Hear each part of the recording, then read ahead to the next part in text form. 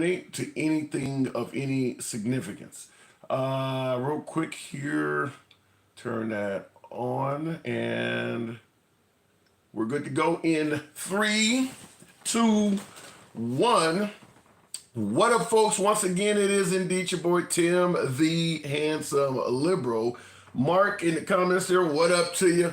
Appreciate you folks that are tuned in to the show this Sunday. I don't think there's not a lot of football games on. That's one reason why I came on. My Bears played already, so figured I'd come in and rap to you folks because right now the 3 o'clock games would be taking place, but the preseason is just about over. But before we get into the actual main season, figured I'd host a nice Sunday evening live with you fine folks. There's been a lot of topics. Now, obviously, if for you folks who follow this, this platform, follow me regularly, I haven't been on in the last day or so, but the news obviously has not stopped. And in fact, there's a host of topics I want to get in with you. Pretty much just going to go ahead and dive right into it. I'll make it clear before we even start the program. We are MAGA friendly. We are always MAGA friendly. We have always been MAGA friendly and always will be. Nevertheless, liberals are welcome as well. Make no mistake about it. MAGA are my preferred guests. We just don't get many on. But MAGA are the preferred guests. Liberals are welcome on the program as well. We go left of Bernie Sanders all the way to I'm having dinner with Q. Everybody gets to speak without any concern of the host trying to block, ban, or censor you. If you favor that, follow the program. If you happen to be watching on TikTok or currently Facebook, if you're watching on YouTube, give your boy a follow. So getting into the show, we're just going to dive right into it. Asking the question, is President Trump the most powerful commander-in-chief ever? Now, in regards to getting in that topic, we're going to right off the bat get into, the whole notion is that, remember Putin? He was here 2 weeks ago, the flyover and all that. We're still hearing folks suggest that Putin is intimidated, if not afraid of Trump. You remember when Trump first got elected, and you're going to know right where this is going the minute you hear this, but nevertheless, this is what Trump stated on his way to a second term. I would tell Putin, got to settle. I would tell Zelensky, you got to settle. I would tell one, you're going to load up with money. I'd tell the other, you're not going to get any money. I would get a settlement in 24 hours. I would tell Putin, got to settle. Obviously, everybody's heard that before. That's Trump telling, I believe that was Sean Hannity at the time, or Brett Baer on Fox News, that he would end the war in 24 hours. We've all heard that. But since that, there's been other developments. How happy I am with Russia, but we'll discuss that maybe a different day. But we're very, very unhappy with them, and we're going to be doing very severe tariffs if we don't have a deal in 50 days. Tariffs at about 100%. You'd call them secondary tariffs. You know what that means. But today we're going to talk about something else. And so you heard him say there, this is a few weeks ago, very unhappy with Russia because they obviously were not ending the war, and he's saying that they were going to be sanctioned at 100% if they didn't end the war in 50 days. Now, that's obviously 5-0. You probably know by now where this is going, but nevertheless, this is just one topic of many. We're going to continue with this. If my screen device works here. I'm going to make a new deadline of about 10 or 12 days from today. There's no reason in waiting. There's no reason in waiting. It's 50 days. I want to be generous, but we just don't see any progress being made. So now you hear him drop down from 50 days to 10 days. And I'm sure all of you heard this before because all this is now a few weeks in the past, but you heard him first suggest 24 hours, 50 days, 10 days. Will Russia face any consequences if Vladimir Putin does not agree to stop the war after your meeting on Friday? Yes, they will. Yeah. What will the consequences There will be be? Sanctions, tariffs? There will be, I don't have to say, there will be very severe consequences, yes. how were your calls this morning with European leaders, and was it your call not to invite President Zelensky to your... Now, real quick, this is obviously we're getting closer to modern day. Now, that's Trump saying that if the meeting with Putin did not result in some type of outcome that he deemed favorable, there was going to be severe consequences to Putin. Now, none of these stages have been met by Russia. So I'm going to ask the obvious question. Why the hell does Trump, and particularly MAGA, continue suggesting that Putin is somehow intimidated or afraid of President Trump? In fact, every threat Trump makes results in Putin actually stepping up their response in the war towards the Ukraine. You know, there was a flyover when Putin was in Alaska, and people were suggesting that Trump had the jets fly over Putin's head to be a show of strength, a show of power. Has Russia done anything? You guys can let me know in the comments. Has Russia done anything to suggest that they're afraid or even intimidated by Trump at all? Have you seen them do anything whatsoever? Because Trump has made multiple threats at this point. 50 days, 10 days. If the summit doesn't, I mean, they're not following or adhering to anything he's threatening them.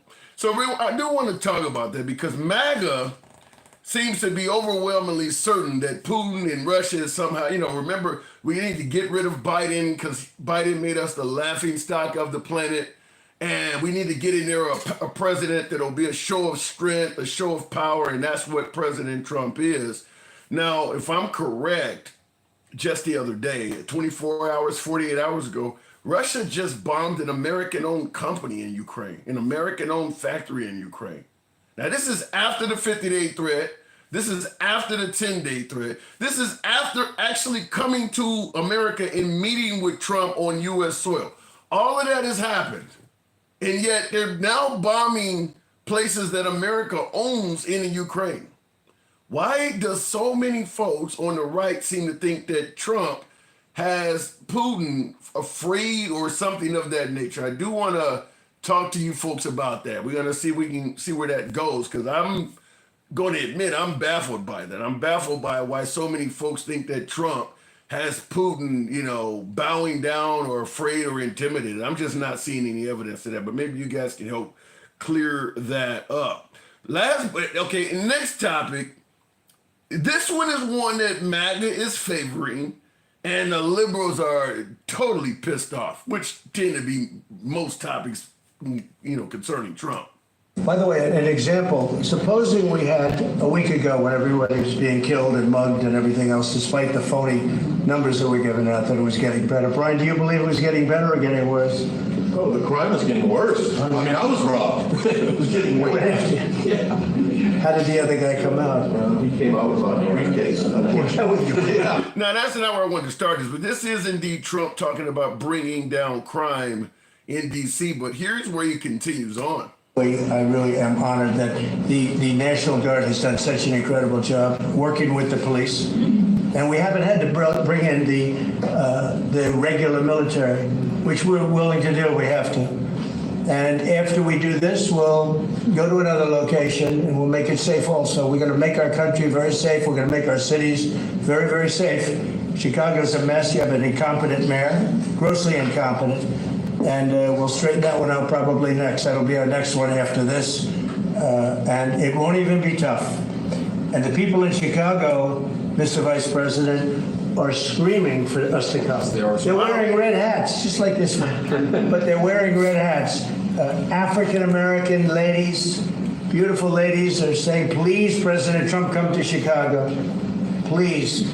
I did great with the black vote, as you know, and they want something happens. So I think Chicago will be our next, and then we'll help with New York, and we're going to help with. I think a lot of these people that you see on television, they're including the people in this audience. They'll say bad things about me, and then they'll say, "Thank God he's here," because half of them got mugged, and they don't want to get mugged again. But they're. I want to play something else that's just come in since Chicago has been in the news, and like I said, I know a lot of my beloved MAGA really like hearing about this, but he's not totally wrong on that. I'm gonna, I don't hold up my Trump is right hat too much, But I am going to do this because I've been talking to family and, things like that. Because I am from Chicago. There are people that want Trump to do this in Chicago. Liberals. There are liberals that want Trump to do this in Chicago. I mean, look, I'm going to be just being honest, being from Chicago, as long as I live there, I don't think there's hardly any African American that lives on the south or west side that does not know somebody who's had their car broken into, who's been robbed. Most African Americans, they're at least probably 30 or older, know somebody who's been probably shot and killed. I mean, it is very violent in Chicago. I'm not going to pretend like Memphis and St. Louis are not even more violent, which that's another part of this discussion we'll have. But there are people in these cities that are liberal and that are black that are in favor of what Trump is talking about doing.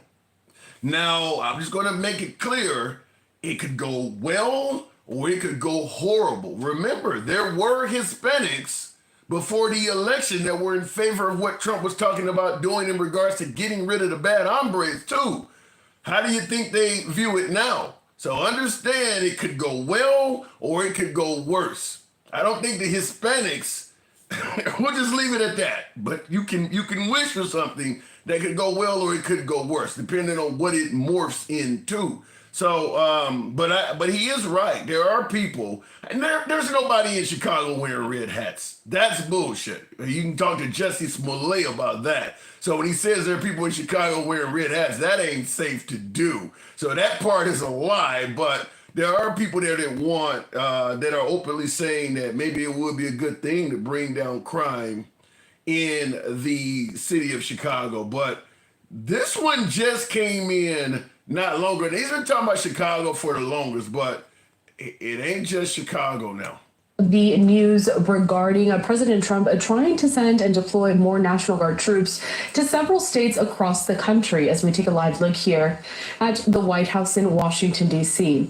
The president posting via Truth Social a quite lengthy post that I do want to bring on your screen now as we follow the latest. So take a look.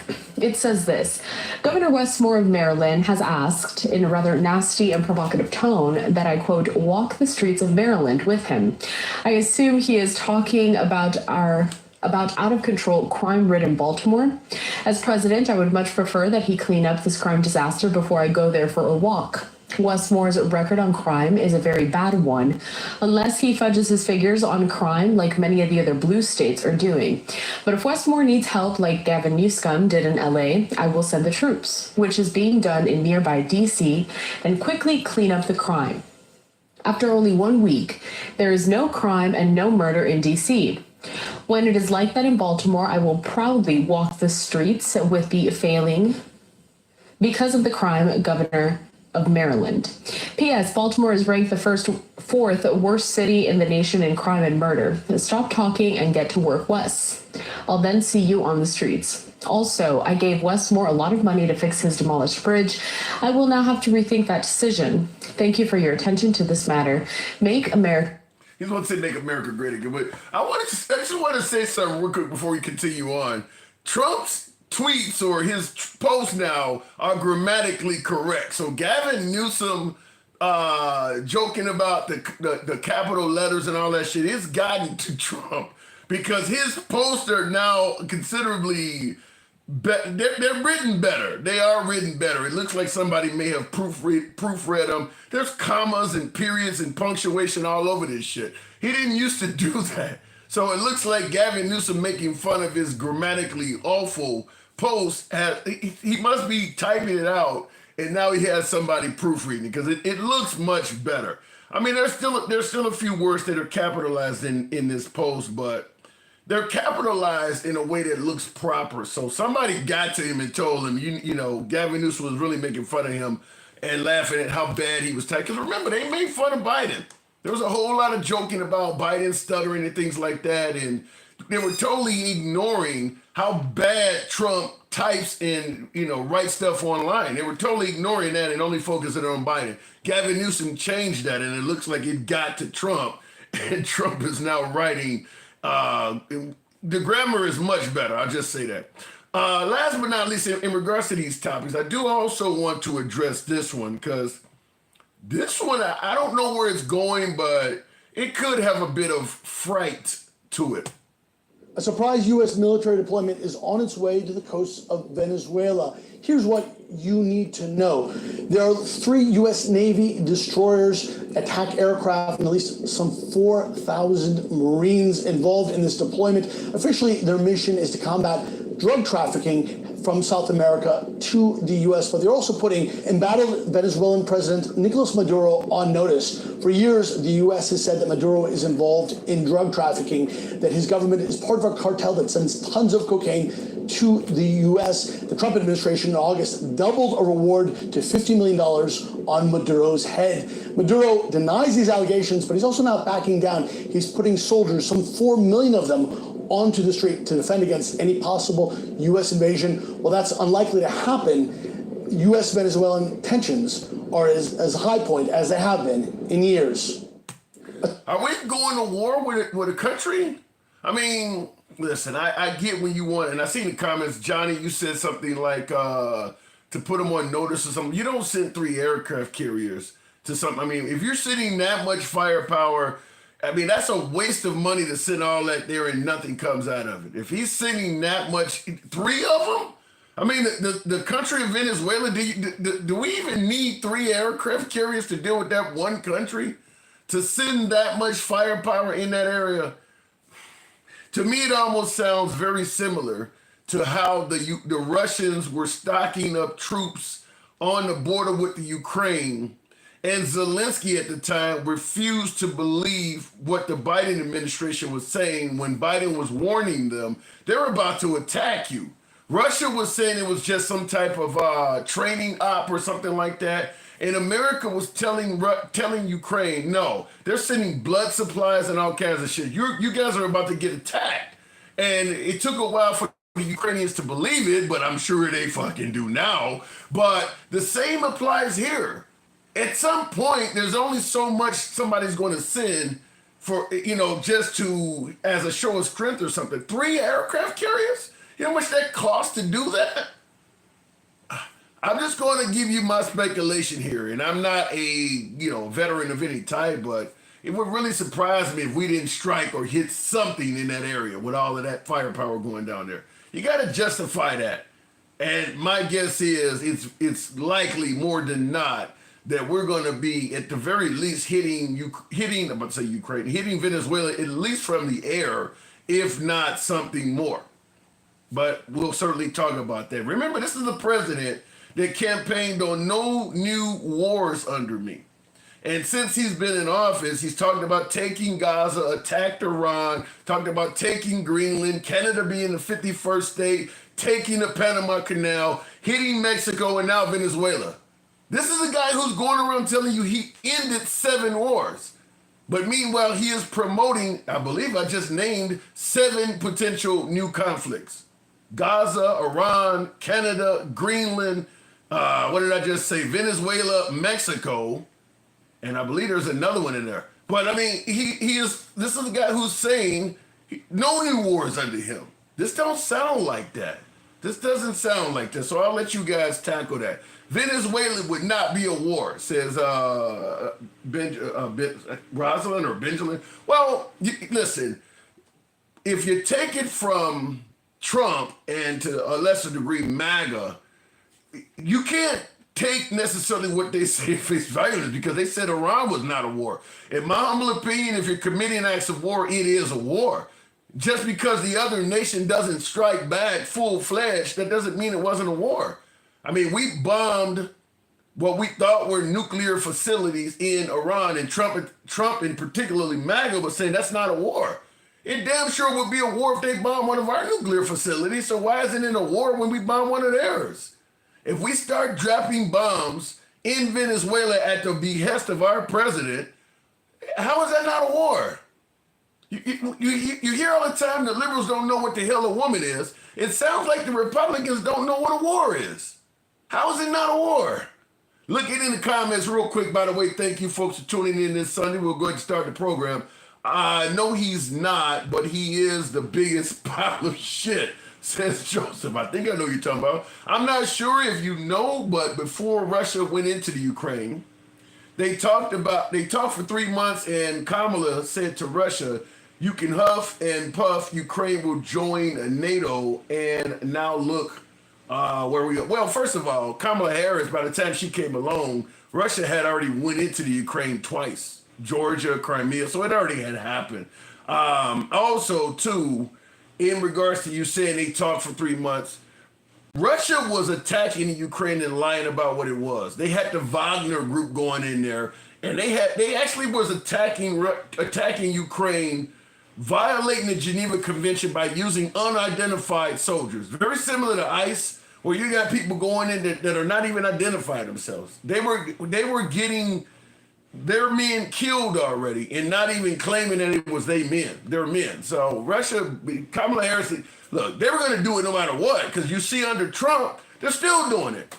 Biden, the whole notion from Trump that this war is Biden and Kamala Harris's, I'm going to suggest to you, now that Trump has met with Putin a couple times and tried to make deals with him, it's his war now too. Because his whole claim he could end it in 24 hours seems to be flat out just made up out of thin air. Putin ain't stopping because of Trump. Let me go straight to the box. Thank you guys that are tuning in. Tap the screen, get the likes on up to 10,000. We can start in the program with Sherbert. Good evening, Sherbert. Welcome to the program. A lot to unpack here. Are we going to war with Venezuela? Almost certainly. I just saw a statistic the other day where it was all of the natural resources that are mined from literally everywhere else in the country is about equal, if not less, than what Venezuela has underneath their ground. So, of course, we're going in with tanks and diggers. It's the only way it's going to be with how we run the world. So, in other words, we're going in to steal resources. Tim, Trump tried to bill Ukraine for $3 billion worth of minerals and not actually lift a finger to help them. Of course we're going in for this stuff. Why do you think there's so many Americans that are silent on this? 3 aircraft carriers to that little small country. Does Venezuela even have any air force at all? I honestly don't know about that, but the quick and easy answer is they don't give a shit. It doesn't affect me. My prices will go down. Ha ha ha. America's number one. Wow. America first. And if it destroys an entire civilization, you know that doesn't matter to MAGA.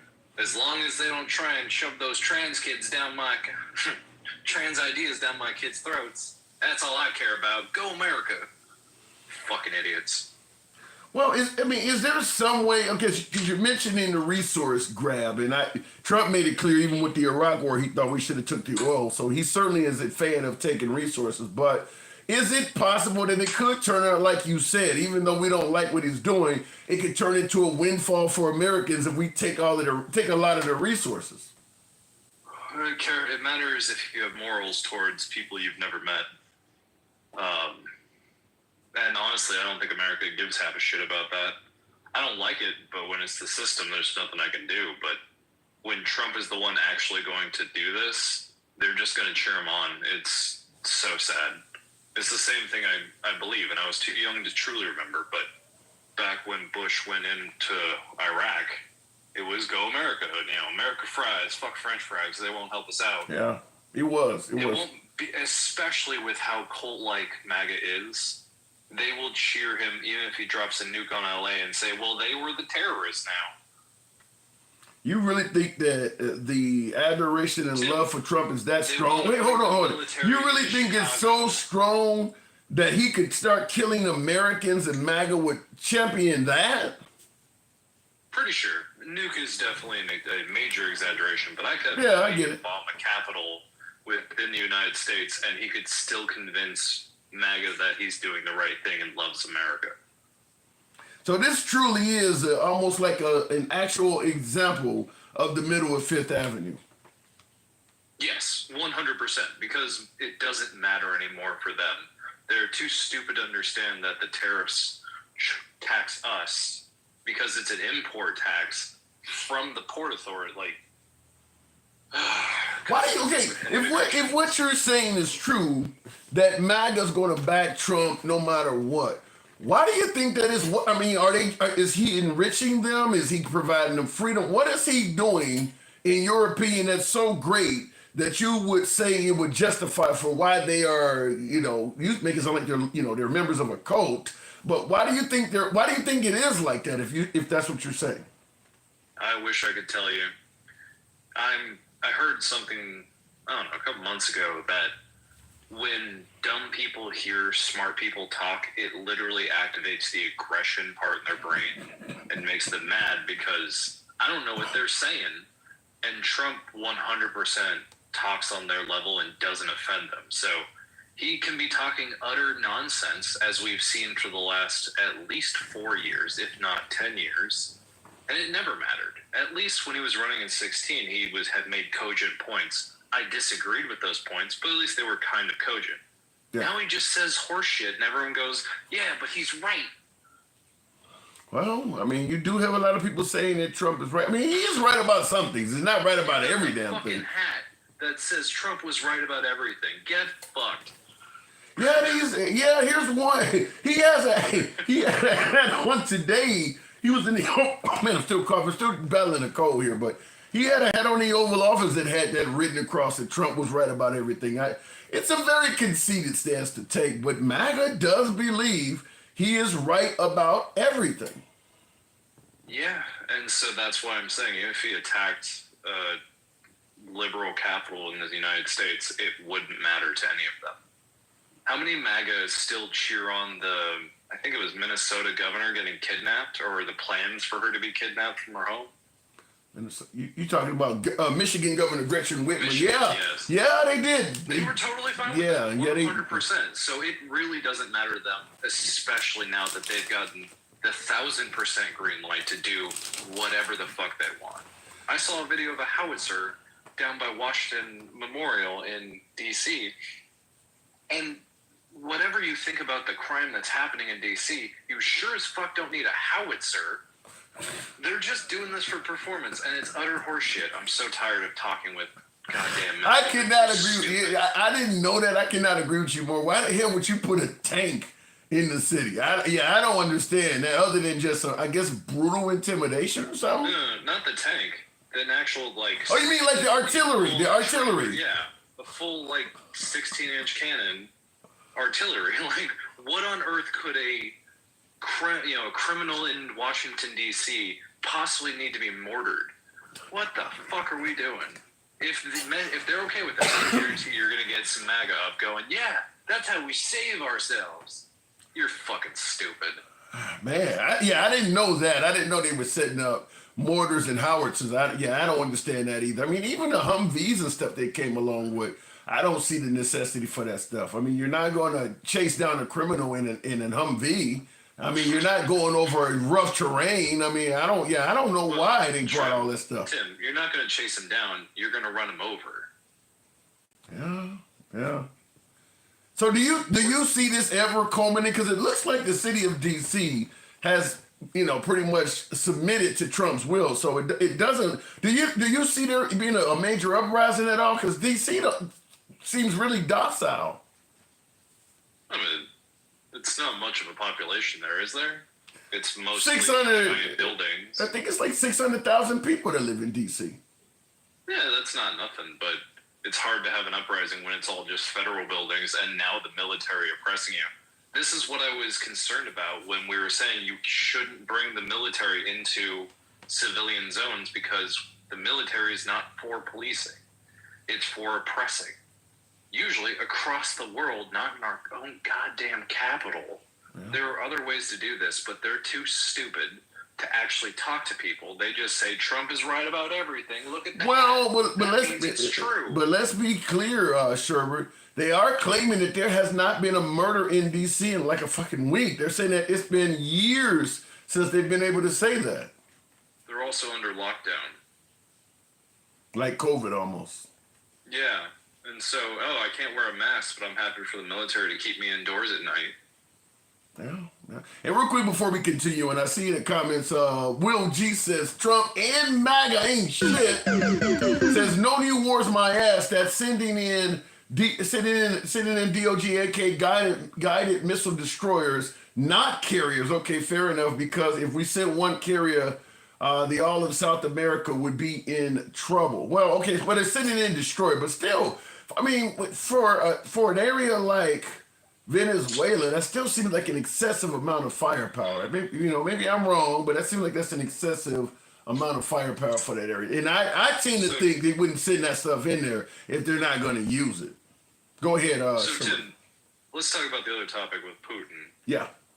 I see him, Trump, as an incredibly weak negotiator with him because Putin just says no, and he says, oh, what about only 2 weeks ceasefire? And he goes, no, and then just walks away.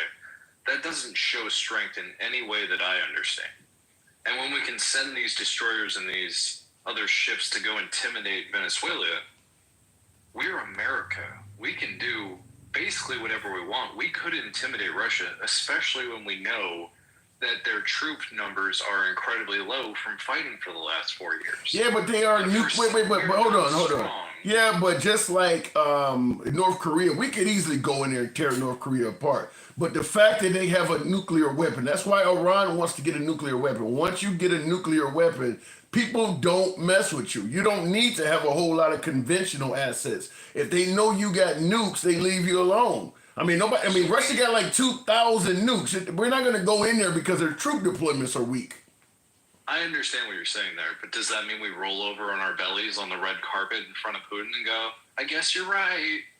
Well, we have to actually ask ourselves, does Trump really care about the Russian-Ukrainian war, or is he doing it, let's say, for the Nobel Peace Prize, or just wanted to do it because it would have gotten him elected? Does he really want to end that? I mean, are we seeing a true, genuine effort to end it? Because he's made multiple threats at this point to the Russians and hasn't carried out any of them. Talk about Obama's failed red line in the sand. Trump has done that numerous times now. And MAGA's making him out to be stronger each time he lies and don't do it. So I don't know, but it looks to me like maybe ending that war ain't that serious to Trump. Tim, he has never done almost anything that would help people. He's very clearly just doing this to get the Nobel or, like you said, to get elected. He has no interest, and he has literally no power against Putin when he rolls over on his belly for him. So what is the ultimate ending then? Putin just continues this on throughout his whole damn term until Putin gets what he wants? I mean, it sure looks like that. I mean, I would put at least $20 for like an 8-year bet saying that Trump is going to help Putin bomb Ukraine at some point, because that's how much he doesn't give a fuck about Ukraine. Wow. Shit. I'd put $20 on that. I wouldn't. Listen, Trump is so unpredictable. Remember, Trump started this out with Zelensky in the Oval Office telling Zelensky he started the war. And then he went back to saying that Putin was doing the wrong thing. Now he's kind of... I would never bet against Trump anymore. I've lost money betting against Trump. He is so unpredictable. There is no way to say you're wrong. I mean, it is very possible that he could, because a lot of MAGA still believes that Russia is the victim in this. I mean, Tucker Carlson and all of them. Tucker Carlson went over there and was talking about how nice Russia is. So there is a lot of MAGA that does believe that Russia's the victim. So if Trump starts saying that Russia's the victim again, he's probably going to get most of his base back. Well, Tim, those are the same people that think that China is going to pay the tariffs. I can't trust them to understand anything. I'll leave it at that. I do got to move it on, Sherbert, but yeah, man, my God. So Trump starts helping beat up on the Ukraine? Wow. I mean, if somebody can send me a link to the Vegas betting books for that, I will 100% show proof that I made that bet. But I don't know where to look for that. If somebody sends me a link, I will 100% do it. Jesus. I don't think we really need to. I think if America withdraws all of their assistance to the Ukraine, that's just as good. I mean, and then, of course, start threatening some of our European allies that they need to stop helping the Ukraine and get out of it as well. You can literally tie Ukrainians' hands behind their back and get the same. Because when Trump became president, he did do most of that. And I'm assuming a lot of Ukrainians died because once Trump took office, he ended all of the help that Biden was doing for a good solid 6 months and just let Russia pummel the Ukrainians. So he's already kind of did that. He's trying to stop the killing. That's all he cares about. What are you saying, Tim? That's treasonous to say he doesn't care about him. He could. He's trying to stop the killing. Well, but wait a minute. He could successfully stop the killing. There is one way to stop the killing. Make it so that the Russians run out of Ukrainians to kill. Oh, we could do say the same thing about Russia. But it doesn't matter. Trump is in love with Putin. I hope you have a good night, Tim. All right, Sherbert. Always a pleasure. Thank you for coming through. Moving on with the program, by the way, tap the screen, get the likes on up to 20,000. This is a Sunday evening live where we don't block, ban, or censor anyone. See, somebody in the comments said I'm asking decent questions tonight. Damn it, we always ask decent questions, but I appreciate the sentiment. Thank you very much. Damn, you're fluffing hard tonight. And here goes Gangsta Grandma, who says just the opposite. Wow, I was riding high and mighty on that compliment, and Gangsta Grandma runs into the picture and just tears it apart. Will G says a destroyer is a small boy compared to a carrier. Fair enough, fair enough. Well, but there's a lot of firepower on a carrier that can be, sea to shore. I mean, obviously the carrier, most of its firepower is by way of, aircraft. But with a destroyer, I mean, tomahawks. I mean, you can launch a lot of shit from 3 destroyers, could you not? I mean, when you're talking about 3 American destroyers in the size of Venezuela, a town like Caracas, one of their bigger cities, you can take the whole damn town out. I don't know. I mean, I get that there's more firepower on a carrier than there is on a destroyer, but for a small area like Venezuela, you can do a lot of damage, I would assume, with 3 American destroyers. That's probably enough to, turn Venezuela into kind of reminiscent of Gaza. You could probably make it look pretty bad. Just my humble opinion. I'm no Navy or weapons specialist, but 3 destroyers probably could do a lot of damage. And that's assuming they don't have anything underwater that's hovering in that area. Trump is Putin's pole smoker. Yikes. Will G says Trump is Putin's pole smoker. I'm assuming you're talking about a Marlboro. I'm assuming you're talking about you're not talking about a brown, well, it wouldn't be brown, would it? It'd be peach. As Gacy Grandma always says, uncooked meat. Anyway, looking in the comments, what is also not forget that Trump, as a convicted felon, could never work in a bank, could never work in a school, could never work in a lot of places. Yeah, but you can be president, so he can work in the Oval Office. Joe Biden is a draft dodger. I'm assuming you're giving that one for effect, considering Trump with the bone spurs. I don't, that's like literally calling the kettle black there. One mistake, and that's $1 billion. Pete Hegseth. It's funny how butthurt get because they can't convince Trump's base to turn on him. Yeah, listen, I'm assuming that the right felt the same way when Biden was in cognitive decline and the left base wouldn't turn on Biden. That's kind of what happens with politics. I mean, the right was butthurt too at the time. So, wow, okay, real quick, I don't block, ban, or censor anyone, but if there is spamming, you kind of invite me to do it legally. I get that you see Trump as a pedophile, but to type it over and over again, listen, you got your point across. If you keep typing it, you'll unfortunately force me to block you, and I don't like blocking people. Rather have Pete than Millie giving us up in war. To General Millie? All right. Looking in the comments before we go. Here you go. Kingfin, there's no fluffing going on. Tap the screen. Get me on up to 20,000 so we can take the next caller. Appreciate you folks that are watching on Facebook as well. Isn't it great to have a president that has so much backing of the American people? I don't think he has so much backing of the American people, Paul. And I don't listen. And that's one of my side topics. I didn't bring that up yet, but since you made that statement, because I keep the notes for the show.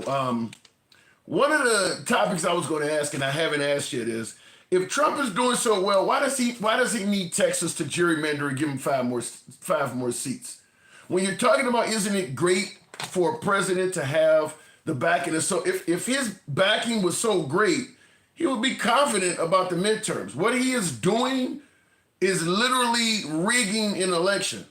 If the outcry, if the pushback, if the retort, well, Democrats do it too, then you're not even defending them for doing it. I mean, when people say, well, Democrats did it too, that's not even a defense. You're admitting the guy's trying to rig elections. You just are saying, well, the Democrats did it as well. But I'm just simply pointing that out. If he has such a strong backing of the American people, you wouldn't need to gerrymander seats in Texas and have other states talking about doing it too. So that shows that he don't feel as confident as you do about his backing. Why cheat if he is so loved and winning in record numbers? Exactly. Nope. What goes around comes around, says Leroy. I don't understand how MAGA, well, I guess I do understand it, the revenge aspect of it. I guess, revenge is a dish best served cold or something like that. So I do understand the Republicans, MAGA, the right views that Trump was mistreated, so they want him to take revenge. I get where it's coming from. But when you start taking revenge in the form of gerrymandering votes, I don't see why MAGA favors that so much. That is literally rigging elections. In those areas, whether the liberals are doing it or the Republicans are doing it, that's literally going to equate to millions of Americans who votes does not matter.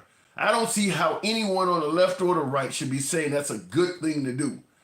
I mean, you're literally rigging an election. At the same time, talking about how much we need voter ID and how much we need to get rid of mail-in voting and, protect the integrity of our election. You're talking about making the elections free and fair on one end and rigging it on the other end. I don't understand how anybody thinks that's a good idea. Just pointing that out. Would be funny if Texas would be more blue seats after the election because there are less MAGA daily. I saw a map today, and get your boy on up to 20,000. We'll take the next caller. This week with George Stephanopoulos, Jonathan Carl hosted today, but they showed the current map of Texas. I mean, it's so fucking red. I mean, it's like, I'm just speculating here, but it's over 99% red. If you look at the map of Texas, it is over 99% red. It's just a few little tiny blue areas around the cities, and because they've gerrymandered so much, even most of the big cities contain a lot of red. Even most of Houston on the map shows that they've been fucking with Houston, fucking with Dallas, and now they're about to make Austin, which is the most progressive city in Texas, go red. I mean, it's going to be to the point where that, now California is nowhere near that blue. I mean, Texas was already doing this because they just gerrymandered in 2021. So they're going to make it so that if you live in Texas, you're Republican no matter what you vote. Doesn't matter. No matter where you live at, no matter how you vote, your area is going red. It almost is like taking a small Alabama town and telling them your congressman is going to be Al Sharpton from now. I mean, it's insane what they're doing, but MAGA likes it. Winning ugly, it doesn't matter how we win as long as we win. Red states are like third world countries. I don't know if I would say that. Thank God Texas will stay sane. Nah, Texas is going to go. You can go to, what MAGA don't tend, what Trump supporters and MAGA don't tend to realize is you can go too far to the right. Just like you went too far to the left, you talk about the LGBTQ stuff and things like that. There is a such thing as going too far to the right. Whether you acknowledge it or not, that is a issue as well. You can go too far to the right. Stick, Darula. Good evening, Stick. Welcome to the program. Hey, how you doing? I'm doing all right, doing good. Good to have you back on. So, what do you think? Venezuela, is it looking like we're going to go to war with another country? Hey, I don't doubt it. I mean, he already sent the National Guard into Washington, D.C., and he's talking about Chicago next. And, hey, right now, they're backing it, and it's no telling Well, he also added Baltimore today. So today he started suggesting that Baltimore might be next because he got into a spat with the mayor of Maryland. And see, that's just the thing. This is who we dealing with. We ain't dealing with somebody with rational sense. And these other governors that are sending National Guard from their state to another state or city is ridiculous. I don't get it. I don't even know how it's allowed. Well, apparently the president has the power to declare an emergency and do it. I mean, that's what he's using. Well, I know he has the power to do it in D.C., but how is the Indiana and any other National Guard, how are they going there? Yeah, that's a good point. I don't know how. Well, in D.C. that's one thing, but I guess if he used the National Guard in Chicago, I'm wondering. I guess he would take control of just Illinois' National Guard. I mean, is he going to send Tennessee into Illinois? Because that sounds like a real close case of civil right, a civil war or something breaking out. I mean, I don't know how he would do that. And so that's what we're dealing with. Because you got to remember, when it actually was all done during the Civil War, it was blue federal troops that came in to the South, made sure that at least the slaves knew that they were free. Not saying that they protected anybody, but I am saying at least knew, putting the word out. And they had to come into Texas 2 years later after that and free those folks. So this is no more than the South shall rise again. Like I've been saying, that's what MAGA means. The South shall rise again. And you got all of these so-called Southern states or Republican states sending their National Guard to wherever Trump wants them to send them to in whatever city. Mostly, again, Democratic cities. It's all Democrat cities. It's 100% Democrat cities in Democrat states. I mean, there are Democrat cities and Republican states. You're not going to see the National Guard go to any of those. It has to be a Democrat city in a Democrat state. Those are the things that I don't care what the crime rate is in your city. If your city is not a Democrat city in a Democrat state, they're not going to send a National Guard there. It has to meet that criteria first. So he is possibly bringing down crime, but he is definitely politicizing the use of the National Guard. But there are people in these cities, Stick. There are Democrats in these cities that are fed up and sick and tired of all the crime, and they're okay with it. And I get it, and those are the same folks that voted in 1994 for the crime bill. So Damn. We don't. Hey, I'm saying that is so true. That is so true. And this is the thing about it. Like, I could have been one of those people, but I'm not. And the reason that I'm not is because I seen what happened with the 94 crime bill. It wasn't the actual bill, right? Because if you did a crime, you should do the time, right? Mm-hmm. But it was how it was implemented, how the states, with the states' rights, implemented the crime bill. I don't understand. Yeah, I don't understand why people do not see this from history. When you get, they say the same thing with the Second Amendment. If you give them an inch, they'll take a mile. The same folks on the right that say that we don't want any gun laws because if you give them an inch, they'll take a mile, have no problem giving the government an inch in all these other areas. Because the same folks that favor letting Trump use the government for this also favored letting Bush use the government for the Patriot Act. And now the Patriot Act, as opposed to being used against terrorism, which is what they originally told us, is being used against primarily Americans now. And it's the same thing with the rest of these things, is that they tell you one thing, like Trump with the immigration issue. It was all about bad hombres. Now it's all the way down to grandmoms and people with TPS and asylum seekers. I mean, so they tell you one thing to get in there and do that. But once they're in there, they start, give them an inch, they'll take them out. Why do you think Republicans are so favorable to this stuff, considering all the historical precedent showing how bad it is? Well, they're privy to it because they know the outcome.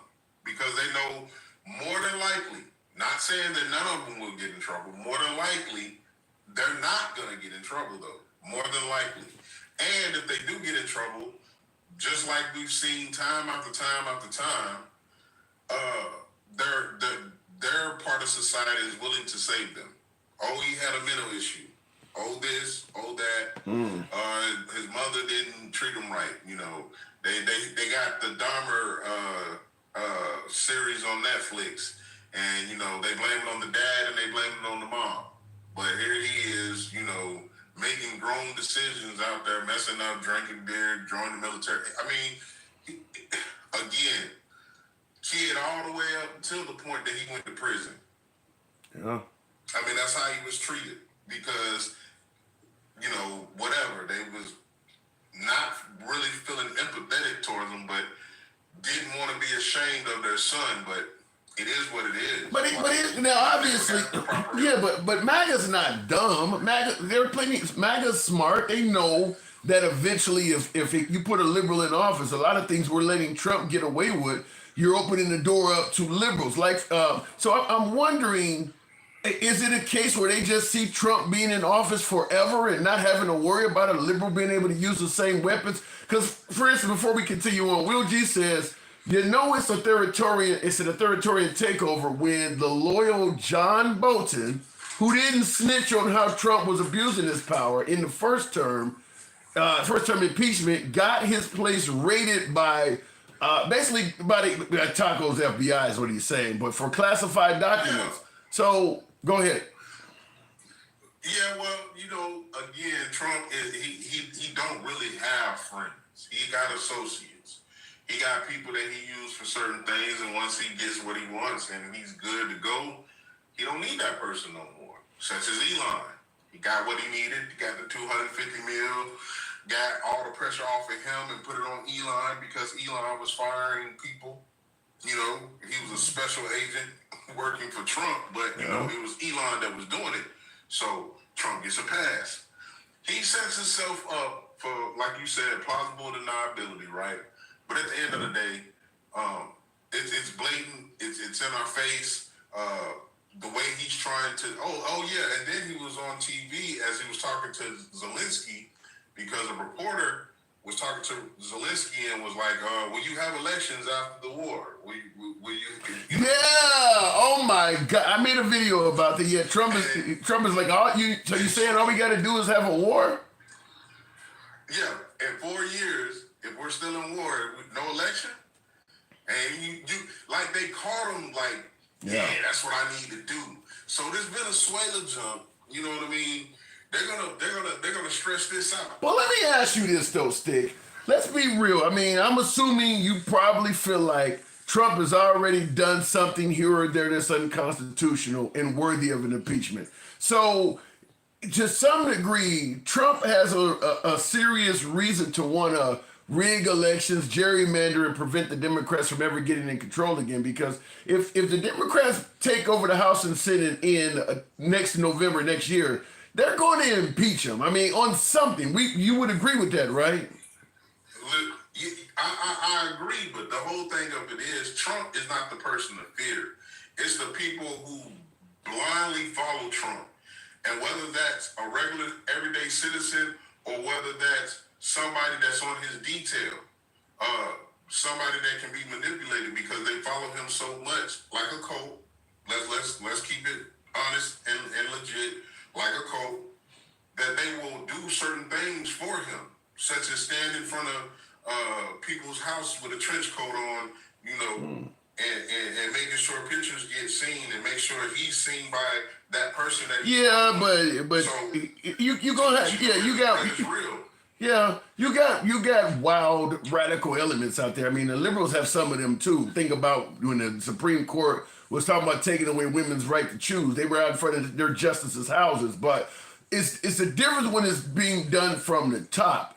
Taking out President Trump is not going to take out I mean, when I say taking him out, I mean impeachment or voting him out, not doing something illegal. But I mean, once Trump is out, you'll still have radical people on the right. But Trump is the glue. He is the organization that holds everything together. So yeah, there'll still be radical people who want blood on the right, but without that type of organizational skill, and I don't think Rubio or J.D. Vance has it to the level of Trump. So No, it's not. It's not the organizational skill because he's dumb. First of all, let's. You think Trump is dumb? No. He is stupid because he can't remember what he said 10 minutes ago. He's old, but he's not dumb. No, the man. Come on now. Look, listen. I'm willing to accept criticism, but call it dumber. Yeah, he's all of that. No. I flat out disagree with you. I'm willing to accept criticism on any damn body on this program, but if you look at Trump's life, and I understand he was born with a silver spoon in his mouth, he ain't dumb. He's not. No, that's flat out wrong. The man is not. He's making decisions you don't like. He's not. He's a very smart man. He's just making decisions you don't like. No. He's dumb. No, he's and not. I'm gonna say it like this. Dumb how? He's like ogre from the damn Revenge of the Nerds. He is dumb. He's very dumb. But he has a lot of handlers. But with the handlers, he thinks that he is not being told what to do by being rude and obnoxious and sort of kind of physical, right? But he's never going to get really physical because he's not the threat. The threat is the ones that follow him blind and is willing to do the things like storm, Miss Nancy. People don't blindly follow. Stick. People don't blindly follow dumb people. People do not blindly follow dummies. They do. Give me some examples. That's why the caveman, the leader of the caveman was dumb. You go if the caveman went into a black village, he didn't know what fire was, right? He didn't know what a drum was, right? He didn't know anything. He had to learn from the actual man that lived in the village, the caveman, and that's what they act like. I disagree with you 100%. They act like violence is the end all be all to everything. I'll just beat him in the head, and he'll stop doing what he's doing. I'll whip him in his back, and he'll stop doing what he's doing. I'll use the N-word at every chance I get, and I mean nuclear. At every chance I get to make you back off. That's what Putin's doing. That's what North Korea is doing. That's what Trump is trying to do going forward. Yeah. He's doing it to his own people first. He's turned Washington, D.C. into a small North Korea. This is what he got going on. You comparing Washington, D.C. to Pyongyang? You really think that's a small North Korea? Really? You're exaggerating significantly.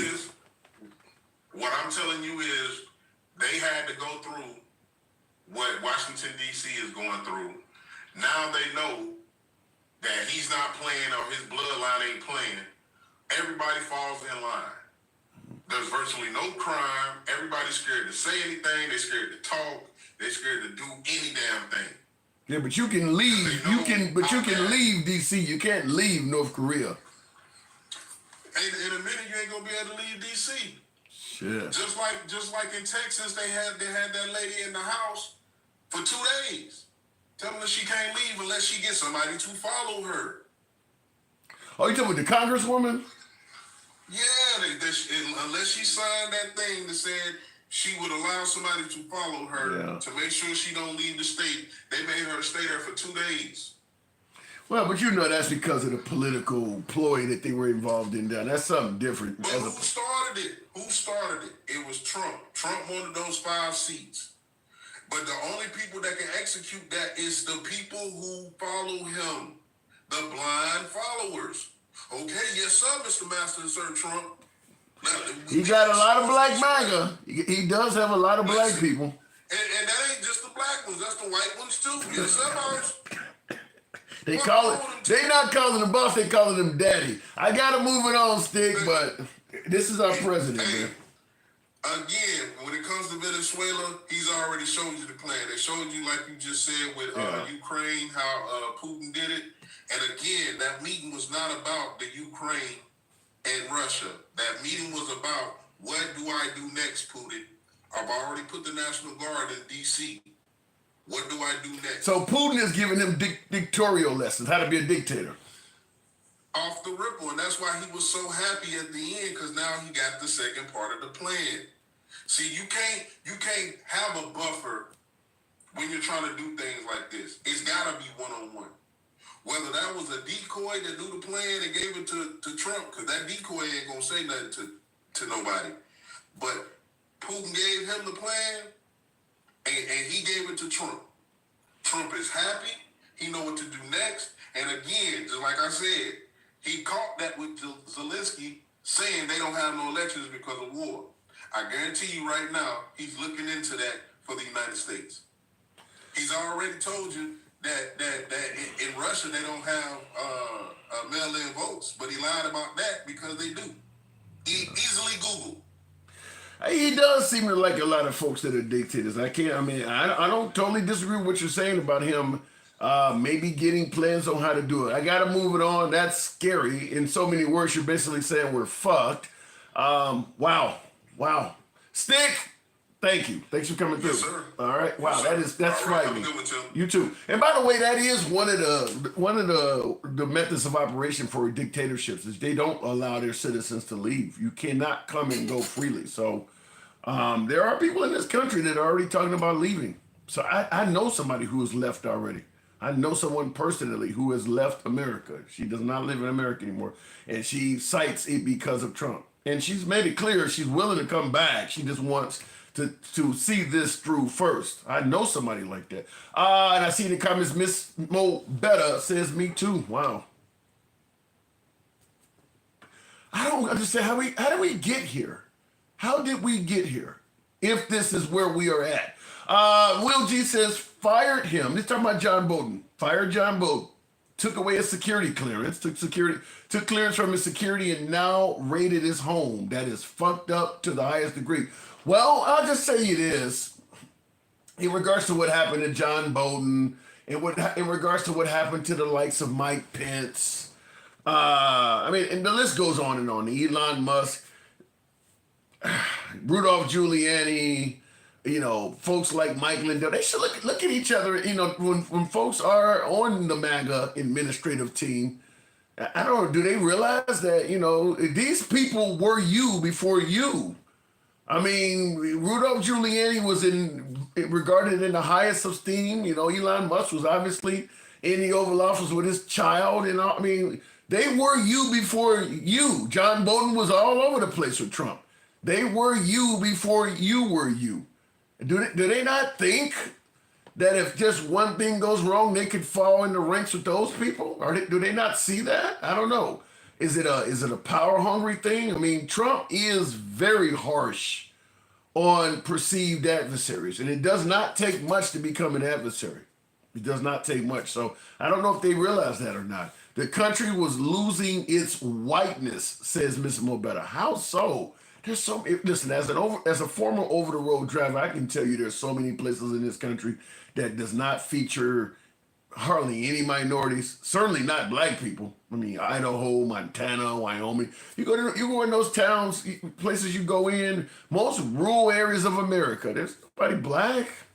Other than maybe some of the Bible Belt states where, where we came in, how slavery kicked off. But you get away from the Bible Belt areas of America, you start going into rural areas of other states, ain't nobody black there.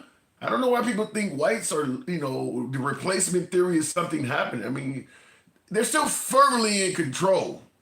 Maybe not to the level of control they want. Maybe is that what it is?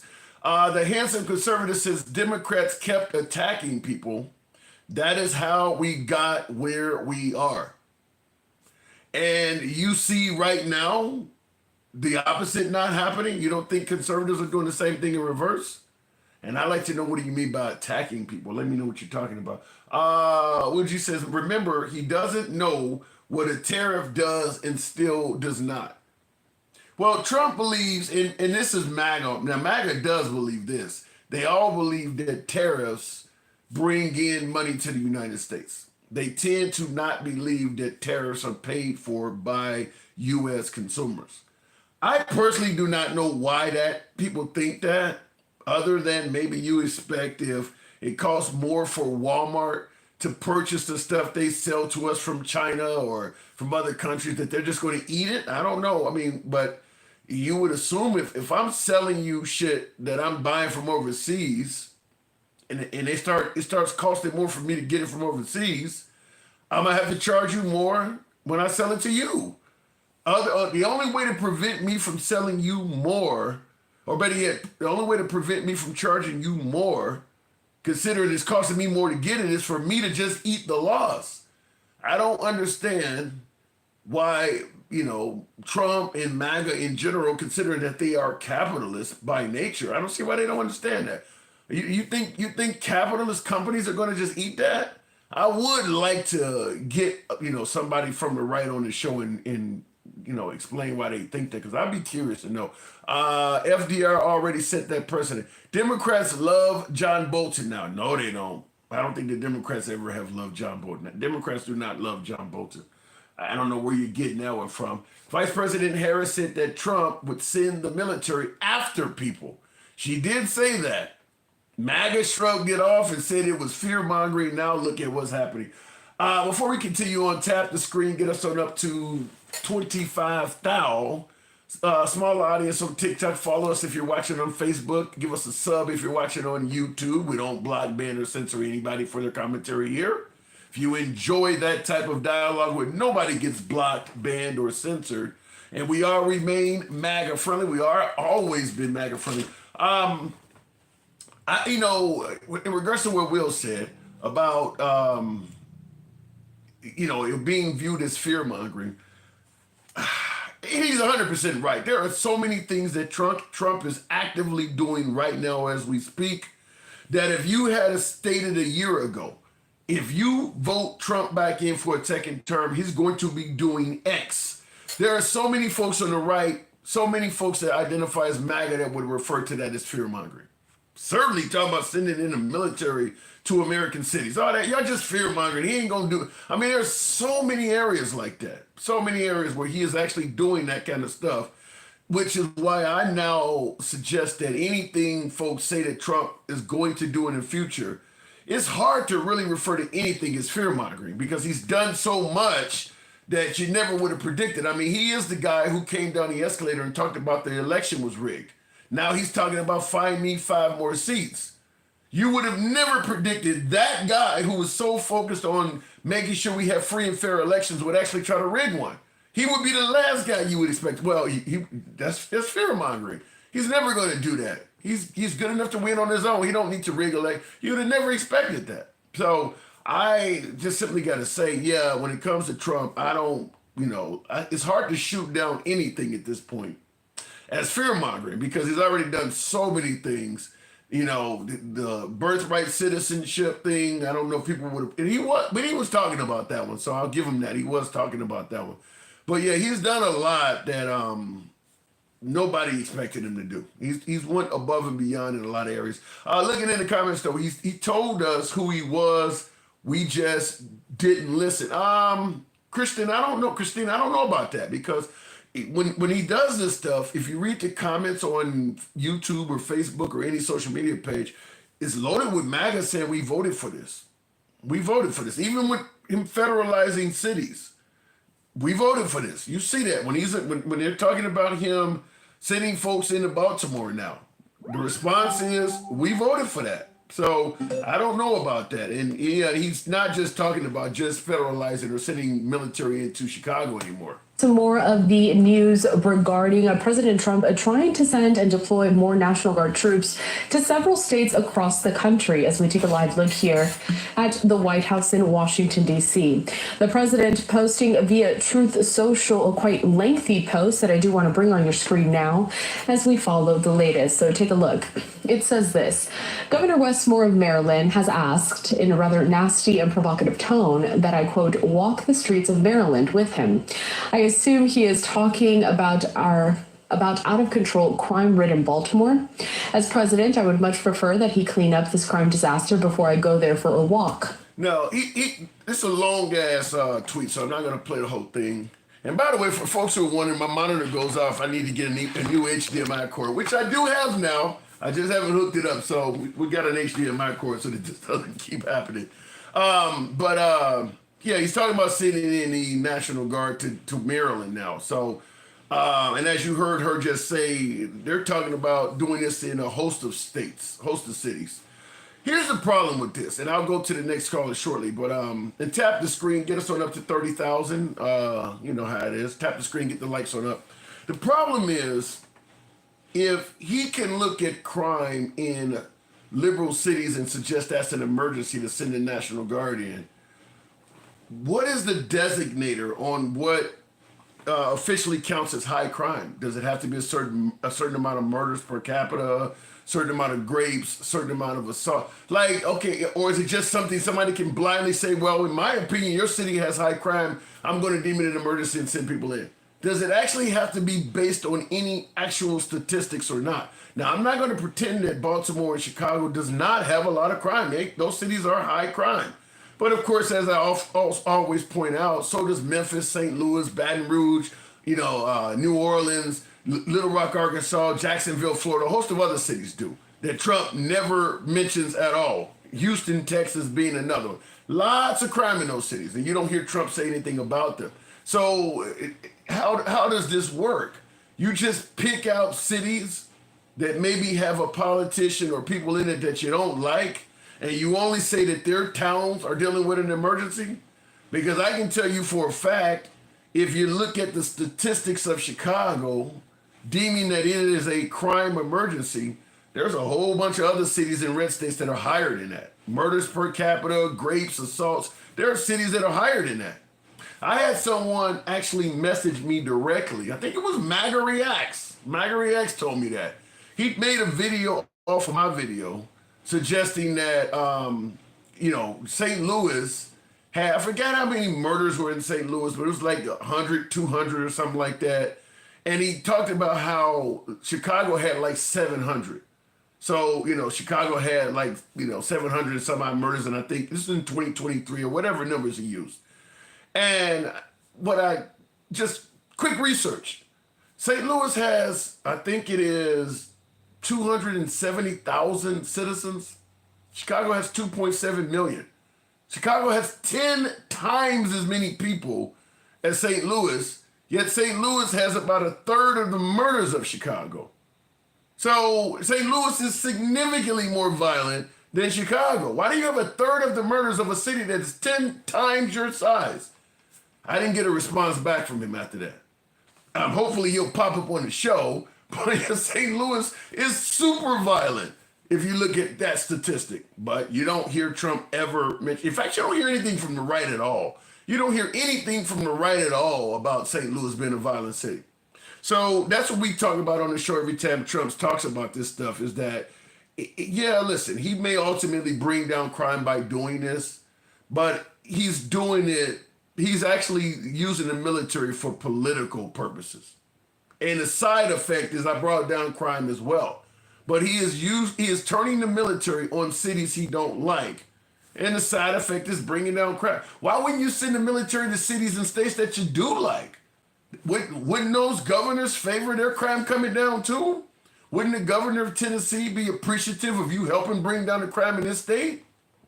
No mention of it at all. So yeah, bringing down crime is good, but if you're doing it for political purposes, that ain't the goal, is to bring down crime. It's just a side effect of what you're doing. Anyway, looking in the comments, I do agree with you. Thank you there. I think whatever the name is long, 9113. Thank you. Only criminals will complain about bringing crime down. Only criminals will use the military in a political manner. If you truly care about crime, you would bring crime down. You wouldn't pick and choose areas of doing it. You can't try to overlook that, well, Democrats are in favor of crime. Well, then why the hell ain't the Republicans in favor of bringing it down? If the Republicans are so concerned about bringing crime down, why aren't they calling for it to be done in their own states? Explain that. Since the Democrats are for crime and the Republicans are for bringing it down, why are there no Republican outcry to deal with heavy crime cities in their own states? Not one mention of it at all. Do you not see the bias in this at all? If you really were for bringing down crime, you would want the National Guard to go to violent cities in Republican states. Yet you don't hear anything about it. Every time you hear it, it's about send them to another liberal state. Send them to another liberal. Not about crime. It's not about crime at all. Will G says the pasty white people just don't like the large amount of black people in one area and think that there are just has to be high crime to just send the military. It's a dog and pony show. It is a dog and pony show. It's clearly being done on political purposes because the right, if they were truly about bringing down crime, they would be in favor in demanding that the military be sent into high crime cities that are in Republican states. And they're not doing it. Why not? Gangsta grandma. Why aren't they doing that? You got the white man dangling in your mouth. You know how fucked up you are? Let's bring this down. You jumped for the white man because your little homie, the first white dude that was on your live, he asked you to bring him up. You jumped and brought What? him up. But when I bring Hold on. I didn't see this comment. You're accusing me of some shit that I didn't read. Bullshit. You ain't that fucking blind. Do you do realize? White man. You'll jump for the white man, won't you?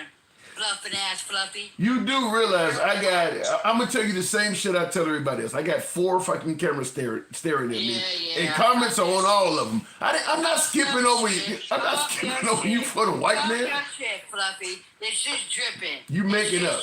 You're making up stuff. Cooked protein. You're making up This is all stuff. behind racism. Because the white man thinks he's going bye-bye because the white women are going after the chocolate dangalangers and the brown dangalangers because the white man can't put it down anymore. I guess not. Cooked asses. They need to go get some dick implants or something. Hell, leave our fucking men alone and then go appropriate with their asses. Maybe that would be better for you. Shit, leave our asses the fuck alone. I wasn't expecting that. I bet you wasn't. But I'm just saying, let's keep it a buck. They are so mad because they think that they, okay, look, he has a black girlfriend, okay, and well, he's still racist, okay? Wait a minute, who has a black girlfriend? Your little Stevie D. I got a girlfriend. You want a cookie, bitch? You want a cookie? And you black, and you got black woman. And I see Debo put in the comments his girlfriend needs rescuing. I don't know what that means. Yeah, it does. Because you voted for Trump. You voted against your own damn woman. Like, what the fuck is wrong with? You see how the white people like mentally not there? They're so inbred that they fucked up their brain. You know what? That's why Trump likes their asses. They're so that they so inbred. Their brains are so fucked up that they believe anything this white man is saying. I don't give a fuck.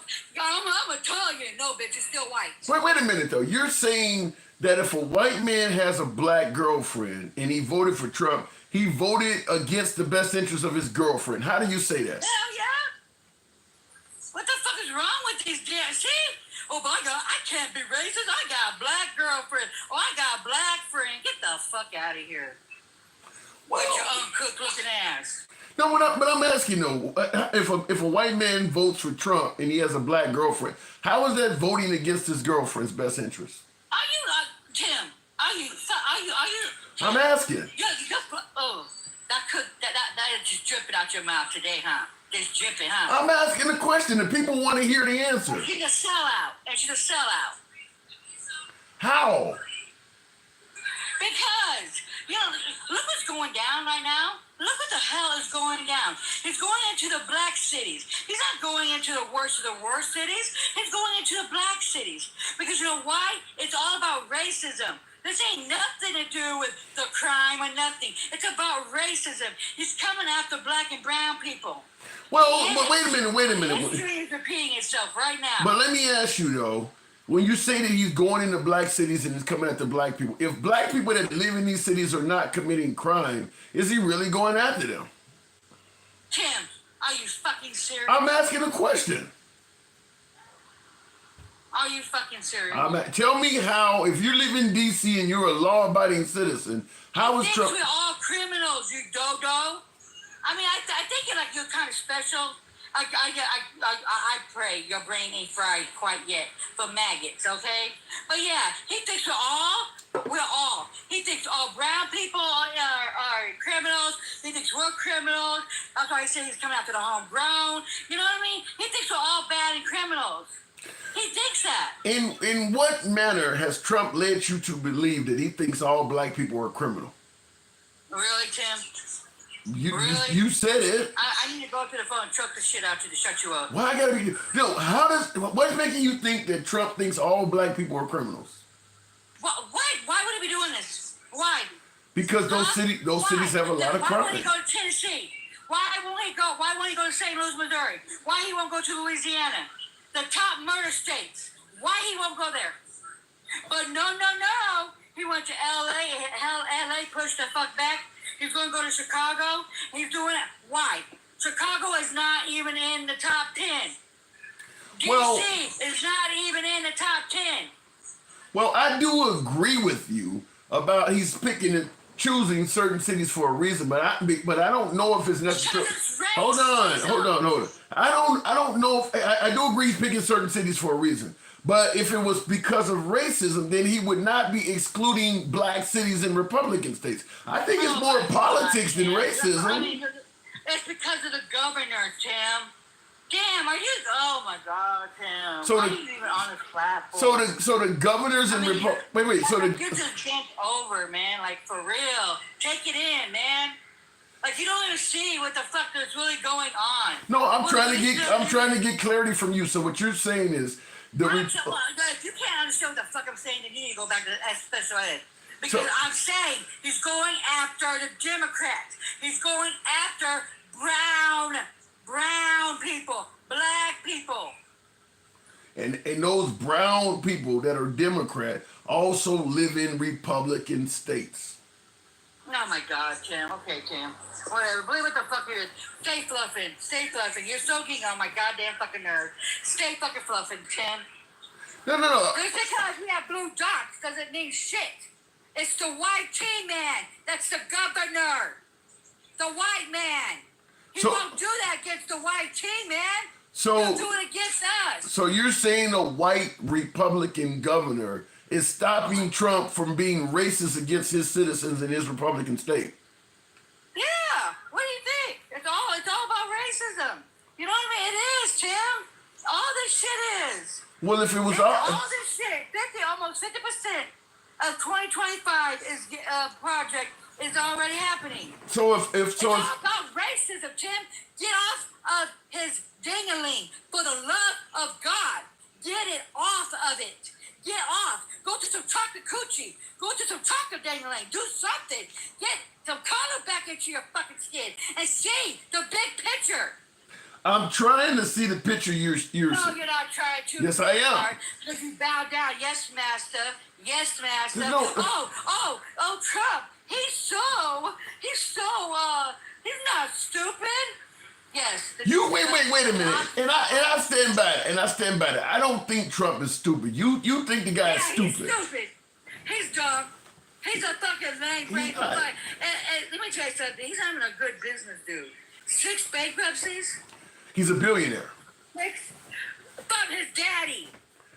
He didn't work for this shit. No. He never worked for this shit. He got a silver spoon. You want money? Like me? I worked for mine. Do you understand me? I worked.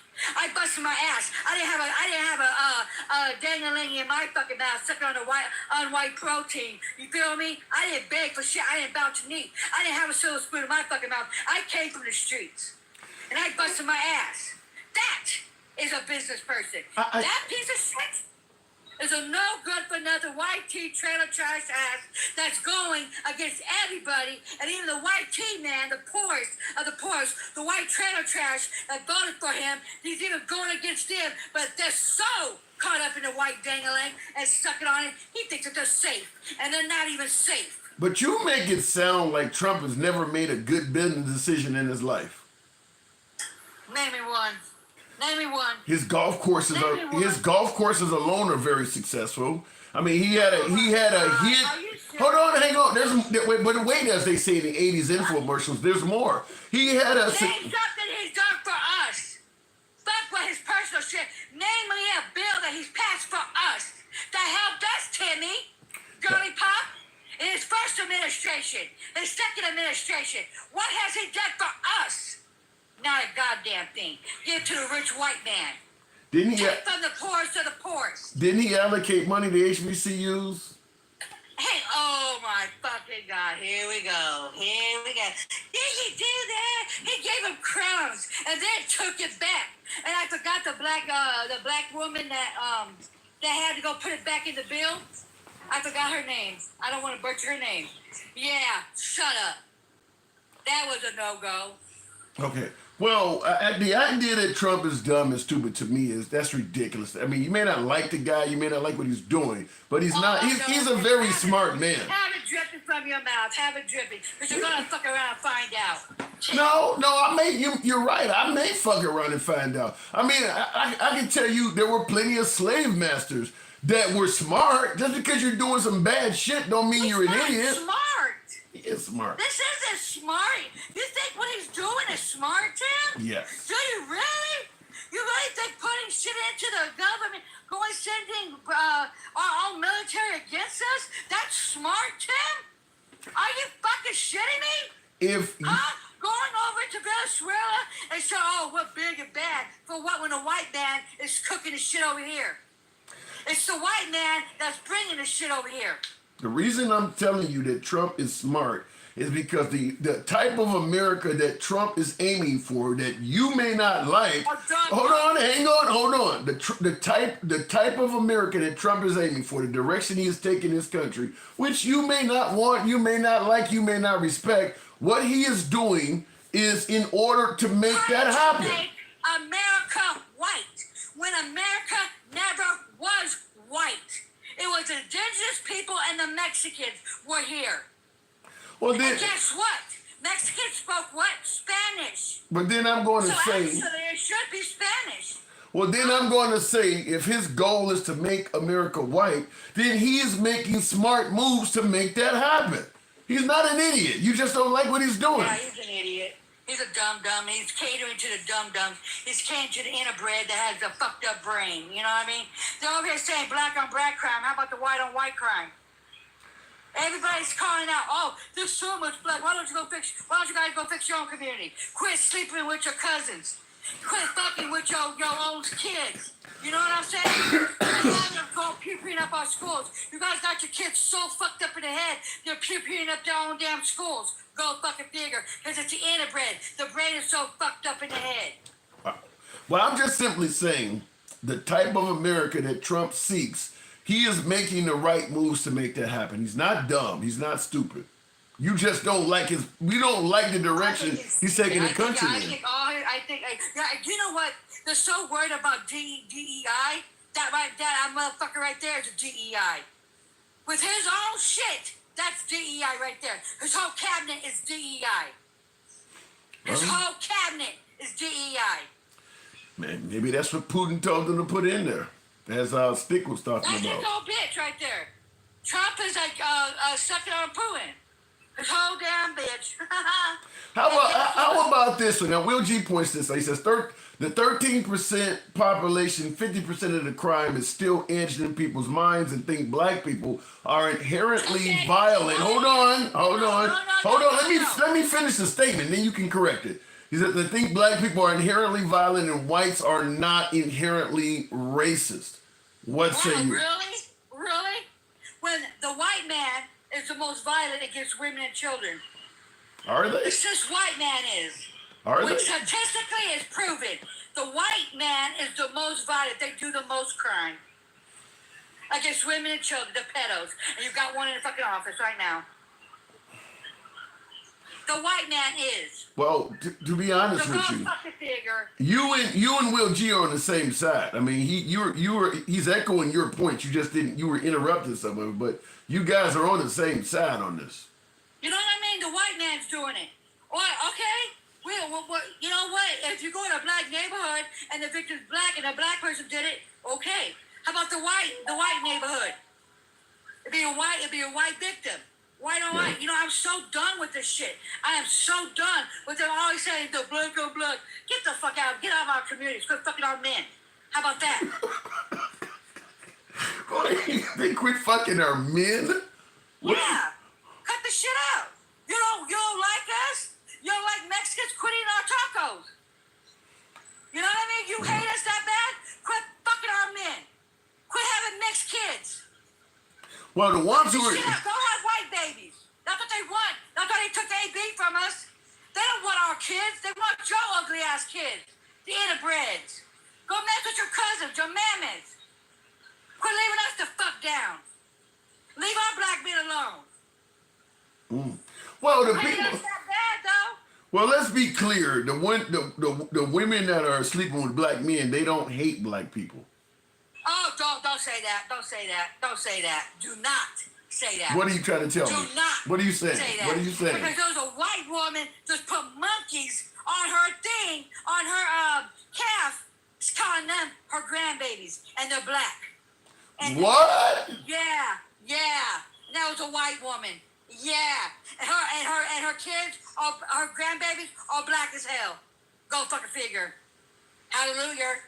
And that was a white woman. Yeah, but if her wait, hold on. No, but wait a minute. If her grandbabies are mixed, that means her daughter slept with a black man, and she's not happy her daughter did that. That don't mean she likes black people at all. Black too, though. Because her daughter is mixed too, though. Oh, wow. Yeah, I shut you up, huh? Yeah, that ain't normal though. That ain't. No, that's not normal. Yes, it is. All the white women fetish our black men. Let's keep it a buck. They fetish because they assume that all black men got long dangling BBC. You feel what I'm saying? And they want to welcome to, as they say, the jungle. And they want to taste the fruit because darker the berry, the sweeter the juice. They don't want the white berry because the white berry gives them salmonella and gives them poison. They want that intermixed shit. So they have their mixed berry. Yeah. But yeah, they call us the N-words. They call us everything. Ship us our asses back. That's what they want right now, right? So you're telling me that there's plenty of white women that date black guys and they're still racist. And hold on. And a lot of black women, they're freaky too. Yeah, but wait a minute though. You're telling me. I can't even say on this damn platform. Yeah, but bananas. you're telling me that racist white women are sleeping with black guys. Hell yeah, they want that. They want that BBC. All deep in the I don't believe that. And then top the kicker. Then they become black. Then they start talking our culture. Oh, well, you know what? You this. I mean, come on. They act like they black. They get the black braids in hair and their shit falls out. Oh hell yeah, I call. Oh yeah, they be taking our hair braids and saying, well, everybody should be rocking them. The white people steal everything from us. They steal everything. You make it sound like white people are nothing more than common thieves, Grandma. Well, it is what it is, huh? They took this country like a fucking roaches, and then they did everything. They killed a lot of Native Americans and shit. What the fuck are you talking about? I'm just saying every time you come on, they do not want real history. They do not want real history in the books because it makes the white man look bad. Oh well, that's your ancestors. I'm just saying every time you come on the program, people say you're a racist. You hate white people. I'm not racist. Did you see that? It's okay for them to be racist, right? But if I throw it back at them, don't take our hair braids if you don't like us. Don't eat the tacos if you don't like Mexicans. Don't go into the Mexican shops if you don't like us. Don't go into the African shops if you don't like us. Keep your ugly white tea asses in your ugly white tea faces. And don't come for our men. Oh, we're racist. But they could do that to us, though? They could put us in a tree, though?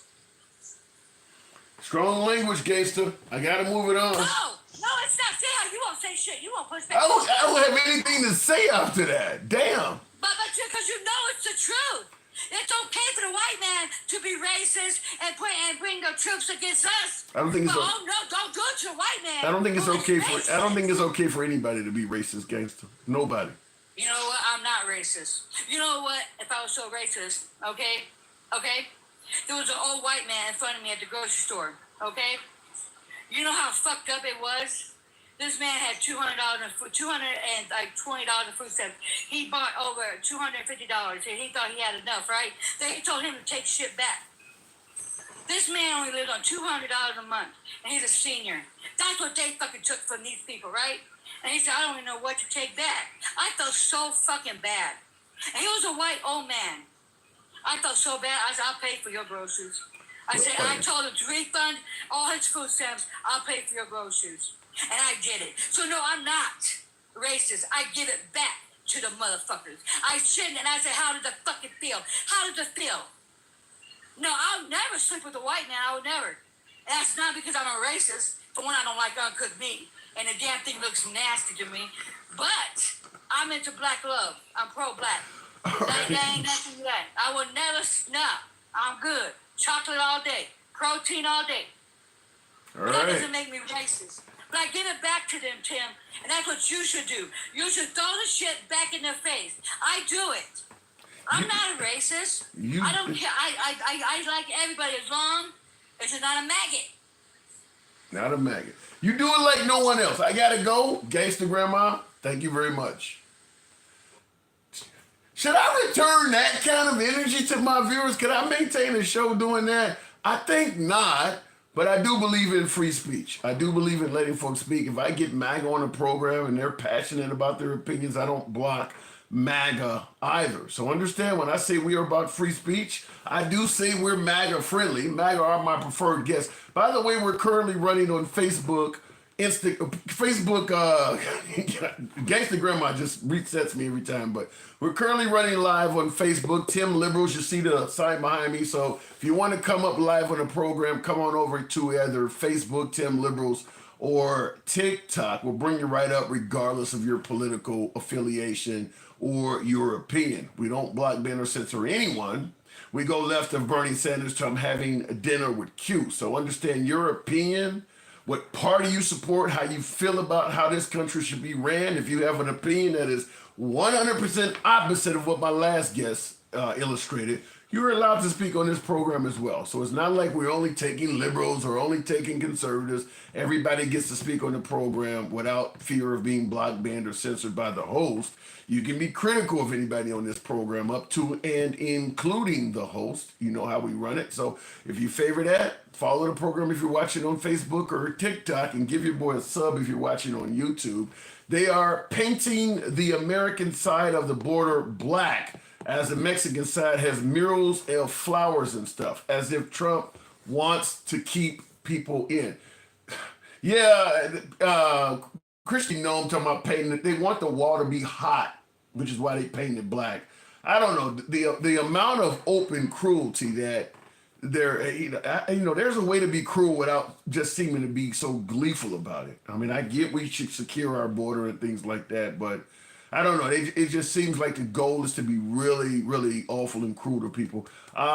Fresh Guy says, Tim, I've watched you passively and commented a few times. You seem unbiased. Oh, tell that to either one of my sides. They both think you heard her talking about I got uncooked meat in my mouth, and then of course the MAGA side think I'm a libtard. But I appreciate your opinion. Fresh Guy 5382, thank you for the support. Says, Tim, I've watched you passively and commented a few times. You seem unbiased, but left-leaning, which is cool. As someone who has opinions leaning both sides, this is how all convos with extreme left go. I get it. What you said in my last call was further, an extreme left. I don't disagree with that in regards to some of her opinions. I mean, because there are extreme right versions of what she's saying as well that would be openly critical of everything black. There are same thing. So I don't disagree with that. I enjoy talking to her. She's a friend of the program. And any of my callers that call in regularly, I view you the same way. But I get your point, Fresh Guy. Thank you for your support as well. Continuing on with the program, is there any sane woman out there? Sound like Justin Bieber. Is she out there? I need somebody to love. 70,000 monks putting him up for Nobel Peace Prize, so there's that. Yeah, but I'm assuming there are far more Palestinians that would say he should not get the Nobel Peace Prize. Tim has gotten more center as opposed to left like he used to be. Well, there could be an appearance of that. Listen, I do see myself as somewhat left of center. Let's say you have a scale of 1 to 10. You got a bar with 10 notches on it. Bar 0 is, let's say, the right. That's far right. 0 is far right. 10 is progressive far left. and 5 is dead center. So the closer you get to 10, the closer you are far left. I would probably be 6, 7, depending on who you ask. I'm left of center. I'm not a 10. 10 would be, the Bernie Sanders, the LCs, the Elizabeth Warrens. Now, understand, there is a 0 as well. We often talk about the far left. Certainly if you watch right-wing media, you always hear about the far left lunatics, far left radicals. You almost never hear on right-wing networks any mention of the term far right. It does exist. There are plenty of real-world examples of it, and there are plenty of Americans that are far right. They just simply put, never bring it up. Because fact is, the far right is just as problematic to the functioning of our society as the far left is. But they're only going to tell you about the far left. There are far right politicians working in government, running our country as well. They just don't tell you about them. But there are far right people as well. Looking in the comments, what would you rate Steven Crowder? I'd have to know more of his policies. I don't know a lot about Steven Crowder. Big fan of your live stream, my friend. Thank you there. I think this says Matthew. If I'm Matthew something, Casio, thank you. Appreciate that. Indian wars have been going on for up to 32 years. Yeah, Trump, in my opinion, is doing a miserable job at ending the war. I'll go back to the box, tap the screen, get us on up to 35,000. We can make that happen if you let your thumbs not be lazy. For you folks that are watching on Facebook, if you want to come up live, just simply type it in the comment. We'll bring you up live. We'll hear your opinion. Now, I'm new to Facebook, so we'll see how it works. But I do believe you can bring callers up live on that as well. Trump is only up for a Nobel Peace Prize is because he asked for one. What does that say? Yeah, who does that? Yet they say he is not a narcissist. Yeah, look, my opinion is I don't think Trump's going to get a Nobel Peace Prize. I don't believe he's going to get it because he's touting the wars he's ended. But listen, there are a lot of negative things Trump has done as well. Obviously, the only reason that Netanyahu was able to do what he's doing in Gaza is because of the Trump administration. Without America giving the Israelis weapons, that doesn't keep happening. If Trump made the same demands that he made of Putin and actually meant them, we're going to sanction you, we're going to stop doing business with. If he actually threatened Netanyahu and actually carried it out with this, because he's threatening Putin, but he's not carrying it out. But if he actually made those same threats against the Israelis, we're going to impose 100% tariffs and all this shit, and he actually meant that he could stop Netanyahu from doing that overnight. He could easily stop them from doing that overnight. So the whole notion that the war that's going on between Gaza and, war that's going on in Gaza between the Palestinians and Israelis, Trump always says that's Biden's war. I don't buy it anymore because you're in a position where you could end it and you're not doing it. So you can only blame it on Biden for so long. You're now supplying them with weapons. Biden is not doing that. In fact, under Trump, even though he suggested he could end these wars, he could end the Ukraine war in 24, both of those wars have gotten worse under Trump. They're doing more bombing in Ukraine. They're doing more bombing in Gaza than they were under Biden. They actually stepped it up under Trump. So the idea that these are Biden's wars, I don't buy that. I mean, Trump's been in office now coming up on almost a quarter of his term. As of January, he will have been in office, a quarter of his term. The wars ain't nowhere near ending. You got the Russians, they just bombed an American business in Ukraine. And Netanyahu is now talking about taking over the West Bank and Gaza and occupying it. They stepped up their offenses. They weren't doing that under Biden. It's gotten worse. So you can claim this is Biden's war, but you promised to make something happen out of this. And it's getting worse. So I don't buy the whole notion where it ain't got nothing to do with it. It's all Biden's fault. No, they, for some reason, seem to think that it's even better to do this under you than it was under Biden. You have to remember the American left is not far left enough. If we had an ideology chart, we are actually really close to authoritarianism, and the left is trying to bring it back to center. Well, fact is, the far left in America on a global scale is probably damn near a Republican. I mean, we had Obama in office and people were talking about socialism and how far left the country had went since Obama was in office. Most countries are already doing what Obama was trying to do. Spread the wealth around, socialize healthcare, increase some of the entitlements. There are countries that do that continuously while having what they view as a right-wing leader in there. I mean, when you look at the countries like Denmark and the UK and all of the countries throughout Western Europe, each leader they have is not to the left. They have right-wing leaders as well. When their elections happen, sometimes people on the left win, sometimes people on the right win. But yet in Europe, even when right-wing politicians win, those entitlements and stuff stay around. So most of Europe does not look at America as if we've ever had a left-wing president. We're further to the right, even when a Democrat is in office, than most of Europe. Most of Europe would look at how America functioned under Biden or under Obama and say, that's to the right of us. That's to the right of what we do. So that's why I always say on the program, I don't think a lot of folks understand what real socialism is and things like that. I mean, one tenet or one policy that leans socialist doesn't make the whole fucking country socialist. Fresh guy. Do you think a third party, possibly a newly constructed one like Andrew Yang did, will ever work, actually dethrone the Republicans and Democrats? It could, but it would be really hard. Certainly with the Supreme Court continuing to suggest it's okay to have money in politics and take gifts and shit like that. Only way a third party is going to work is you probably got to do something to get money out of politics. It's just hard for anybody. I mean, even, listen, I always say this, Trump and Bernie Sanders of all people. Trump and Bernie Sanders have a whole lot in common. And it sounds crazy to suggest that looking at their policies, but they do. Trump was never a Republican. Bernie Sanders was never a Democrat. Bernie Sanders is a socialist. Trump is a populist.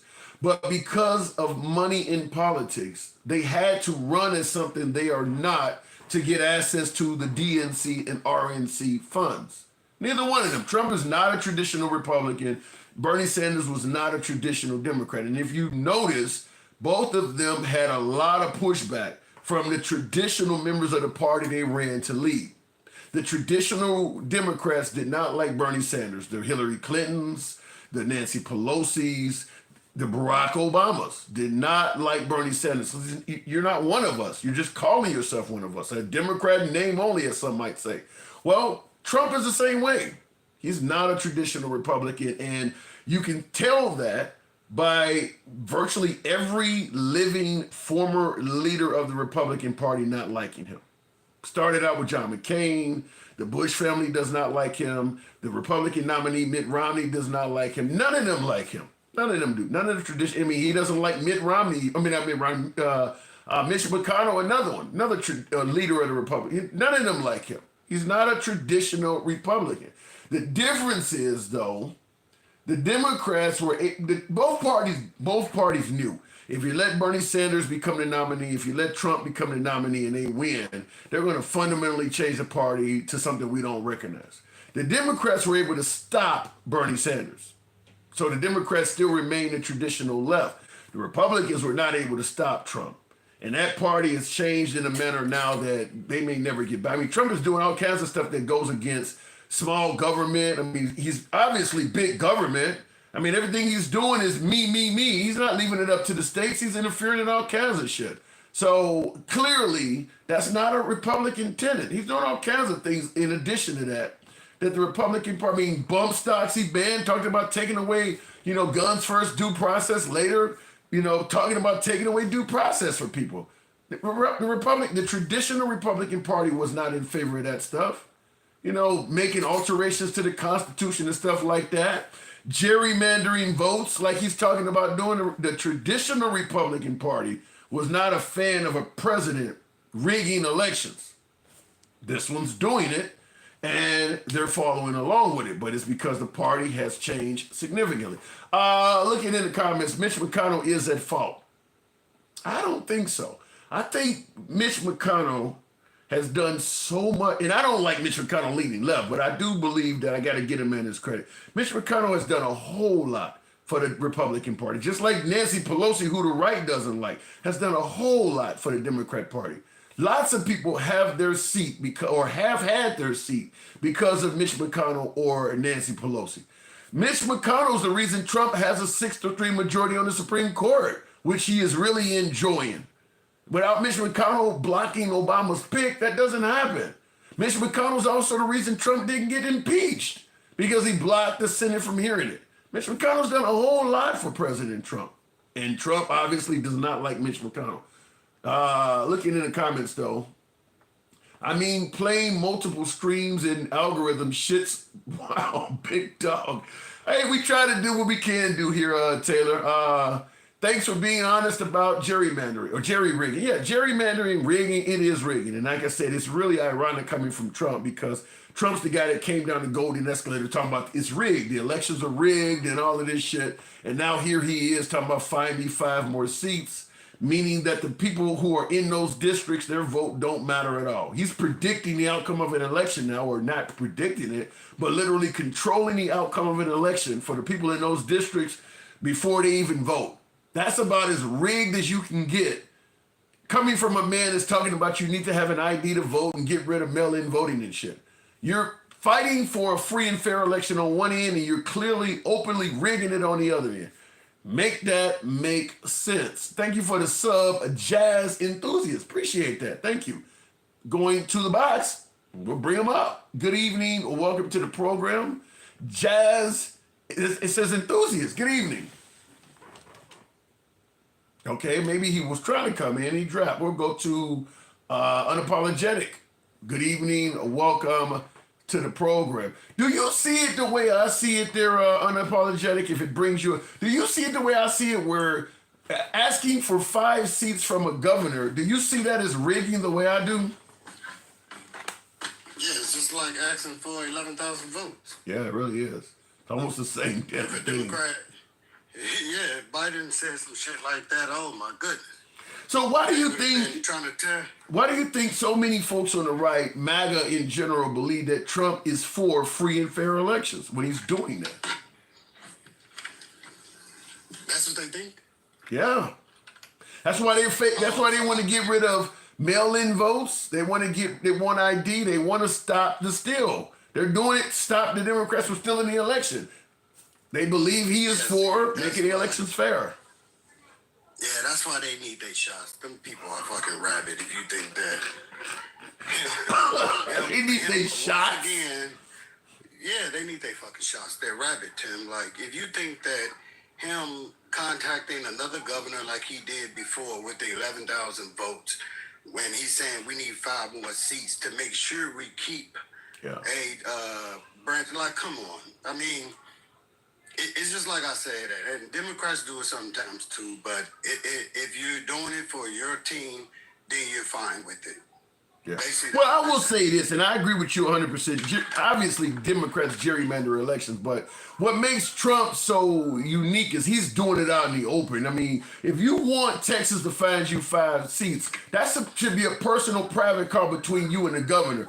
Doing it out in the open probably creates another avenue for them to try to impeach you if the Democrats win. Why would you do that out in the open?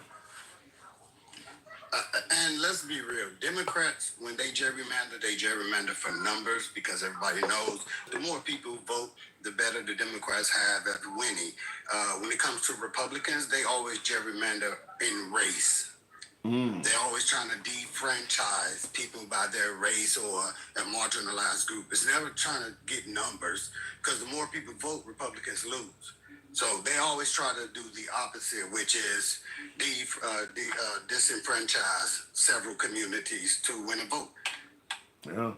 I don't know, but some folks suggest that Trump is making America great. He has the right vision for this country. And my question is, and I guess I would ask you too, if he's doing such a good job, why would he have to do this? Why would you have to rig an election if you're doing what's right by the people, particularly in a state like Texas? Why would you need to do this? Simply put, this is why we say people need to learn their history, because if you don't know where you come from, you don't know where the fuck you're going. A lot of people don't understand that Make America Great Again was done by Reagan right after the what? Civil rights. So if you're going to bring this shit up again to saying Make America Great Again, do you mean just like Reagan tried? So, and if you're not noticing that taking away, equal opportunity committees, trying to get rid of DI, affirmative action, and bring the civil rights back up, and now you have MAGA saying, we don't even need civil rights anymore. I'm civil. I don't trust your I don't trust your ass to be civil. I need the federal government to step in, because white people sometimes, like white people, when they get in groups, they start putting on masks and call themselves patriot fronts and shit, and death with, get rid of the blacks. And again, if we don't have the federal government to step in once again, we're going to go back to states' rights. And we still have slavery and Jim Crow and black code laws. If you get rid of all the federal rights, you go back to black code and Jim Crow. And that means that, you see that red rural ass areas? Yeah, you see, now this is the map of Texas. You see the blue on that. Now, some of that obviously at the top represents, I believe, Dallas. Houston, I guess, is to the right and down to the right and over toward the coast. And then I guess that other area is Austin. That's it. And because of how small that is, that makes it pretty clear that even those areas themselves have red in them. And now he's going to get 5 more seats out of this. There is very little. That state's going to be all Republican. And it's like I said, they do it according to race. Because now in Texas, I think it's like three Mexicans have to vote to equal one white man, one white. What are you talking about? What are you talking about? And 5, it'll take 5 black men to vote. Like how they gerrymander in Texas, it would take 5 black men to vote to equal 1 white man vote. Shit.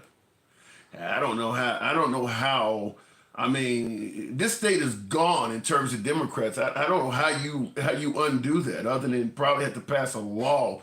And I mean, most of Texas is red anyway. I mean, all of that shit over to the west, the Amarillos, and El Paso, considering how Hispanic it is, I'm really surprised at El Paso, but I don't know how you get this back. And by the way, most of southern Texas is Hispanic. I mean, they really voting red. Now, it is pink or really light pink down there. It's not very red, but it's not turning blue at all.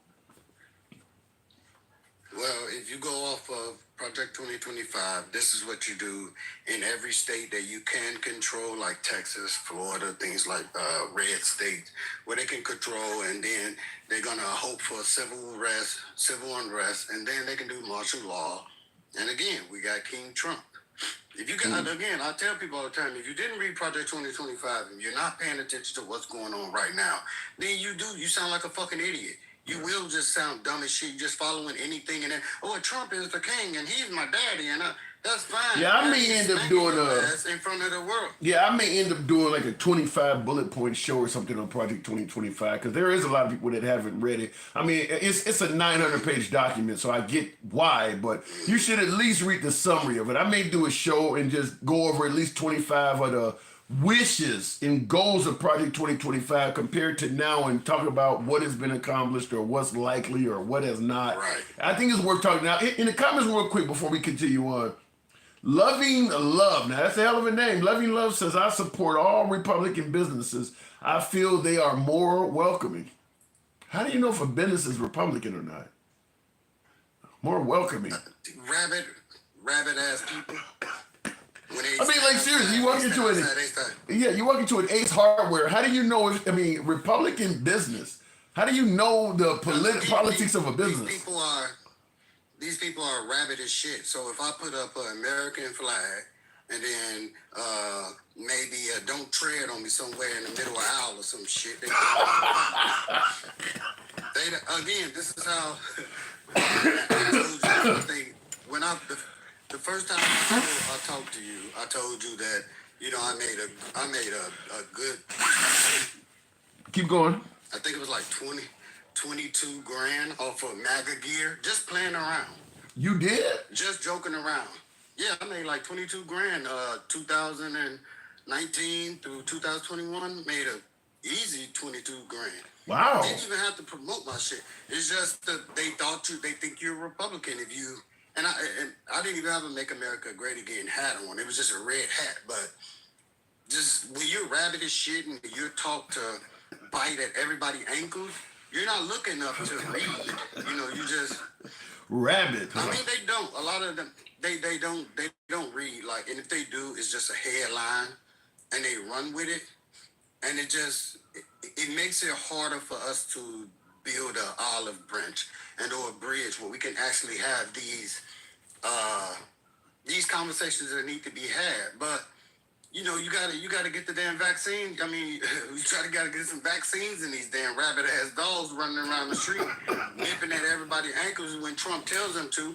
We can't have conversations because they're too busy just, you know, nipping at every little thing. He's great at distracting them. Yeah. You know, like right now, you know, his side or the right, MAGA, whatever. They don't even care about the Epstein files anymore. No, they don't. Yeah. I said that before. That I think we're at the point where even if Trump was on the Epstein files, my belief is that most MAGA will look at it like this: at least 90% of the shit Trump has done is good for this country. I'm not going, you know, switch from this guy because of the Epstein. That's a small part. He's done so much right. I'm not going to hate on him for this little bit. That's the way I think they view it.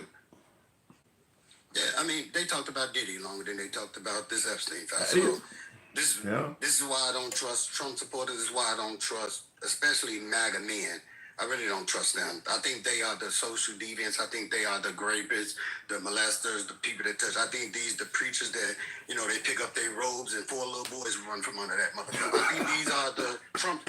Because, like, Tim, you know, like if you grew up from Chicago, you used to get a pumpkin head just for putting your hands on a woman. Yeah. We didn't even let you put your hands on women like that.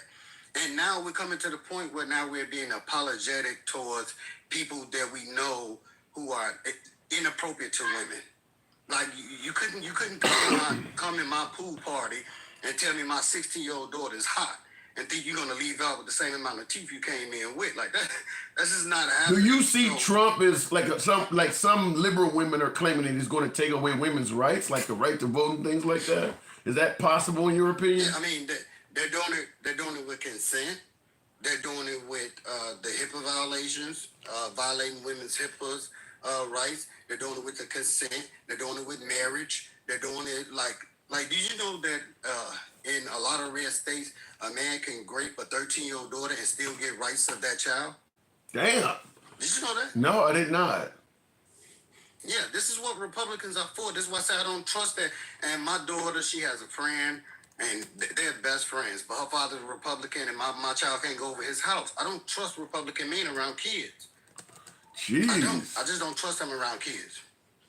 Especially when we mention that, like, the violence against kids, 75 to 95% of the time, it's a white man. And I'm not, like, making it a racial thing, but, like, if we're going to address certain crimes in America, like Trump is doing with the National Guard, then I thought you guys cared about bathrooms. Why aren't the National Guard about bathrooms? Making sure they're trained in my bathroom. Why aren't you guys making sure that, as they say, trans not in sports and all, like everything you guys hate about other people, we are now letting our president dictate that. Uh-huh. Don't let these people do that. Don't let these people do this. Don't let these people do that. And it's to the point, like I said, as men, we're going to step up and take care for the women in our fucking lives. We're not taking care for our daughters right now, our wives, our sisters, our aunties. They're screaming to us. We're scared, and we're too damn busy worried about our twigs and berries getting off. That's all we fucking worry about, making money. I made some money under Trump. You don't care that none of the women in your family feel. You know, it's interesting you said it because I said well, I didn't say exactly what you're saying, but I did say that people in America, you know, that's the thing about capitalism is that you put money over everything.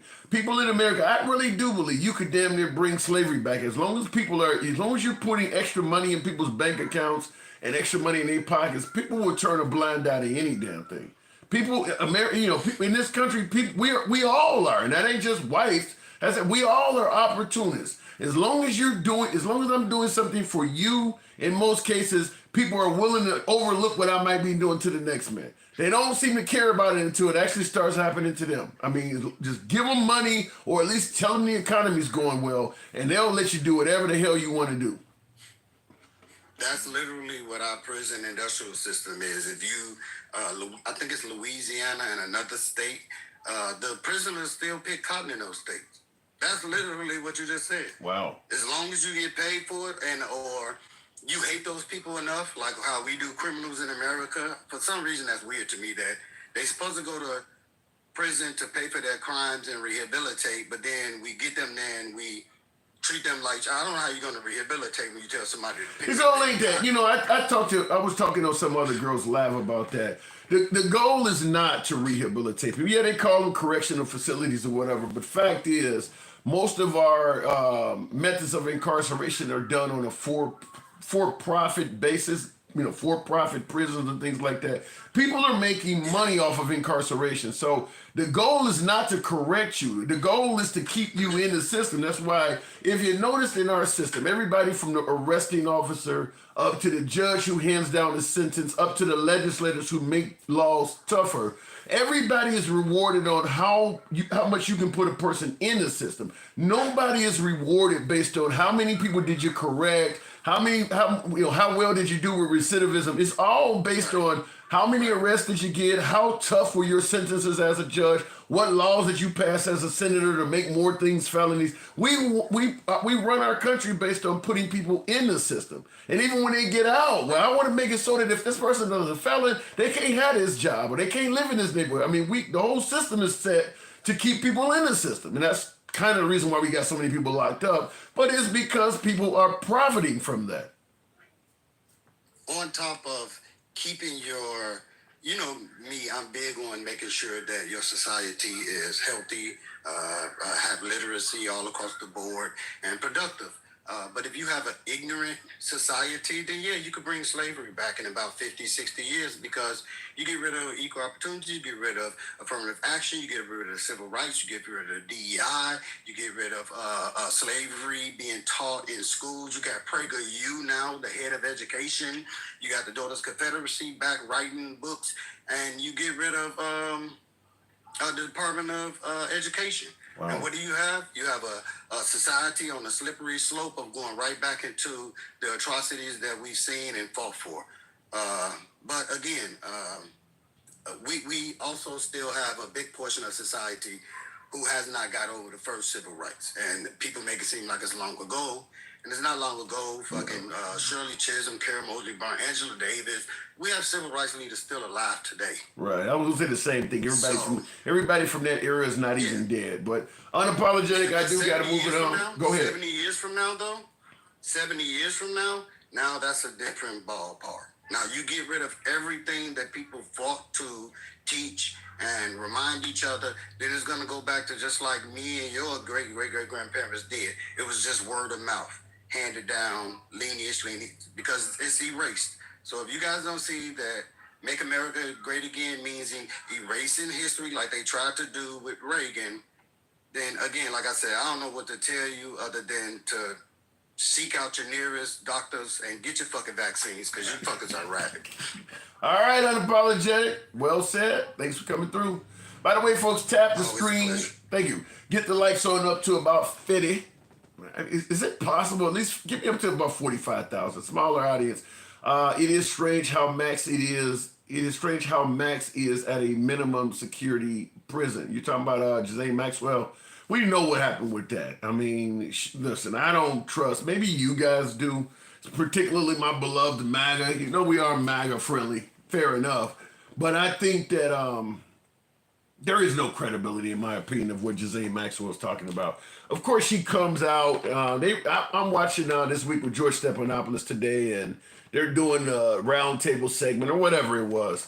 And Ghislaine released a statement, obviously exonerating Trump, saying she'd never seen anything bad from Trump, and she thinks he's doing a great job, and it was, great to see him get reelected. Come on now. That's what I would say if I was hoping to get a pardon from Trump. he didn't do anything wrong, and I think it's phenomenal to have him president of this great nation again, to have a strong leader in charge. I mean, come on now, everybody knows by now that with Trump, flattery will get you everywhere. Kiss his ass and good things happen. So to hear a statement like that come out from Ghislaine Maxwell should have surprised no one.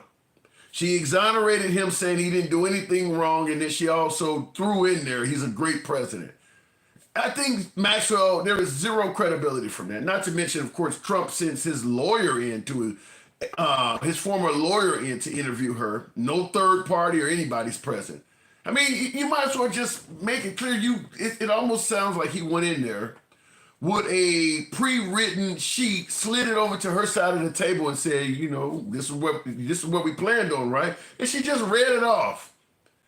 The way he did that, I don't know if Trump has done anything, you know, to violate the innocence of a child or not. I'm not going to go that far and say it that way, but the way he handled this shit, you as a viewer, you as a voter, you have every damn right in the book to be suspect of it. He has handled the Epstein stuff horrible. From leading folks to believe if he got elected, he was going to be transparent and release things, to having members of his office claim that they actually had a list on their desk or files on their desk, to going from that to saying stop talking about it altogether and no files or list exist. I mean, he's been anything but transparent in regards to Ghislaine Maxwell. And then, of course, taking her out of maximum security and putting her in minimum security for no reason at all that we can tell, right? That's a significant upgrade in her life. She still has quite a bit of years to spend behind bars. To take her from maximum security to a camp and not even what did she do to get that? Nothing. She hasn't done anything we've heard. They haven't given any reason to the public at all why he significantly upgraded the quality of her life. Nothing. And then, of course, when asked, would he consider pardoning Ghislaine Maxwell, his response was something like, I haven't thought of it, but I could do it. The way he's handled this, you have every right in the book, in my opinion, to be suspicious and think he might be involved in something. Why wouldn't you make a statement something like, she's a serial pedophile? Hell no, I would never consider pardoning her. I haven't thought about it. You know, I really could, though. What kind of shit is that? Now, obviously, as I stated, MAGA's not going to hold Trump to any great account for the Epstein list. They believe he's doing such a stellar job running the country. They're going to overlook that. It's just my humble opinion. They may say, look, out of all the things he's done, I don't like how he handled Epstein, but he's been a great president. They're not going to hold him to any high account on that. It's not going to stop them from voting for him, supporting him, et cetera, et cetera. They may just have a few negative things to say about how he handled it. I don't like it. But at the end of the day, he's not losing much in terms of MAGA supporters over his Epstein antics. And I do believe his antics makes him look really, really bad. Looking in the comments, though, somebody in the comments is talking to each other, but he says, you're retarded. Blacks started slavery, and yet we voted for Trump. I'm not King DA, LOL terms, nothing left so corrupt. Trump has done more than any president. Yeah, I don't know what that means. Blacks started slavery. Huh? I don't know where you're getting that from, and don't know what the relevance of it is. Founding fathers were all considered felons by Britain. That's true. That is true. But they would not have been able to go to Britain and run for office either. I mean, Netanyahu was considered a felon or a war criminal by most of the free world. He could not go to Europe and get a job. But in his own country, he's okay. And I do agree with you first. First something says, somebody said he still can release the files. Yeah, but it's pretty clear. Listen, at this point, because of how flaky he's been on this stuff with little to no explanation at all. Maybe it's just me having derangement syndrome, as some folks say, whatever the hell the MAGA side wants to say. But to me, the way he's handled this, once again, remember the whole fear-mongering thing? If you said Trump was going to do this or this or this, the right would have said you're fear-mongering. Imagine saying a year ago that if you re-elect Trump, I bet you 7 months into his term, you won't have anything from Epstein yet. The right would have never believed that. They would have never. I bet you 7 months in, you still not gonna have a damn thing from Epstein. Nobody on the right would have believed that. Nobody. Yet here we are. Nothing. I mean, he's presented literally nothing from that whole scenario, that whole scandal. Nothing's come out of his term. Not to mention the idea of putting her up to minimum security. You think MAGA a year ago could have foresaw Trump taking her out of maximum security and putting her in minimum security? You think MAGA would have thought that was going to happen? My guess is no. TDS creator was also a damn. That's why Trump supporters like using TDS.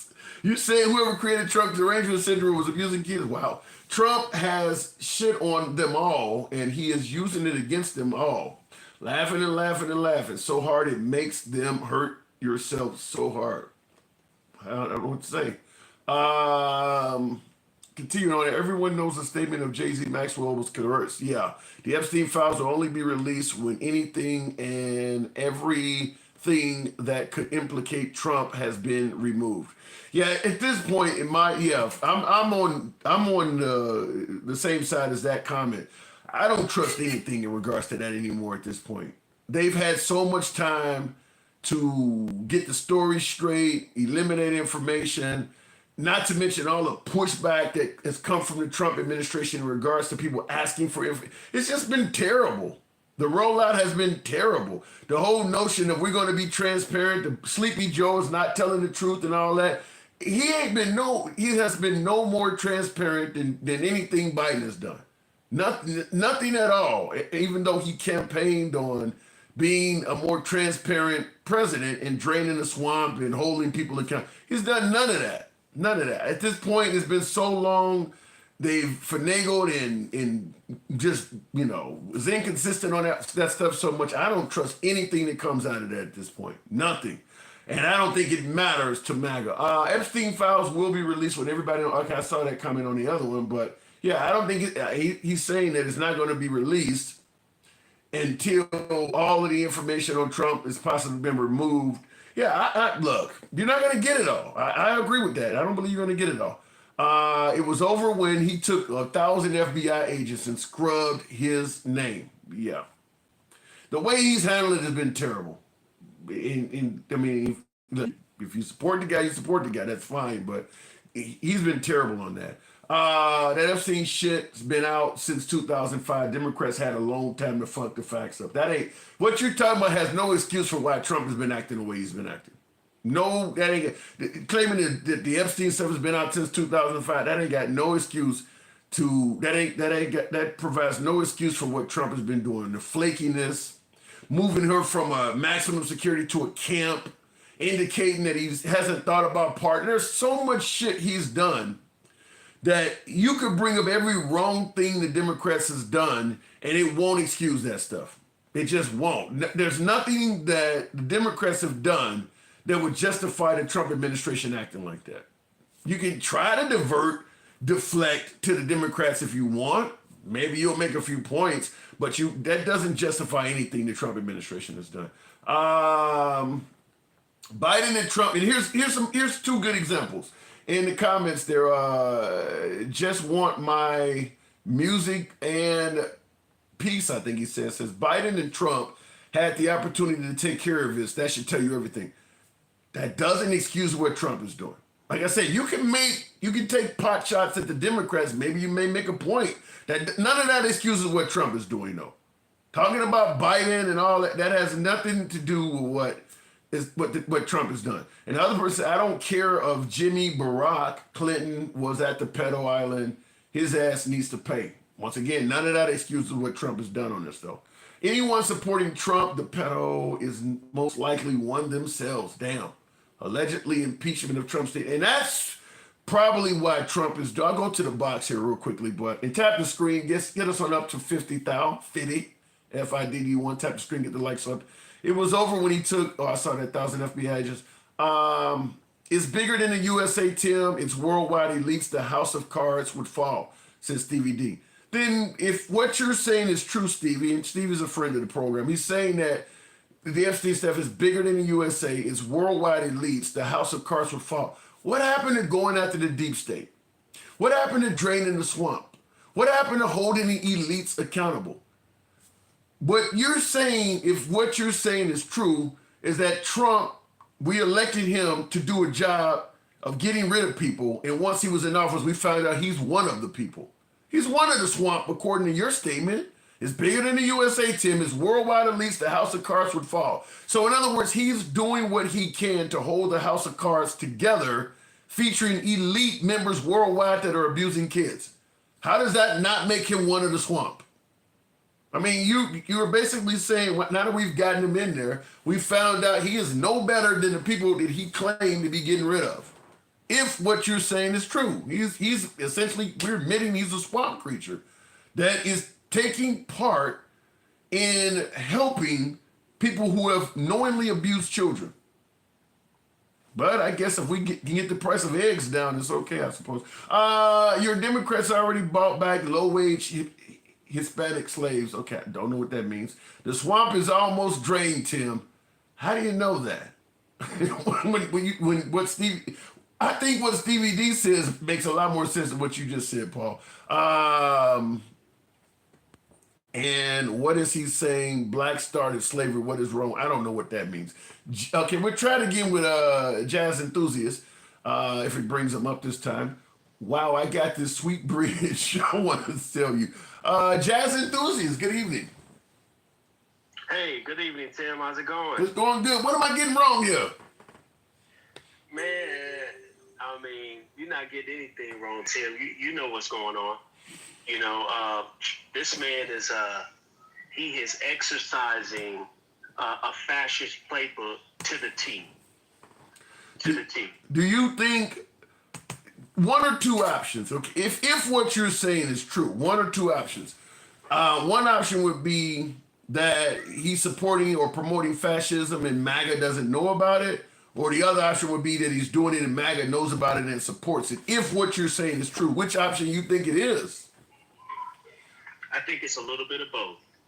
I think for those that know history and have seen fascism play out in other places, we're aware of it. And I think there are some people that are uninformed voters. You know, there are a lot of people in MAGA in particular that are like one-issue voters. You know, their concern was like ABs, trans people in bathrooms. You know, I never could understand, and even to this day, I don't understand how to. You got some kids behind you. I never could understand how the trans issue got to be so big, considering how few of them there are, and how few of them are involved in women's sports. That is a huge issue on the right, and it affects virtually no one. It's propaganda. It's propaganda, Tim, and he has used it and has exercised it, and people are just gobbling it up. But now, I think people should be concerned. You know, I think that the National Guards are going to be coming to your neck of the woods pretty soon, right? Yeah, Chicago. Yeah. And I see in the comments somebody kind of answered. Paul answered the question. He says, "No more chicks in women's sports, thank God." And Trump, oh, you mean no more men in women's sport? And I listen. I'm 100% against letting biological males play against girls. I'm 100% with the right on the issue. The only problem I have is it's affecting virtually no one. I mean, whole counties, whole states do not have one athlete that's doing this. I mean, when you're talking about how many biological males nationwide is trying to play in girls' sports, I mean, there's a whole bunch of zeros after the decimal point. It's just not happening anywhere. I'm in agreement, Tim. And the thing is that it is on a state by state basis, and typically it would show up during election time as a ballot or as an initiative. You get a chance to vote against it. You know, you have a voice with that, and it seems as though the American people have bought into the idea that they don't have a voice about those particular issues. But when you usher in fascism, you will not have a voice at all. Wow. Why do you think so many folks, if what you're saying that some people do know is fascism, they're supporting it anyway, why do you think so many Americans would support the country leaning towards fascism? I think in particular, especially for many white tea Americans, they feel like it's not going to affect me. Ooh. You know, they're so distant from it. They don't really care about minorities per se, right? We know because, you know, we make up maybe 13 to 20% of the population. We are immediately going to be affected by fascist policy. You know, you have to have a fall guy, and black people historically have always been the fall guy in the United States. We're blamed for everything, but we only make up, you know, a small percentage of the population. Yeah, it's crazy how many folks I get on my show and I see on comments and things like that in social media. You living in Idaho talking about you got black fatigue. Like, there's nobody black in your neighborhood. Get the fuck off the internet. I mean, it's people, you got black fatigue and you don't even encounter black people. You know, you got people in Montana talking about how much crime is in Chicago. You have no desire to ever go to Chicago. You're 70 years old. You're sitting on the porch watching Fox News. You're never going to go to Chicago no matter how crime-free it is. It's amazing at how you can make an issue important to people when the issue doesn't affect them at all. Exactly. And you brought up a point, Tim, which really should show people what this administration is really about. You brought up a point I thought it was all about states' rights.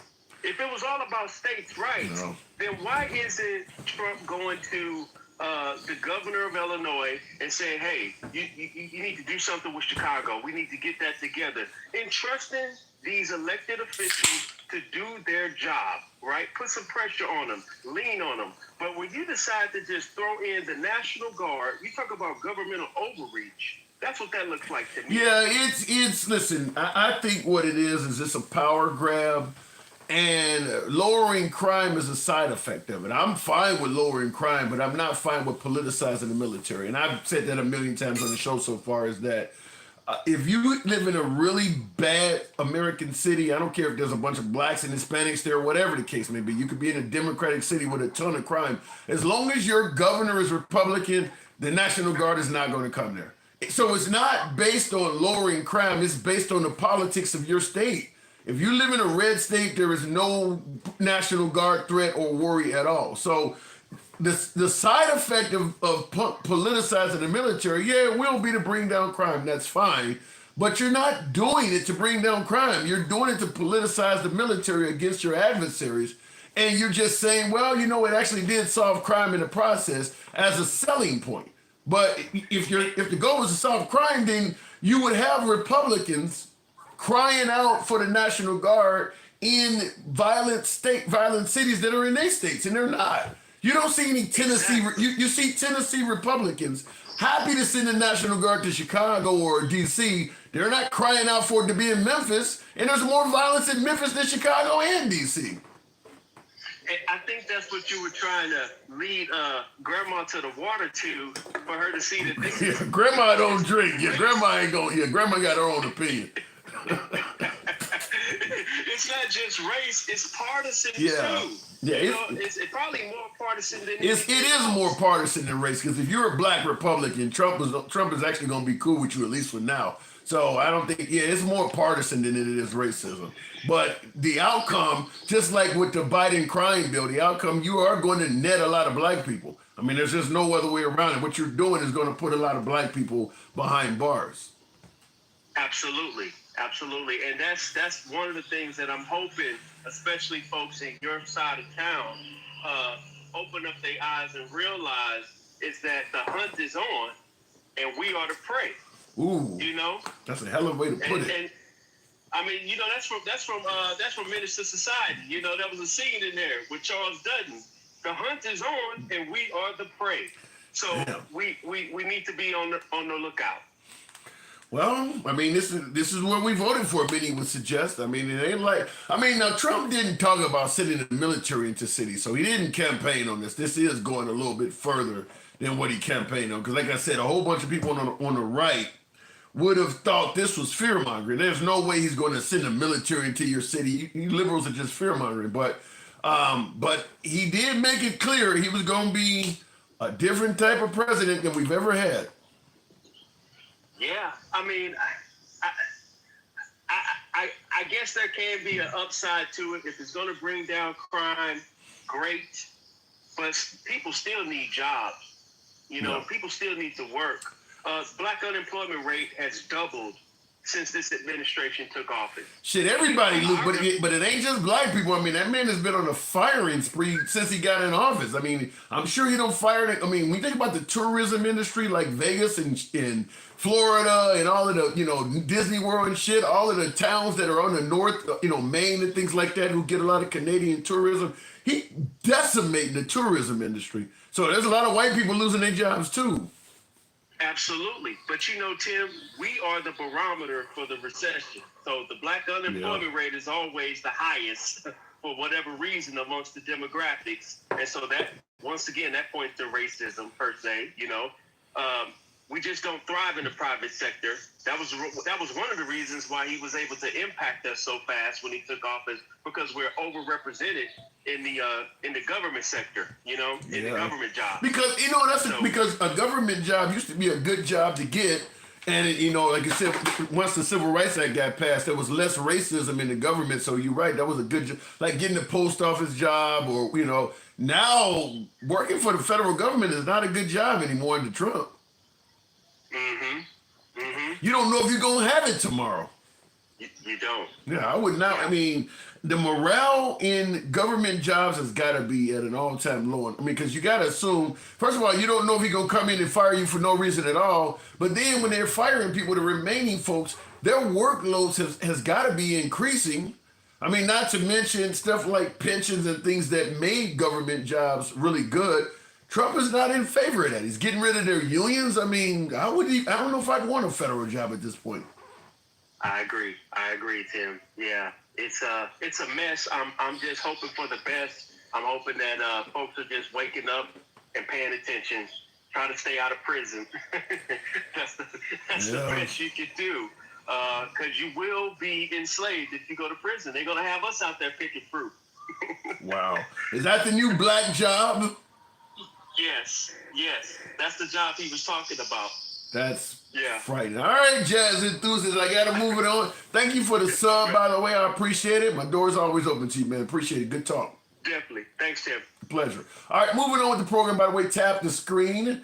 I've been trying to get you guys to get me up to 50,000 on the likes. It's a smaller audience. Tap the screen, get the likes up to 50. If you enjoy civilized dialogue from all sides of the aisle, I ask that you follow the program. As always, I say we are MAGA friendly. We don't block, ban, or censor anyone on this program, regardless of what your political affiliation is. We believe in free speech.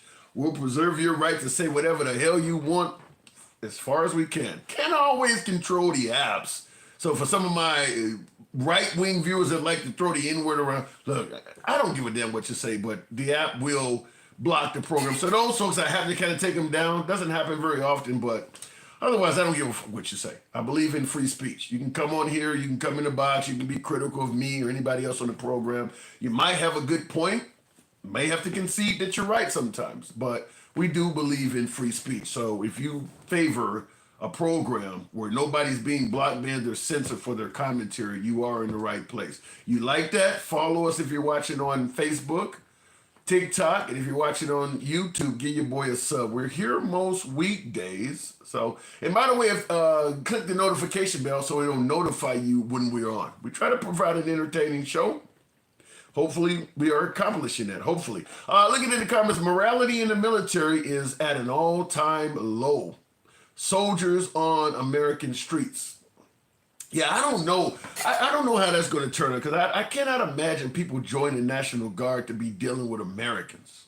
That's got to suck. I mean, like you join the Maryland National. Maryland is not a big state. You join the Maryland National Guard, and Trump sends you into Baltimore, for instance.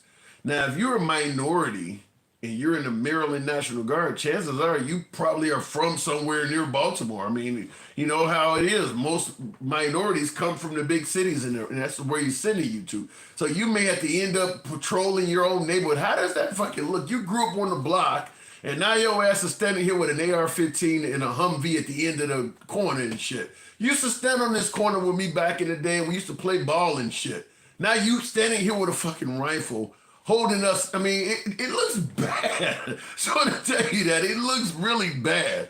I just want to I want you to understand how it looks. Now, I'm 100% in favor of bringing down crime, but I've said this several times. I don't believe that's going to be the end of it. I think when you're sending this kind of force, they got to justify them being there. You're going to get moving violations and parking tickets and other shit like that. I mean, they got to justify being there. I just, they got to make some of the money back and things like that. I don't think it's just going to be crime. And of course, just like with the bad hombres with the immigration thing, it turns out, well, no, you're a criminal just for coming in the country illegally. So all of a sudden, the standard of what is a criminal is significantly less. Trump talked about rapists and murderers. Now you got them, well, your crime is you entered the country 30 years ago. That makes you a criminal. That ain't what you ran on. And I do believe that is what likely is going to happen when we're sending these folks in to get, because they're talking about the amount of arrests they've made in D.C. so far. Over half of it is immigration related.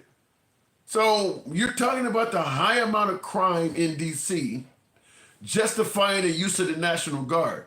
When you're talking about how high crime in the city, nobody's thinking of the lady that came in 20 years ago and has been working undocumented as part of the crime in the city.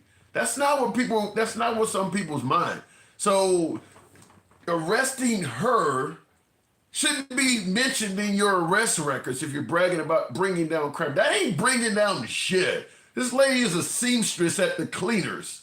You're telling me because she came in the country illegally back in 1988 and you arrested her, that ain't bringing down the shit. This lady wasn't doing anything wrong in terms of crime requiring it not. She should not be mentioned. Okay, look, if you got to get out of the country and that makes you happy, that's one thing. But when you're talking about the arrest made in D.C. and you're bragging about bringing crime down, her arrest should not be amongst that. You shouldn't even bring that up. That ain't bringing down crime. And over half of their arrests in D.C. are immigration-related arrests. So as soon as they leave, they wasted time and tax money running up the deficit, right? It does cost money for me to be there. And that is an interesting point, is that most MAGA Trump supporters are going to favor what Trump is doing, even though most of the Trump supporters admit this is a temporary fix. I mean, you can't have the National Guard there forever. You ain't allocating any money to expand the size of the D.C. police force.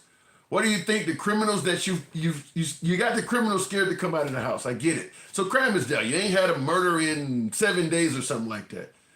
The guy down the street that represents the other gang or that I got beef with and I've been wanting to put a hit on his ass, you think once these people leave, I'm not going to go back to beefing with him again?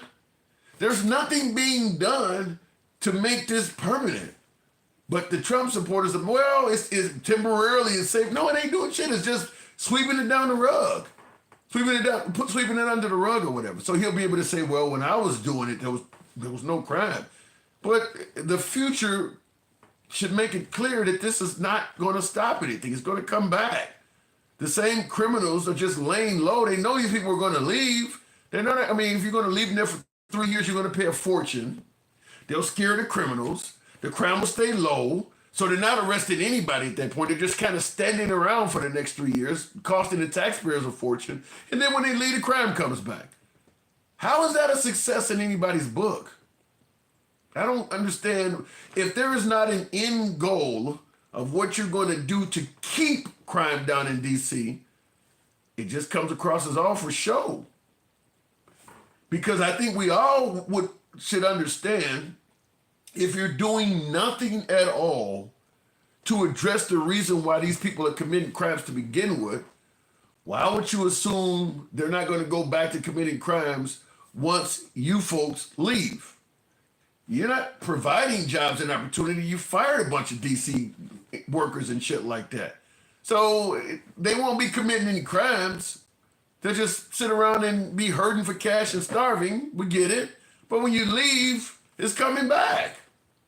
So I don't understand why people are looking at this as some kind of success, because they're doing nothing to ensure it won't come back. Jeremiah, I have a shitload of Hispanics in my town, and it hasn't ruined shit that's a bigot's narrative, somebody said. Predator capitalism model of society is the real crime. Ooh. And I see the comment, Mr. RC123 says because they don't plan on leaving. Can we afford to have military in all of the nation's largest cities indefinitely? Especially if the crime, if you got all the criminals scared to do anything, you're going to still leave these people there indefinitely? So they just standing around, hanging out, doing nothing? Most of the people in the National Guard, don't they have day jobs? You do a few weeks in the National Guard every year and then you go back to your day job. So the day jobs they work at are also not being filled. And then the longer you keep them doing nothing, that employer is hurting for missing their leg. How is this benefiting anybody? I don't get it. Because Trump told them this was a good thing, says Mike. Could be some of that. It absolutely could be some of that. Real quick before we go back to the box, tap the screen. You guys get me on at the 60,000. Trump doesn't care about how much it costs. Could be that too. I don't think MAGA cares about that as well. MJ, part due. Good evening. Welcome to the program. Okay, I work with Hispanics and Latino everyday government. Canada definitely supposed to be here. I don't know what you mean by that. MJ, good evening. What's going on with you, Tim? Not much. Do you favor this method of bringing down crime in the nation's capital? No, because it's stupid. it's patently ignorant. Much of what I was gonna say, you've already stated. It's like, cool. You have all of this increased, quote unquote, law enforcement presence, which the military is not law enforcement, but I'm not gonna harp on that one too heavy. But you have all of this increased presence. Cool, that might have some people, slow down, stay in the shadows for a little while. But unless you're going to make it a permanent circumstance, you're not going to permanently solve a problem. And none of this solves the core issue that is generated around most crime, which is poverty. Right. People not robbing people when they sitting on enough bread to live. That's just not how that is true. work. Yeah, if you go to middle class and upscale black neighborhoods, there's a significantly less amount of crime going on. I mean, it's just I don't think they realize that because the way the media functions, you don't think middle class and upscale black neighborhoods exist if you watch the media. Certainly Fox News. It's just they all poor in ghettos. Exactly. You talk to Fox News, Newsmax, OAN, you don't know that middle class black people exist. Right. You think it's Jay-Z and Beyonce and everybody in the projects. Yep. So it's just like the fucking thing thinking. But the primary thing I wanted to touch on was how wildly performative all this is. It's just trying to do quote unquote shows of force. You're not actually stopping anything. You look at the Trump's attempt at a quote unquote solution for cleaning up DC of either forcing the unhoused into shelters or incarcerating them. Well, here's the thing. DC's homeless population is about 85% black. Wow. So it's funny how all of a sudden we want to clean up DC when we know that the majority of the people who would be affected by this quote-unquote cleanup are going to be black people, and then they knowingly know that there's not enough shelter space for every person. Well, but Trump has already, but Trump has already made it clear he's going to get the homeless, and he's going to take, I think he used the term far away or something. They're going to be outside of D.C., so they're going to be outside of this. That's what I mean. He's going to incarcerate them. The thought process from ghouls like Stephen Miller is, oh yeah, cool, we'll get rid of all the brown people who do these like farm jobs and these labor jobs, and then we'll incarcerate all these unhoused black people, but we'll incarcerate them out by the farm. So I mean, so it sounds like you're talking about right after slavery was outlawed, to get slaves, they passed laws that made it was illegal to loiter. So if you were caught loitering, they could throw you in jail, and then once you were back in jail, they could get you to work for free. That's what it sounds like you're talking about. Exactly. You could make a law that... Because this country still to this day does prisoner loan outs. Wow. So a different prison will loan out a particular portion of their population to go do work for 12 cents an hour or some bullshit. You know what I'm saying? Because you're in prison, they technically don't even have to pay you, but paying you something keeps it from being actual slavery. because you were quote unquote compensated. I'm telling you, it's all a racialized attack, and this is why I keep telling people when MAGA talks about, and when Trump talks about, and when Stephen Miller talks about bringing down crime, they mean removing the number of black people who they assume are committing the crime. Because again, this is why when you talk to them, they'll talk that bullshit 1351 bullshit. Yeah, Talking about yeah, you do hear it. Blacks. And we all know that that's nonsense. We've all seen the actual numbers, but yet and still it's going to be presented that way because, like you said, white people in Topeka or white people in the middle of Idaho, they don't know no damn better. They're not around black people. So they have to take these weirdos at their word. Yeah, but here's the crazy thing. But here's the thing that's crazy, MJ, is that, if you live in Montana or Idaho or Wyoming or a host of American states, certainly the ones that are up near the Canadian border, and you're talking about 13% of the population, but 50% of the crime. I'm like, why don't you go to your local county jail and you tell me that 50% of the inmates in your Idaho jail are black? Ain't nobody in there like that. I mean, most of the county jail, ain't nobody in the you go to Maine, 50% of the inmates are not black. Exactly. You check that Massachusetts because maybe they rounded up everybody in Roxbury or something. Yeah. I don't know. But that's the circumstance. It has been a long-standing circumstance of conservative media to paint this picture of black criminality so that one day along could come somebody who is extremely conservative, extremely hard right-leaning, who could basically use it as the impetus to just crack down on all these black cities. I mean it's not a mistake that he's going after Chicago, significant black population, Baltimore, significant black population. But Memphis, and I think not going after Memphis. Not going after Memphis. It's a bunch of black people in Memphis. Probably more. Memphis, when you look at Baton Rouge and New Orleans, percentage-wise, they probably have a higher percentage of blacks in New Orleans or Baton Rouge than Chicago. Exactly. And then you look at him talking about wanting to go after Oakland, significant black and brown population. LA, significant black and brown population.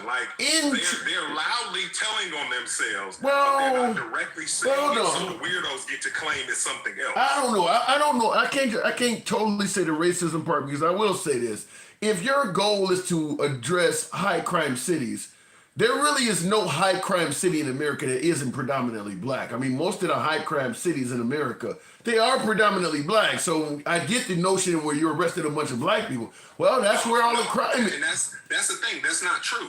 It's not that those. Give me a city that's not predominantly black that's high crime. They have higher black populations, not predominantly black. It's not the same. What's the difference between a higher black population and predominantly black? Predominantly black means that 55, 60% of the population is black. Higher than most is 40% of the population is black. It's majority white, but you're saying that this 40% is doing all the crimes. I think most of the cities he's talking about, though, would then be predominantly black. I think it's more than 50% black in most of the cities he's talking about. I would have to honestly look at the most recent census numbers to be certain of that. Most of us are going by our general assumption, just like true. People say how black Atlanta is, and Atlanta is black as hell. I'm here, but when I go to Atlanta, to the city, I don't just be seeing a whole bunch of Negroes roaming around. You feel me? Yeah, it's a lot of white people here, and Chicago's like that too. Yeah, Chicago's like that too. You said what? Chicago's like that too. If you go downtown Chicago on the north side, it's a lot of white people. Exactly. So again, and then you have to think about the areas of the south side, the areas of the west side that've been gentrified. I'm from the west side originally. I grew up off Douglas Park and everything as a shorty. Yeah. So again, when I go back into that neighborhood, I don't see as much of us anymore as I used to see there. That's what's going. My opinion is that's what's going to happen in D.C. because people, even some of the blacks are like, "Yeah, what's wrong with lowering crime?" And I'm telling them, like, you understand, if you live in the hood, businesses don't always want to open up. You're not going to have a lot of industry, and people try to, A lot of people avoid the hood because of the violence. If he makes this a nice neighborhood, more people are going to want to come and either live or open up businesses in your neighborhood. That's going to end up making your rent go up. So what may end up happening is he may bring down crime in what amounts to your old neighborhood because you're going to not be able to afford to live there. You're going to live. That's again. Yeah, all he's gonna do is move the crime. It's like, remember how we had in Chicago, we had all the reports of crime around Cabrini. Then Cabrini shut down and it moved out the old block or whatever because that's where everybody was relocated to. Again, if you're not changing the circumstances that facilitate crime, meaning you're not creating opportunities for the people in those communities to have jobs that pay well, that have, a livable wage where they don't have to go out and knock somebody over their head for their Social Security check or something, then you're not going to get that. Like what John Hope Bryant has consistently said, you never hear about riots and robberies in communities that have 700 credit scores.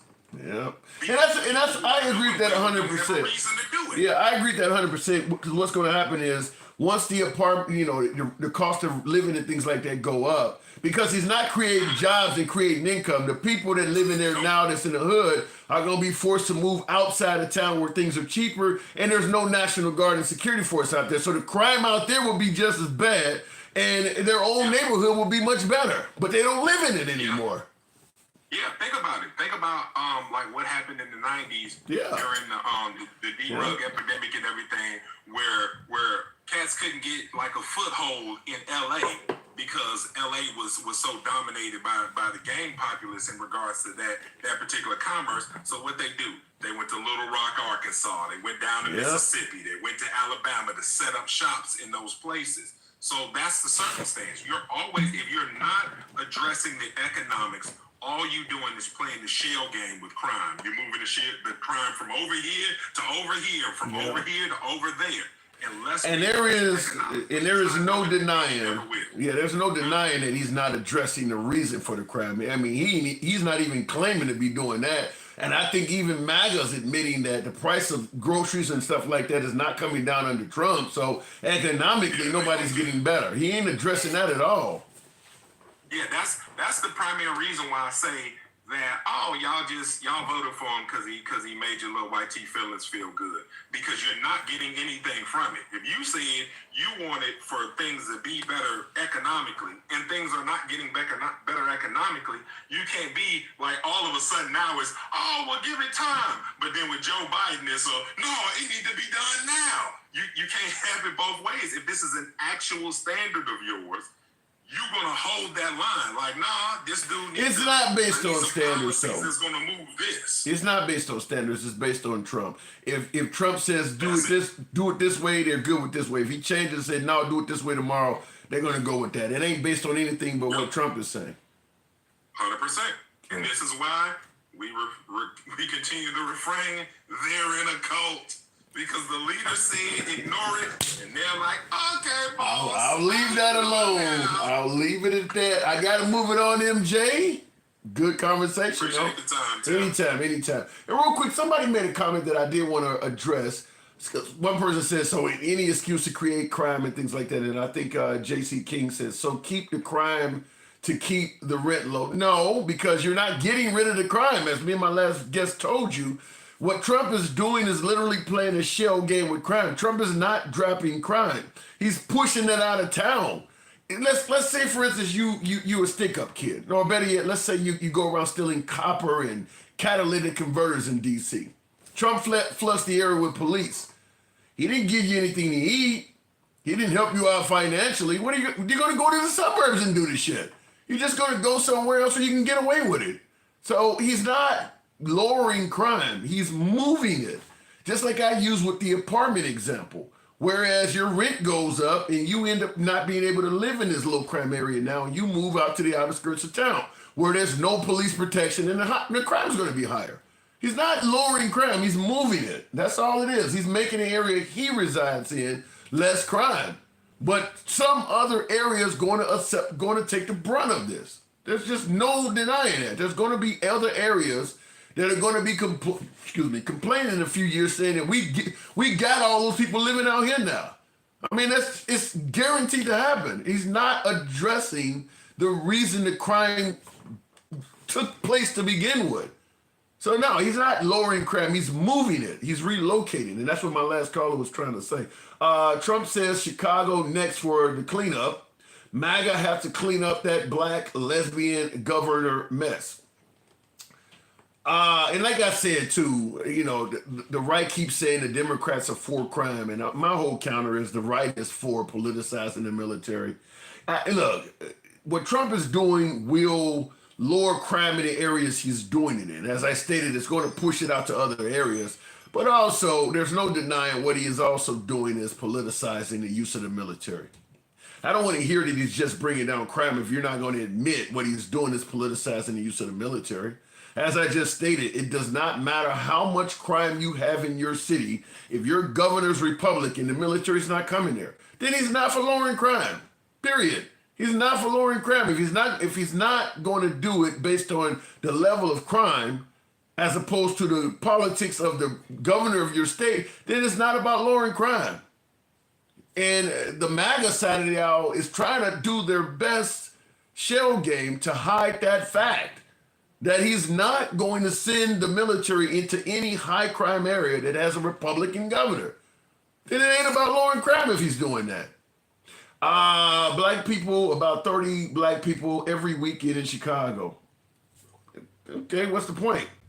How many folks are being lost in Memphis? How many folks? They don't count? They don't matter? The ones that are getting murdered in St. Louis, they don't matter? They don't count? They don't even get an honorable mention by the right? Do you even hear the right discussing violent cities in Republican states? They don't even bring them up. Don't even talk about them. You're not for lowering crime. You're for sticking it to the fucking liberals. Come out and admit what you're for. Then it would make a little bit more sense. You're not being honest with what you're favoring, what you're trying to do, and people can see it. Lowering crime is a side effect of sticking it to the liberals. To distract you from corporate government crime, they get you to focus on poverty-induced crime. Yeah. And you said it's Blue City's food. No, it's not Blue City's food. It's blue states, idiot. Because if you're in a blue city in a red state, they don't give a fuck about lowering your crime. You gotta also be in a blue state. It ain't just about blue cities. It's about blue states as well. As long as your governor is Republican, it don't matter how blue your damn city is. He's not sending the military there. Atlanta is a blue city in a red state. Have you heard him talk about sending the military there? So is Houston, so is Memphis, all them other cities I keep fucking mentioning. It's more than just blue cities.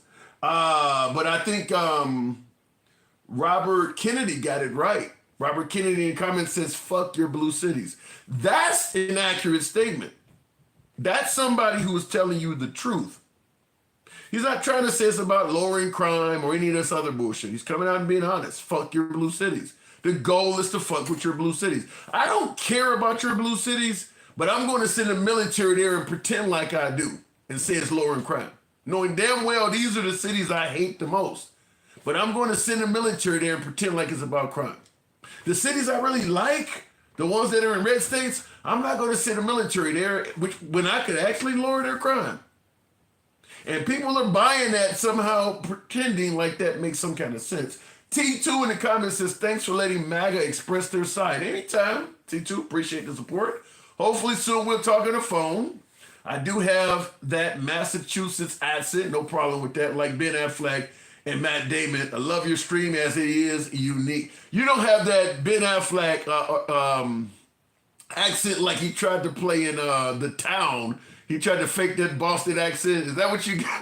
Because I don't know if Ben Affleck did a good Boston accent. Now, the other guy in that movie, The Town, that says, I'm holding court on the street, he has a really good Boston accent. And just a true story before I go back to the box and tap the screen, get me on up to 70,000. Tap the screen, get the likes on up to 70,000. Just true story, I was in Boston a few years ago and I got pulled over by the police. I went through a red light or something. It was a legitimate stop. But anyway, I pulled over. It wasn't a bad encounter by any means, but I was shocked at the accent. I forgot. I mean, like how they say the word park, and all that. When he started talking, he was a white guy. Like I said, it wasn't a bad encounter at all, and it was a legitimate stop. I think I went through a red light or something and he gave me a warning. So it wasn't nothing bad, but the accent caught me off guard. That Boston accent is wild. It is wild. So one of my viewers that said you got a Massachusetts accent. I love to hear it. Looking in the comments, so you look like the guy on Good Times. I look like James Olmos, the father. I take it as a compliment. I really like that guy. The late Olmos played in Beastmaster. What else has he done? He's in Die Hard 2 as the villain. He's been in a lot of movies. He was a good guy. I liked him. What is it? Coming to America. He was in that. Both of those. Michael, good evening. Welcome to the program. Roots. Of course he played in Roots. How can I forget that? Kunta Kinte, the elder. Mike, good evening. What's up, man? How you doing? I'm doing good, man. Good to hear you out here. So, is he indeed the most powerful president we ever had? Can we acknowledge that at this point? No, I don't think he's the most powerful. You don't think so? No, I think he's the most lawless president that we've ever had, but I don't think he's the most powerful president that we ever had. Those aren't synonymous with each other. You do understand that, right, Tim? Explain. Just because he appears to have all of this unfeathered power, he's doing it by hook or by crook. He's doing it by means that aren't normally customary to our Constitution in the way that this country normally runs. So, yeah, I mean, you can say it's like you say winning. I don't believe that somebody that's doing things the way he's doing them can be uplifted to some level of reverence and still be doing it the wrong way. I don't subscribe to that shit. Well, by the time he's done, Mike, this will be the new right way. That's what I'm saying. Most powerful ever. That's what they're trying to do. But I'm not going to allow you, and you do this shit a lot when you say he's winning. He is winning. Most powerful. What, Tim? Again, you can say that, and I will always push back on when you define when someone's cheating or someone is doing things the way he's doing things. I don't call that winning. I call that white privilege. I call that whiteness. I call that using the system that they created, but I don't call that winning. Yeah. Here's why I say that. Tim. And here's the thing. They don't either. Because if they were okay with what he's doing, they wouldn't be pushing back on California right now. So you got to understand the way that if they thought that it was legit, they'd have no problem with what Gavin's doing. And the fact that they're acknowledging that we're playing and the ref's not blowing the whistle. And so then now we're saying, okay, fine, we're going to do what you do until they blow the whistle. And then they say, well, wait a minute. You can't do that. The fuck I can't.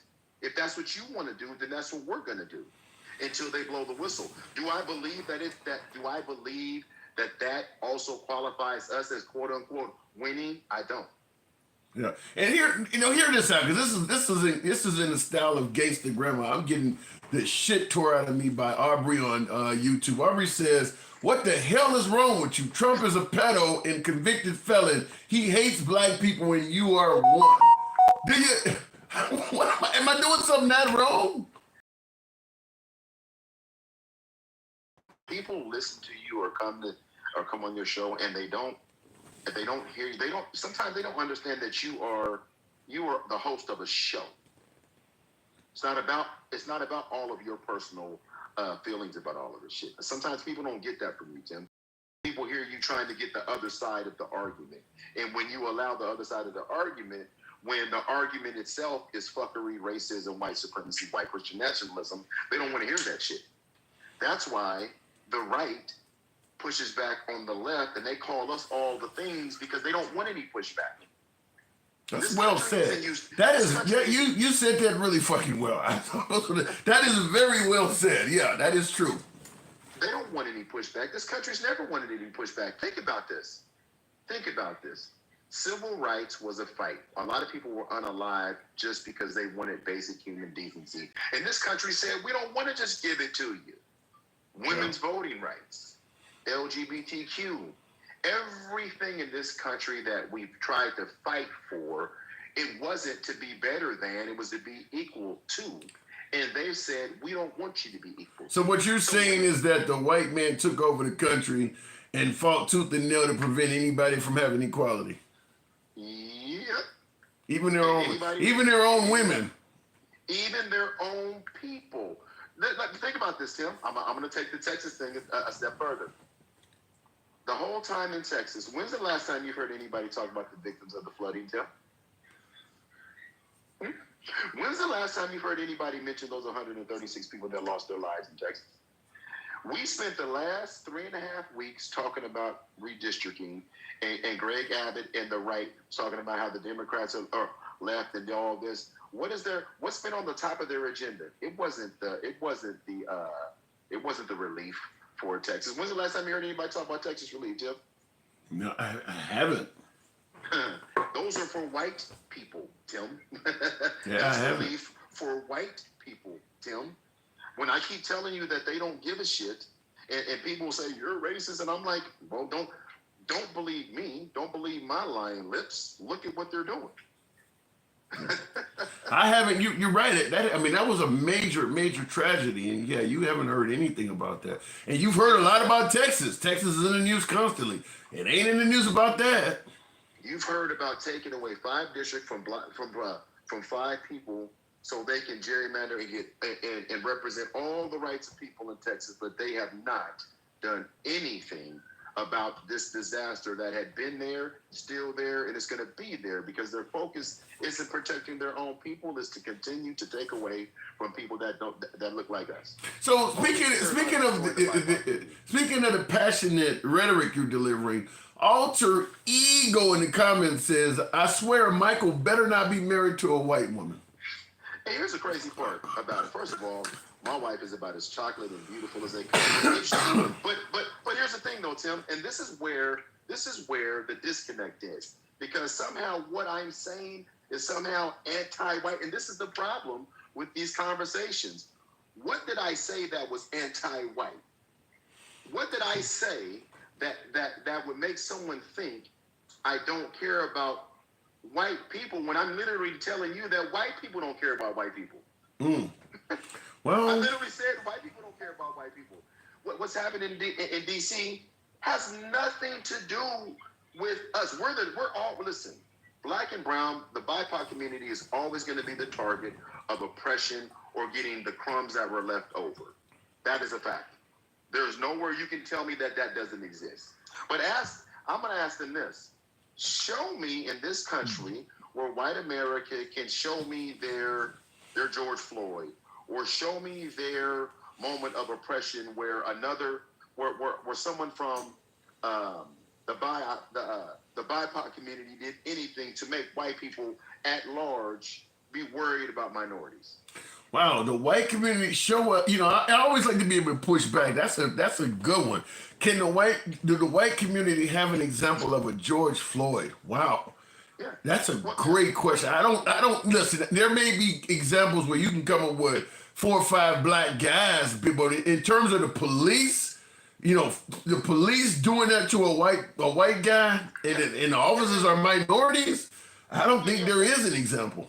No, well, again, so you mean the history of this country, white people haven't had a movement of their own on social issues? They've never had a movement on police brutality. They've never had a movement on protecting women on their own. Yeah, that's a good point. And by the way, in the comments, Robert Kennedy says George Floyd OD'd. But that still doesn't take away from the point. Show me where a white guy was overdosing on drugs and a bunch of minority cops just sat on him for 9 minutes and let him die under him. So even if he OD'd or had a bad heart or whatever, show me where the police responded to the scene and just sat on the guy and just let him die right under him. So even the OD comment doesn't doesn't work because of the way Derek Chauvin's response was so negligent. I mean, it doesn't matter what he died of. The response is never to show up and sit on the guy and do nothing for 8 or 9 minutes. So it doesn't matter what you use as the cause of death. I just listen to white America. They always talk about minorities and stuff, are always complaining. when I listen to them talk about us complain, I'm like, okay, well then tell me. That means that you can't relate because you've never had a period in your existence where you've had to deal with any oppression, where you've had to deal with being targeted, where you've had to deal with redlining, where you've had to deal with being put, understanding that these communities that we're in, that was strategic by white. I don't know if he had a call or not. I see in the comments somebody's talking about Tony Timpa. Okay, hang on, Mike. Have you heard of someone named Tony Timpa? Some of my viewers are saying Tony Timpa died by police similar to Floyd. And the cops were minorities? Who was Tony Timpa? No. Yeah, I don't know. And here's the thing. I'm not disputing that that never happened. My argument is that white people don't show the same fervor for their own misdeeds that they do for everyone else. White people don't come out publicly. When have they marched on Washington to protect children when 74% of crimes against children are by white men? Where is that march? I'm looking for it. I'll join. Where is the march on how women are raped and assaulted in this country by white men? I'll join that march. But they always want to tell us about our communities.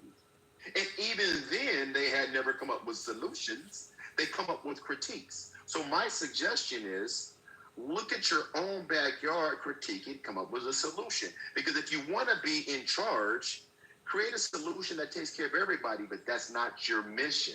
That's a good point. That's not their mission. And because it's not their mission, if they solve crime, they solve it for everyone. If they address policing, they address it for everyone. That's why they don't want police reform. That's why they hold on too tight to 2A. Because when we talk about violent crime in this country, there's more weapons on the street than there are people. Yeah. It's easier to get a firearm than it's easy to get a healthy meal. That's crazy. That one right there is crazy. Well, is it true? Yeah, it is true. It is easier to get a firearm than a healthy meal. That's the way our country is set up, though. Our country is kind of like that. I see somebody in the comments, Teddy Owens says, take Black history out of the schools. I don't know, why would somebody suggest that? Why would you want to take Black history out of schools? I'm just curious, how would America be better off if we never taught Black history? I'd be curious to know that. Well, we won't be. They'll be better off because it will soothe and cold their fragile egos. White people don't want to talk about what happened. That's why they're taking it out. You know, they want to call it indentured service because it makes white people feel better about their own history because they don't want their kids to truly know the evils that their ancestors did. And instead of explaining the evils that their ancestors did and say, look where we are now and look how hard we fight against it, because they can't show them the proof that they're fighting against it. Yeah, and the crazy thing is, anytime you take down a Confederate statue or a monument, it's referred to as erasing history. But you're right; people want to actually take Black history out of school. So I think it's okay to erase history as long as you do it to certain types of history. Exactly. You can erase the history that says that we did what we did. That happened is what happened. But we want to tell it to where it doesn't offend their principles. It doesn't offend their sensibilities. They want to whitewash it. Again, everything they did was projection, Tim. It's always been like that. DEI and woke was a projection that they want to protect their whiteness because they know that it's wrong. Mm. And they know their own people. They know that there's a subset of every race that is compassionate and that cares about everybody. I believe that. They know that exists. They don't want them to know. Yeah, I mean, they don't want them to know. So you believe a lot of it is about guilt then. So if you teach Black history accurately, it'll make some whites, I don't think all of them, it'll make some whites feel guilty about what happened in the past? Well, yeah, I gave you this analogy the other day.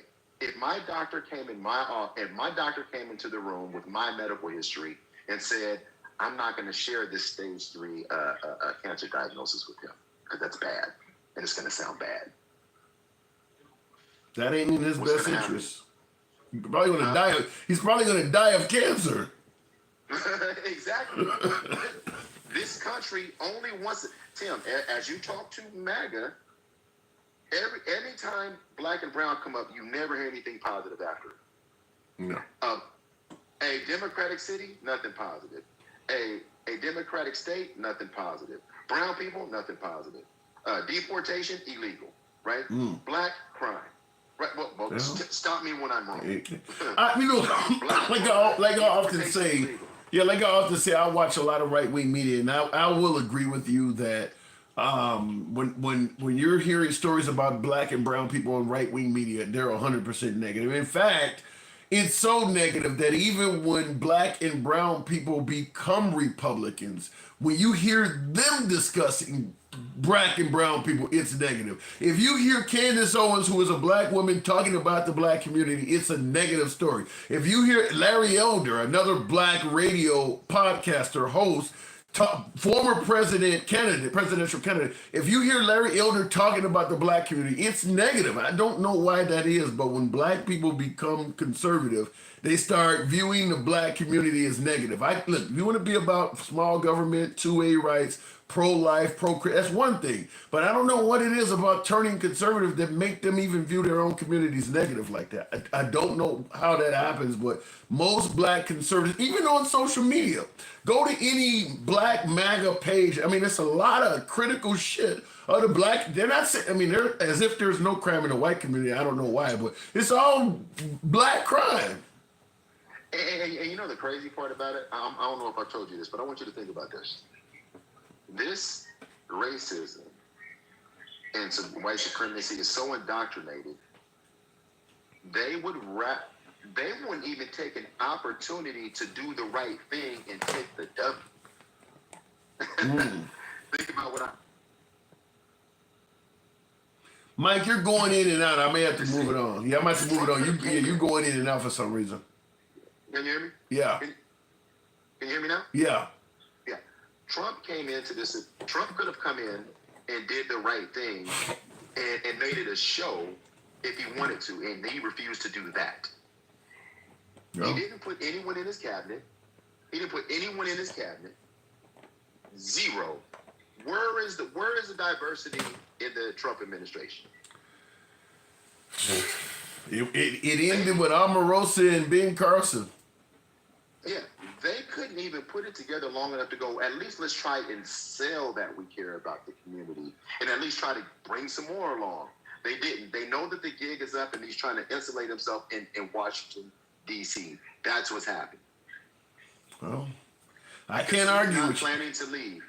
He's not planning to leave. And let me tell you another. Wait a minute. You do realize the guy's 80 years old, damn it. You think he's going to try to do a third term at 83? No, I didn't say he was trying to do a third term. I said he's not trying to leave. They're not thinking about a third term. When we talk about being a king and all of that stuff, that shit is real. They're not trying to leave, Tim. And listen, I don't know if I brought this up to you. I'm going to say this and I'm going to drop it. Do you remember when he was talking about his falling out with old Jeffrey? But that's the taking a girl from Mar-a-Lago, a spy girl. Yeah. Yes. How could two grown men fall out behind a teenage employee if she was only a teenage employee? I think she was a teenage employee with a particular set of skills, as Liam Neeson once said. Yeah, because you know what men fall out behind? Pussy. Two things. Pussy. Because that's what happened. Money and women. Yeah. Now, this wasn't a woman, but you know where I'm going with that. Yeah, that's a good point. That's a really good point. That is what men mostly fall out about, money and women. Yeah. Money and women, and for a grown man to fall out behind an employee that another company took. Listen, I've had people leave my business and go work for the competition. Right? I'm not falling out because a 14-year-old left to work for another man unless it was just working in the salon. Yeah. That's obvious. I got to move it on, but I've covered that a few times. I'll speak on it in a minute, but that's pretty obvious that that girl was doing a little bit more than just working in a spa, because you can find a million 16-year-olds to work in Mar-a-Lago would happily do that for summer jobs and things like that. You wouldn't argue over one girl that you can that's a dime a dozen. I mean, how much do you pay a 16-year-old to work in a spa? I mean, you can replace them. You could get 100 of them by tomorrow morning. So for you to be that pissed off that you get rid of a close friend over her, there was something about her. There was something about her. Last comment I'm going to drop. Just promise me this, Tim. When you're having these conversations and they start talking about crime in these cities, ask them stats about crime in these Republican cities. They won't have an answer for you because they don't know. Because they're not reading, they're just regurgitating the propaganda. They don't know anything about what's going on. They know nothing. That is so true. They're continuing to repeat these racist tropes. And we got to stop and have that conversation. Let's not move from this and dig deep in this. All right. What's the white culture? What's the white culture? What's the problem in white communities? They don't have a problem. They're perfect. I got to go, Mike. Appreciate it. All right.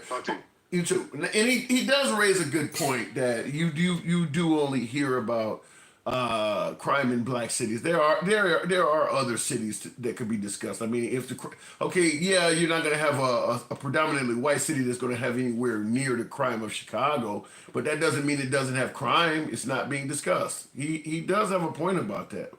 There is a reason why that is happening. Look at it. Blacks love black on black crime. They defend it out of 100%.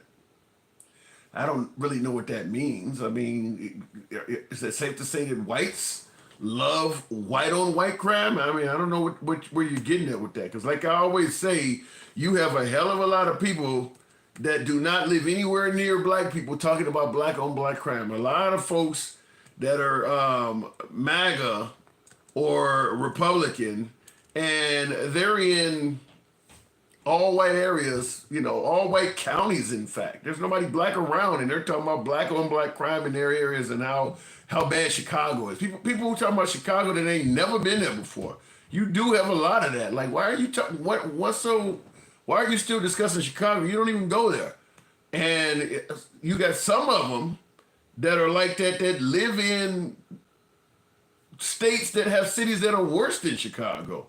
I mean, like I said, like Tennessee and places like that, where you got cities that are actually worse than Chicago is, and they're talking about Chicago. Like, what about the area in your town or your state? Like, what do you call it?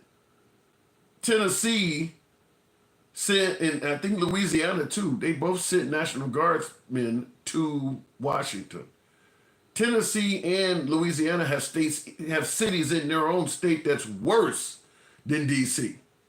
Tennessee and Louisiana and Ohio, I believe too. I believe Cleveland is just as bad as D.C.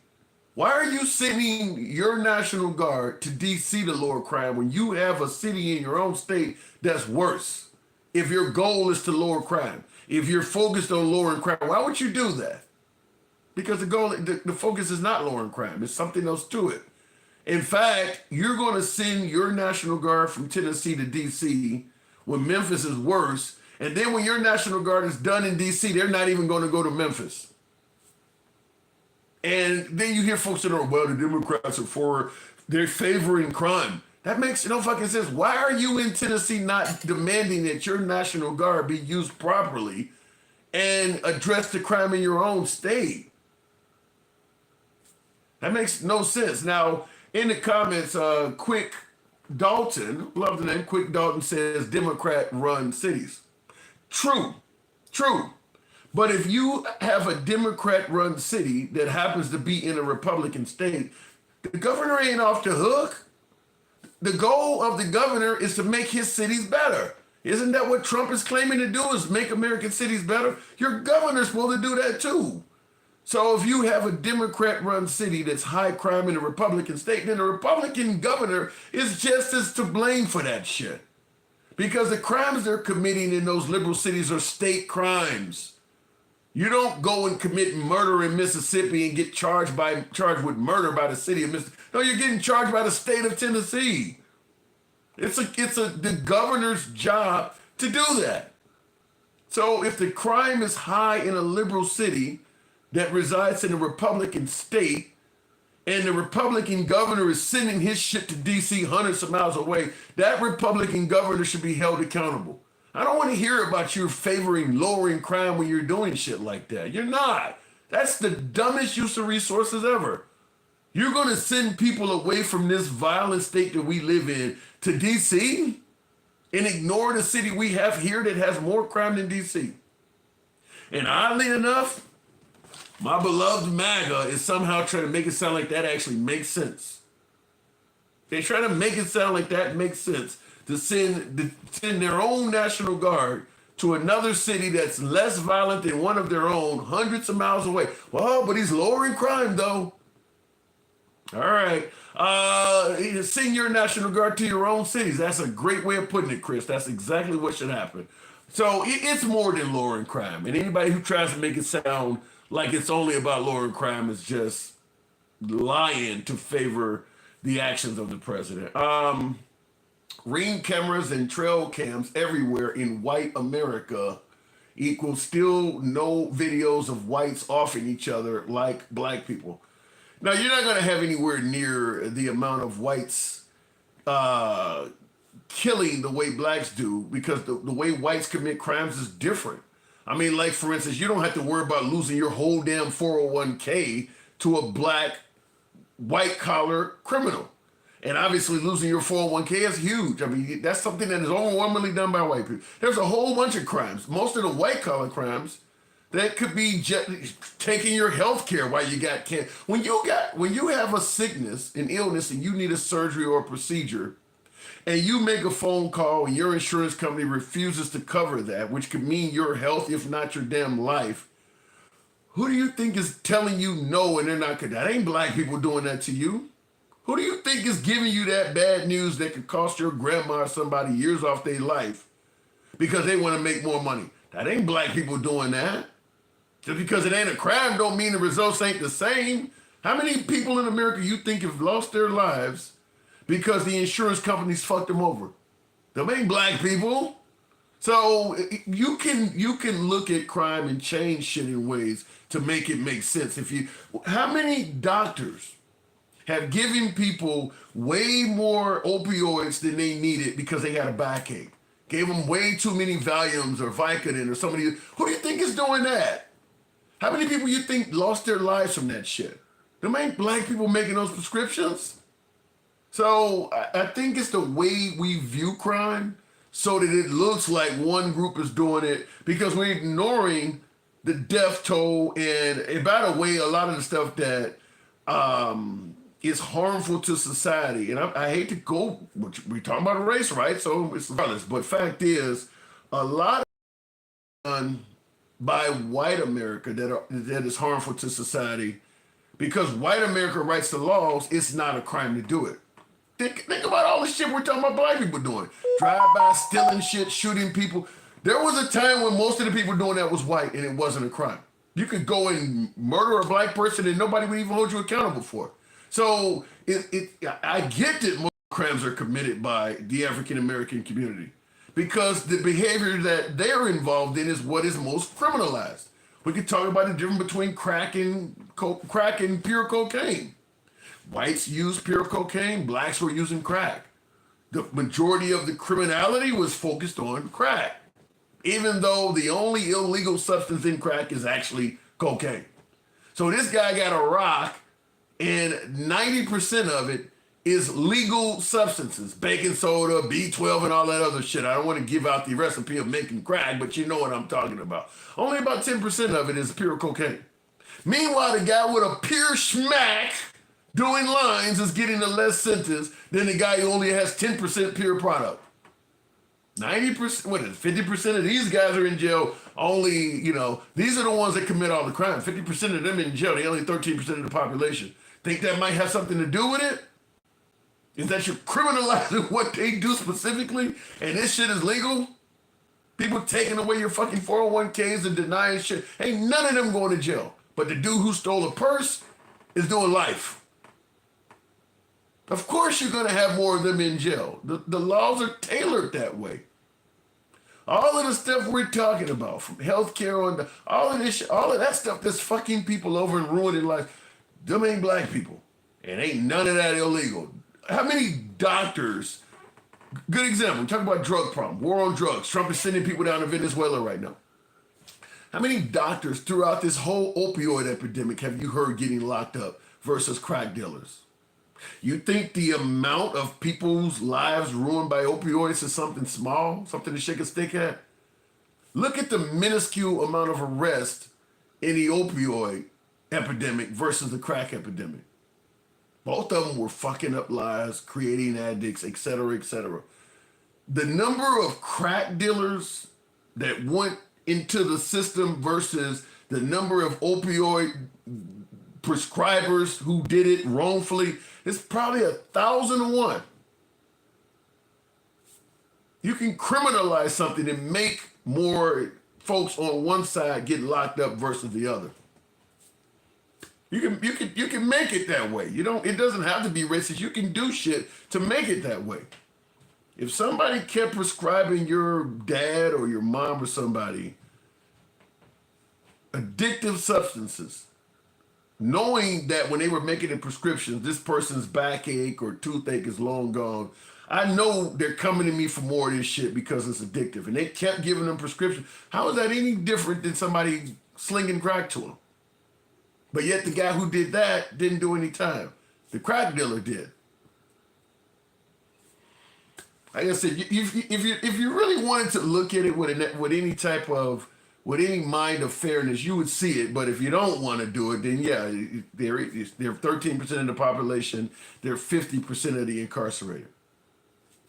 I get it. All right. Anyway, looking in the comments, real quick. You're making it racist, says Vance. I would like to know how.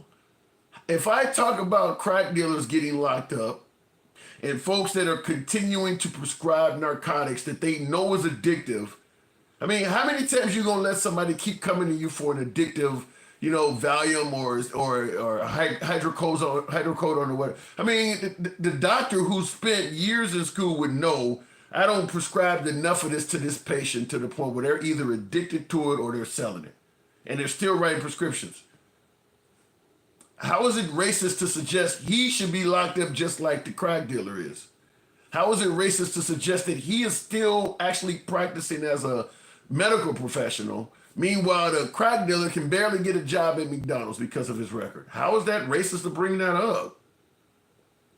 Tell me it's not true. Tell me what part of it is false. Looking in the comments. Black privilege is getting to blame everybody else for your own shortcomings. Don't even know what that means. If I blamed you for something you're not responsible of, how the hell does that give me privilege? That just means I'm talking shit. I don't get any privilege out of that. How the hell is blaming somebody else for something when they're not going to do anything to change your life? If I want to blame you for me not having a job, let's say I'm not employed, and I blame you for me not being employed. If you're not going to help me get a job, where's the fucking privilege at? I'm just basically just talking a bunch of shit you don't care about. There's no privilege to that. Explain the privilege coming out of it, because that doesn't make any sense. Medar monitor each time, see doctor. I don't get what you're saying. MAGA love politicians and police abuse. I don't think MAGA loves police abuse.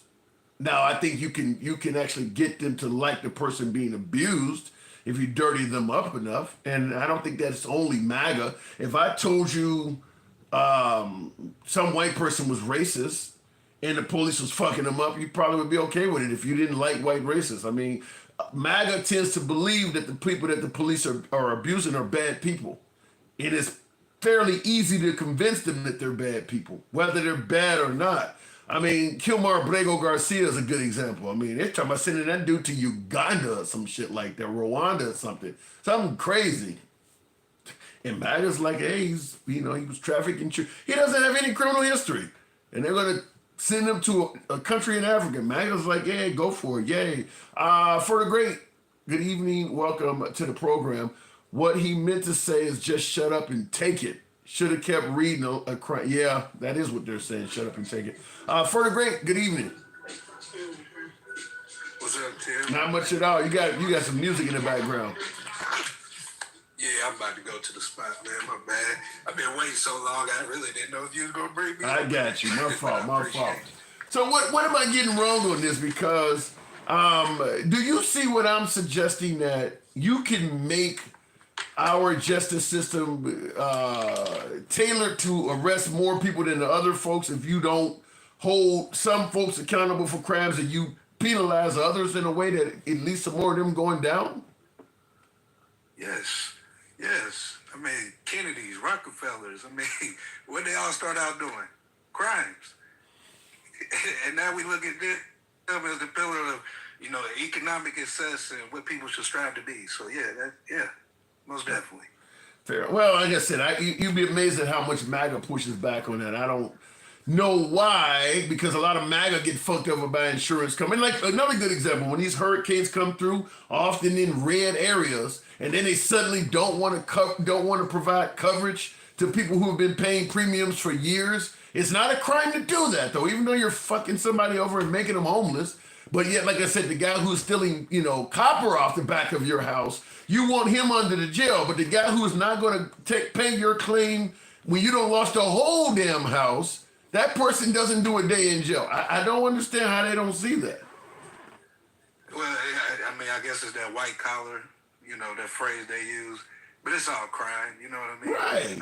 They talk about us in our communities, and our crime looks different. But it's still fucking crime at the end of the day. Yeah, I mean, if what the person is doing is fucking over your life and ruining your, like if I take your purse, I'm taking, trying to get money from you. If somebody takes your savings or your 401k, they're trying to get money from you too, and they're probably gonna get a hell of a lot more of it. Yeah, and you got the same people that supporting the things that Trump is doing in D.C. But like I told you before he got elected, all that shit sounds good, but at what cost? You know what I mean? You clean up my streets, but I can't fucking go outside after 6. What the fuck are we doing? I'm wondering. You make a good point. I'm wondering what D.C. is like. Are people afraid to come outside? Well, I was going back and forth. Last thing I heard, I think it was 89%, but I'm pretty sure it's over 80% of D.C. residents don't approve of this shit. Yeah. I know it's affecting the restaurants and the businesses there. So like I said, you got no crime, but you got nobody going out to eat. Yeah. So what the fuck are we doing? Well, go ahead.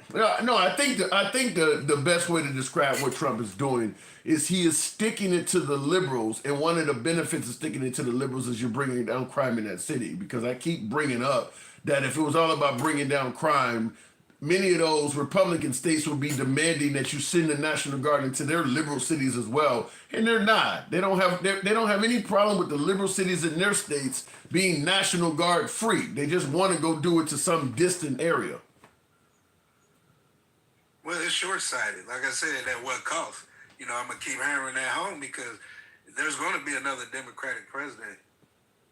I don't know when, but it's going to happen. Not according to Mike and some of them folks. And I see Aaron in the comments says liberals shot Trump and tried to lock him up. There is no evidence that the liberals had anything to do with his assassinations. There's no evidence of that whatsoever.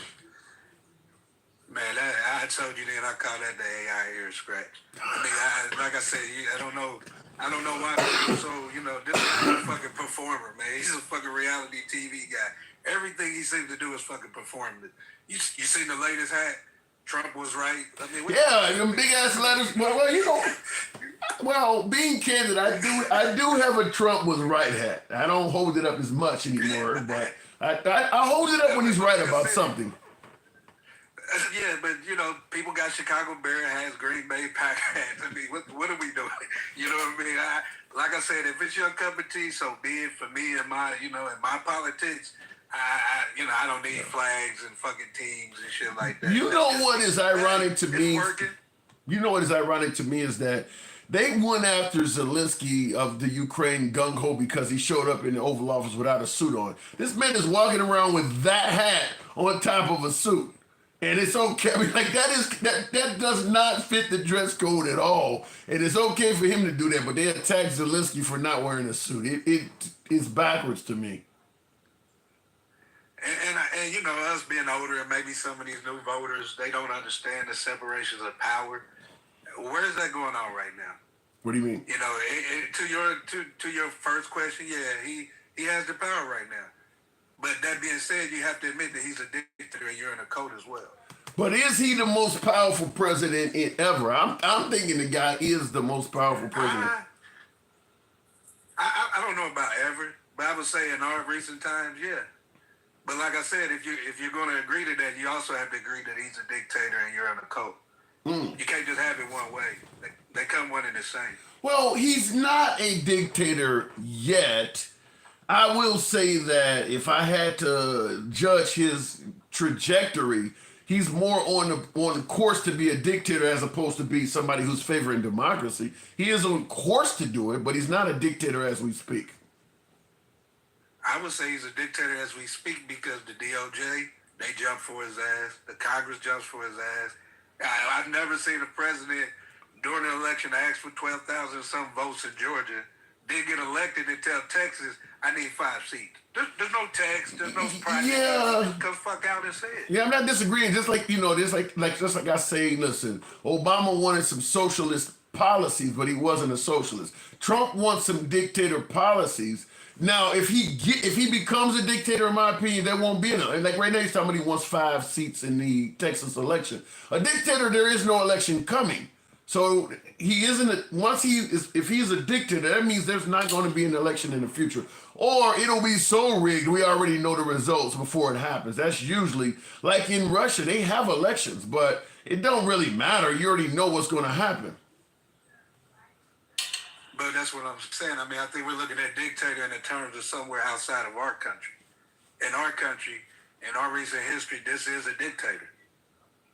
Well, the dictator's going to look different than anybody else's dictator. You know what I mean? Because we have constitutions and we have norms. So in every sense of the word, this guy's our dictator. And we said he would be, and he's acting accordingly. Well, I mean, he got the keys to the city. I mean, it looks like MAGA is okay with that. So, like I said, Tim, I'm not disagreeing with that. But, you know, the chickens always come home to roost, man. That's one thing I do know. So, like I said, hey, it's all fun. You know, when the rabbit got the pew-pew, it's all good. But when he don't.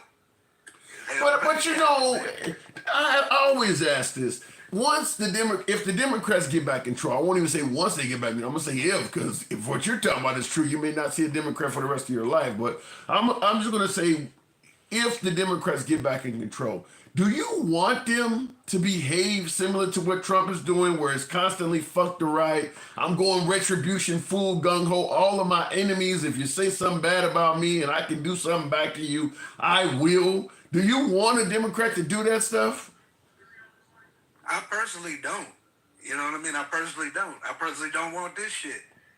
But you can't get smacked in the face and say it's okay. You know what I mean? Like, Tim, for all intents and purposes, you know, the things you tell us about us, you're 6'6", 300 pounds. You're a pretty even-keeled guy. Just because you're big and a little guy smacks you in the face doesn't mean you need to fucking walk away. Yeah, I agree with that. I've said that about the women. I tell women that all the time. If the guy's responsible for knowing he is stronger than you as a woman, you're responsible for knowing he's stronger than you too. So don't hit a guy. But you are right. I mean, you don't want to just let somebody, you know, mistreat you, and that's what you're saying in regards to the Democrats. But I mean, because obviously a Democratic president going forward would have immunity. And there's just a million areas that could go wrong. I'm surprised, and I think many were surprised.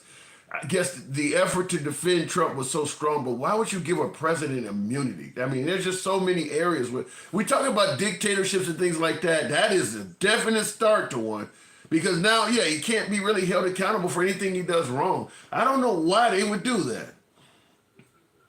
And out of all presidents, this guy, where he has a track record where. What you thought this was going to be a good thing? You know what I mean? Like, oh, he's just going to do what he needs to do. No. You know what I mean? You handed the guy the fucking nuke and said, go run with it. I mean, what did you expect? And he's doing that. And I've always blamed his supporters because they always say this is wrong. MAGA reacts, I don't agree with what he did over there and, dropping the booms on people.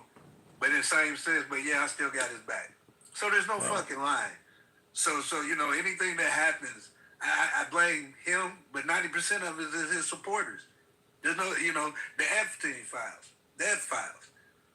Mike just brought it up. How do you dispute that? How do you dispute that? Not much there. And real quick in the comments, T2 says LBJ Lyndon B. Johnson is laughing in his grave with blacks 60 years later. Since Lyndon B. Johnson left, I cannot imagine any Republican that ran for office that LBJ would have said, no, the blacks should have voted for that guy. I mean, Nixon, Reagan, H.W. Bush, W. Bush, and Trump. I don't see where Nixon would be laughing in his grave. I don't, and Ford would be in there too. Gerald Ford. I don't see where any of those folks are people because LBJ reportedly said that I'm gonna have Negroes voting for me for the next 100 years or whatever, and he's saying that somehow LBJ is laughing because that's what's happened. I cannot think of any Republican since LBJ that blacks would have been better off had they voted for that person. So, laughing in his grave for what? They also forget what Martin Luther King said, that he thought the Republican Party was about to be. A party that's ran by white men. That he was pretty sad to say there's not going to be the party that I joined, and he was right. And ever since then, look, I'm a fair thinking guy, and shit makes sense. I don't always agree with the Democrats. A lot of that shit they do sometimes is outrageous. But I can't go to the other side of the fence for what? As bad as some of the shit is, what is it to offer over there? And that's the point. Yeah, I can't support this shit. And that's what I mean? I can't support this. And that's the point I was making. I see in the comments, T2, you said, so LBJ was right. Yeah, he's right. If you give somebody civil rights, the other side is wants to keep these folks less than, and he comes along and says, no, I think you should be equal and have a fair shake at life. His party is promoting that. Yeah, you're damn right. They're going to vote for that side for a while. Now, what are you saying, that they should go back to voting for the party that didn't want them that civil rights? Of course he's right. That makes no sense at all. You would expect him to be right. He gave them civil rights. Go ahead. Hey, Tim, this is the wildest shit ever. This is what I have a problem with black and the rest of these people that's non-white. When did we become the fucking oppressors, man? You know what I mean? Like, when did we become the oppressors? When did we become okay with the cruelty and all this shit? Because how does it not apply to us? We always have. Abrego, they let him go, and now they talking about sending him to Uganda. What the fuck is that? Like, how can I get behind that? Behind what reason? I hate to say it, but ever since they brought us over here, we've picked up those ways. We've always been the oppressors. I say the same thing about the way the African American community treats folks from the LGBTQ community. There's a whole lot of, we've been homophobic in our community going way back, and I'm like, how could you escape oppression and then turn around and do it the same thing to another community? Black people have been oppressive to the LGBTQ community our entire lives. So we have always been oppressive. But it's just wild to me, man. They say no one hates like family. You know what I mean? And that seems to be always the thing. You know what I mean? Like I said, man. I've been meaning to get on here and tell you. You always say he is our president, and up until a couple weeks ago, maybe a month ago, I would agree with that. But when he drew the line and said basically he's not a Democrat president, he's not my president. He did. He said that. Yeah. He did go on camera and say, I hate all Democrats. So I cannot argue with your rebuttal. If you were on television as president saying, I hate all Democrats, you cannot complain when Democrats say they hate you. Because a lot of MAGA do often say, why do y'all hate him so much? Why do you have TDS? Well, once he got on TV and said, I hate all Democrats, he justified all of the hate towards him at that point, coming from the left. And of course, that is something he said. It's on YouTube. I can readily bring the clip up. So any Democrat after that statement absolutely saying he's not my president, you can't argue with him. Nobody made the man go on TV and say, I hate all Democrats. He said that. So it is what it is. I got to move it on further. But for the great, appreciate you coming in here, man. Appreciate you, sir. Tap the screen. Let's get my man up to 250K. And today is August what? What's today? 24th. And the F files are still not out. You ain't gonna get the Epstein files. They're not coming. You'll never get them. All right, for the great, appreciate it. Looking in the comments though, I see, I always like to read through the comments and, like I said, I don't mind the criticism or whatever, compliments. We want to be about free speech. One of probably the most popular comment I get in the program is TDS. Those three letters, Tango, Delta, Sierra, indicating Trump derangement syndrome. I get it. I mean, if you're MAGA, you tend to believe, and this is my opinion. You can disagree in the comments, and I'll read those too. But in my opinion, if you're MAGA, you don't believe the other side should be able to criticize Trump. Any program, any media channel, any live stream, any content creator that is criticizing President Trump will be suggested to have TDS. Simple as that. Anybody, I don't care who you are. If you're online, if you're on TV, if you're on stage and you're criticizing Trump, MAGA is going to say you have TDS. Because MAGA does not believe you should have that. I don't believe MAGA, really, I don't think they believe anybody.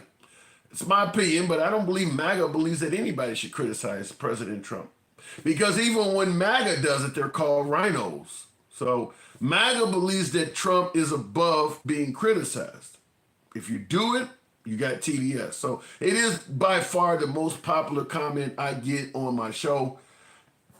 I don't mind it. Like I said, I don't mind the criticism. I don't think people even realize what they're saying, because if I've been on live streams, when I'm not here talking to you fine folks, I'm always in Republican forums. I don't really go to Democrat chat rooms. I'm always in MAGA oriented stuff. I watch a lot of right wing media, things like that. And oftentimes when I'm accused of having TDS because I'm being critical of something Trump has done, I ask the same question. Give me your definition of derangement syndrome.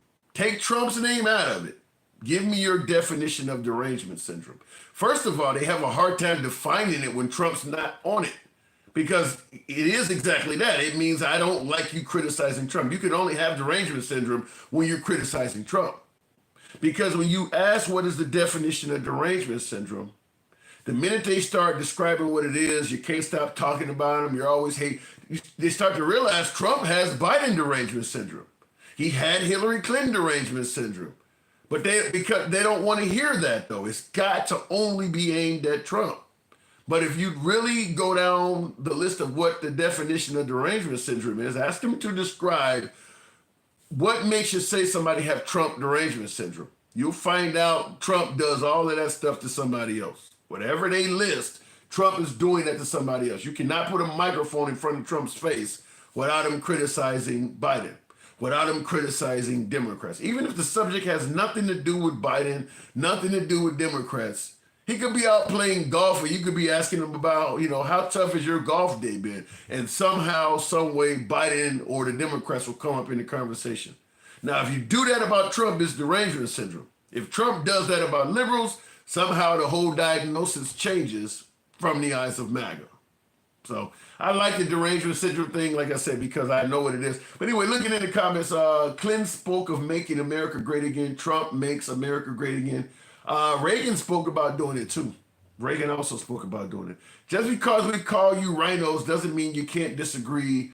Gotta have to skin in politics. Okay, whatever that means. I don't mind criticism, but I do mind they criticize his looks or his wife. We mean saying Michelle Obama's a man. I mean that, saying that Nancy Pelosi's drunk. I mean, Joe Biden is sleepy. Okay, they criticize his looks and his wife. That's part of politics. You think that Trump is the only person? He says, I don't mind the criticism, but I do mind when they criticize his looks or his wife's looks, especially when the subject matter has nothing to do with politics. Yeah, but I bet you didn't mind when Trump said that his wife looks better than Ted Cruz's. That's what I said. When we start going into what Trump derangement syndrome is, it's almost guaranteed that Trump did the exact same stuff they're talking about to somebody else. And they didn't call it derangement syndrome. Trump literally tweeted out a picture of his wife and Ted Cruz's wife and asked, which one would you choose? But now here you are. I don't like when they talk about his wife. He didn't have any problem doing it to other people's wives. All right. How was an alleged Israeli child sex predator allowed to leave the USA? I haven't heard about that one. Trump got big shit pimping, popping, little shit style. I don't know what that means. Trump has BDS. Trump has a lot of derangement syndrome because, like I said, you can put a microphone in front of Trump, and he gonna divert any topic to criticizing the left. Anything. It don't have to be about anything. He's been holding all kinds of summits about the war in the Ukraine versus Russia. Not a single one of the times he's been on television discussing his effort to end that war has it involved him not criticizing the liberal, not criticizing Biden. Every single time. You would be hard pressed to find a single speech from Trump.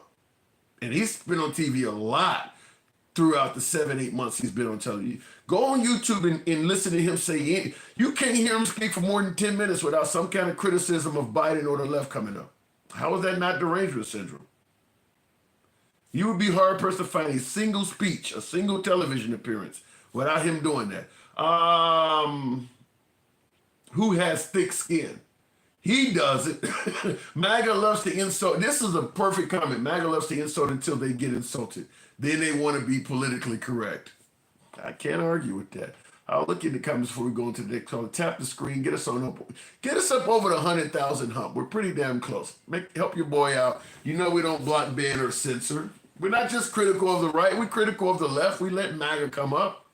Feel free to do so. Come on over to YouTube. Swipe left. What is this? Okay, there we go.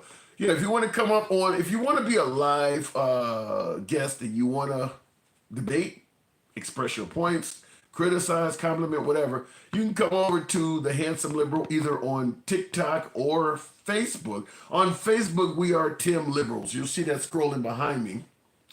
Go to that account. We're currently live on that account as well. We're currently live on TikTok as well. We'll bring you up and you can correct me where I'm wrong, criticize me where I deserve it, or give your boy a compliment or a comment. By the way, if you enjoy this type of programming from all sides of the aisle, where people get to speak freely without being criticized or better, without being censored, follow the program if you're watching on TikTok or follow the program if you're watching on Facebook, and if you're watching on YouTube, give your boy a sub. Tap the screen, get us up to 100,000. I'm thinking about starting to go live. Mike, if you go live, I would come on and holler at you any day, anytime. I didn't know this. Mike says he also talked bad about me. Yeah, he did talk bad about Mitch McConnell's wife. That is true. Trump did have negative things to say about Mitch McConnell's wife. That is another one. Yeah, so somebody made a good point. They like to insult until they get insulted. Trump is fair game, in my opinion, on every level because he's launched so many insults at so many people. And a lot of MAGA will tell you, well, he's just hitting back. No, Trump hits people that ain't never hit him before.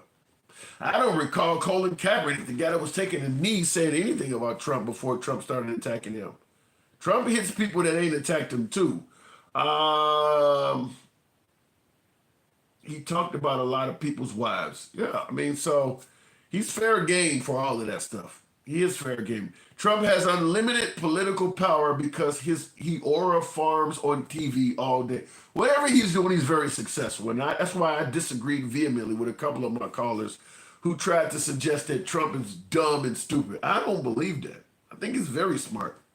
I think he is. Listen, nobody is smart at everything. Most of us find one thing and we tend to be skilled at that. He is a highly skilled salesman, promoter of sorts. He's really good at doing that. He is really good at doing it. He is very smart. He knows he's very charming. Listen, I've been to a couple of Trump rallies. I know how it feels because he pointed at me and winked when I was applauding something. I felt that. A couple of people sitting next to me looked at me. It felt good to be in the spotlight. I'm sitting at a Trump rally and he's doing that. And I don't agree with most of the things he says, but I wanted to go and feel the energy. So I've been to a couple of Trump rallies, and I can tell you, he's not dumb at that. In fact, if the liberals could learn something from him, it would be his ability to listen and resonate with the American people that the liberals are not doing as well. I mean, he's a guy who lives on gold toilets, born with a silver spoon in his mouth, worth more money than even an American hitting the lottery could be worth. And yet people feel like he is one of us. He would be a great person to sit down and relate to. He's able to relate to the people to the point where they actually feel like he's one of them. That's smart. That takes intelligence to do that. Call it what you want, but he can really relate to the American people. He know what you, even if he does not intend to help you out, he know what to say to make you think he is. Takes brains to be able to do that. So, like I said, I don't buy into the notion that he is stupid or he's not smart. He knows how you feel, and he knows how to relate to you at that level, to the point where you feel like something's going to get done. Just like the whole Epstein list thing. Say what you want, he certainly made folks who were concerned with children being abused feel like this guy is going to get something done in regards to the elite abusing kids and getting away with it. He related to the people and they thought that was going to happen. Meanwhile, the liberals did a piss poor job at that. So they went with Trump, and he related to the people on a whole lot of levels. I mean, listen, I don't ever come on the program and pretend like there were no reasons to vote for Trump. There were a whole lot of reasons to vote for Trump. He promised a ton of good shit. In addition to making it clear he was going to release the Epstein stuff, he was going to bring down the price of groceries. People could barely afford to go shopping. He was going to bring down the price of groceries and eggs and shit fast. People were tired of seeing war footage all over the TVs and shit, hearing about Ukrainians losing their life. He was going to end the war in 24 hours. I mean, he promised a lot of good shit. So it makes sense that people voted for him. He promised really good stuff. So I understand totally why people voted for him. And he definitely related to the people. Groceries are cheaper now. That doesn't resonate. Who said that? Robert Kennedy. That's not true for the overwhelming majority of Americans. There is not a lot of Americans walking around. Even Trump himself is not bragging that grocery prices are down. So that should tell you all you need to know. Trump himself is not bragging that that's happening. I don't believe that's true at all.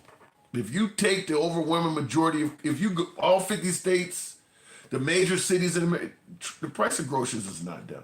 It's not down. In fact, it's up. Price of beef, the price, I don't know, with the price of eggs because of the bird flu might be something different, but the price of groceries is not down. I don't know where you're getting that from. Brother, you bugging, you following a Jesuit puppet. I don't know. You must have just tuned in. Wait till those big, beautiful consequences kick in January 2026. Well, we'll see what happens. Get your boy on up over 1,000. We're going to take the next call. I think we have one on. Okay, somebody trying to join me. If you want to join on Facebook, let me know in the comments. I will bring you up. I think somebody was. I'm learning Facebook, by the way. I saw something was down there, but I am learning Facebook. So when you come on over to Facebook, type in the comment section that you want to come up, because I think I have to request you. I'm learning Facebook Live, but we are on Facebook Live as well. I'm waiting for the big, beautiful obituary. Damn. Groceries are down for the billionaires. They got the big tax cut. Shaking my head. Yeah, I'm not aware that the average American citizen is paying less for groceries anywhere. I'm not aware where that's happening at all. I just ate the best home-raised T-bone I've had in a long time. But how much did it cost? Oh, you cut your own animal up. Is that what you're telling me? Tulsi was the best thing Democrats had. How? Listen, if you can switch parties as quick as Tulsi Gabbard did, she wasn't the best thing Democrats had. When you look at the difference between how Obama or Biden ran this country, or how Kamala Harris was promising to run this country, versus how Trump is running the country, if you switch from one of those parties to the other one, you were not a true Democrat. How could you be a true Democrat and switch to a party that's, pro-life, pro-Christianity in schools, sending the military to liberal cities and liberal states? I mean, if you can switch to that, you're not really a Democrat to begin with. I mean, that would be just like somebody claiming to be a Republican switching to Democrats and voting for, let's say, Beto O'Rourke, talking about taking away your guns and shit like that. If you could go vote for him, then you never was a Republican to begin with. So I don't buy that Tulsi Gabbard was ever a true Democrat to begin with. She might have, I mean, some politicians are opportunists. I'll go wherever I can win. Trump is on video stating that if he ever runs for president, he's going to run as a Republican because he believes the Republicans are easier to fool or something like that, he said. I'm just going where I can win. I don't care about what the party stands for. I'm just going where I can win. If more of these people vote for me, I'm going to go over here. I mean, when you look at how Trump is running the country, tell me that is a man that actually governs on traditional Republican principles. He governs like a guy that had his own mission. It was like, well, shit, whichever party puts me in, that's the one I'm going to go with. I mean, he's not governing like a true traditional Republican at all. He's big government. He's talking about taking away Second Amendment rights. He ain't a Christian. I mean, he doesn't come across as a traditional. I'm going to go where the most people are going to vote for me. I don't care which party that is. So Tulsi Gabbard, in my opinion, was kind of like that. I'll go where I'm most loved. I'm not voting based on my principles of how I think the country is being ran. I'm voting based on which party like me the most. That's how I see Tulsi Gabbard. Because the difference between Democrat and Republican right now is really, really different. You're not going to just readily switch over to the other side. Unless you weren't really on that other side to begin with. In the comments here, somebody says, hey, stop lying, man. You know, Wayne or whatever the case may be, I always say, when you got a program like mine where I don't block, ban, or censor anybody for their comments, why wouldn't you type some shit to make your point? Stop lying, man, doesn't say shit. It doesn't offer anything. You could actually type in what I'm lying about, and I would read it, and if you're right, I'll point it out. But stop lying, man, adds nothing to the program. Trump is just a mouthpiece. The real power are the silent partners you don't see. But wasn't that the goal to put Trump in? Get rid of the deep state, control stop the elites from controlling the country. Now that he's in there, it's like we're kind of admitting, yeah, he's just another one of them people. He ain't no better than Obama or Biden or anybody else that we thought was being controlled by the deep state. All right. When is he taking away the Second Amendment right? Well, right after the Mandalay mass casualty event, he talked about taking away guns without giving people due process. He actually said that. He actually banned bump stocks. Those are Second Amendment rights.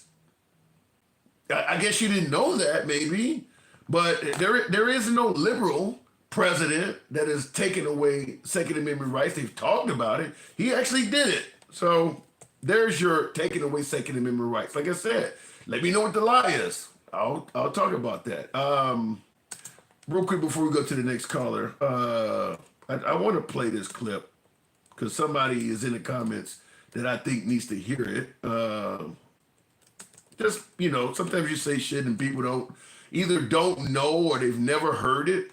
But this is a comment that is worth, my screen brings it up, it's worth playing. And this is in regards to the claim that when the host says Trump was a threat to Second Amendment rights, that never happened, or some of my viewers might say the host is full of shit. Never happened. Well, I think as opposed to the host being full of shit, sometimes it's a case where the listener doesn't know everything Trump has said. And let me just say it this way before I play this clip. If you watch right-wing news, you're going to hear things that are favorable to President Trump. If you watch left-wing news, you're going to hear a lot of things that are critical to President Trump. Meaning that if you want to hear things that are negative to President Trump and you only watch Fox, they're not going to tell you about him. That doesn't mean he didn't say it. That just means they skipped over it. Such as this comment here. Go ahead, Mike. Well, the category, you've spoken about it, Mr. President, gun violence restraining orders. They're called. California actually has a version of this. And I think in your meeting with governors earlier this week, individually and as a group, we spoke about states taking steps. But the focus is to literally give families and give local law enforcement additional tools if an individual is reported to be a potential danger to themselves or others. And allow due process so no one's rights are trampled, but the ability to go to court, obtain an order, and then collect not only the firearms, but any weapons in the possession Or of that might individual. take the firearms first and then go to court, because that's another system, because a lot of times by the time you go to court, it takes so long to go to court, to get the due process procedures. I like taking the guns early, like in this crazy man's case that just took place in Florida. He had a lot of firearms, they saw everything. To go to court would have taken a long time. So you could do exactly what you're saying, but take the guns first, go through due process second. Tell me that's not taking away your Second Amendment rights. Host is full of shit, remember? He didn't say that. Tell me that's not taking away your Second Amendment. So if there's a complaint or some kind of suggestion that you might be threatening, that can take away your guns first without proving a damn thing, and then it's up to you to go to court and prove you're innocent to get your guns right, get your guns back.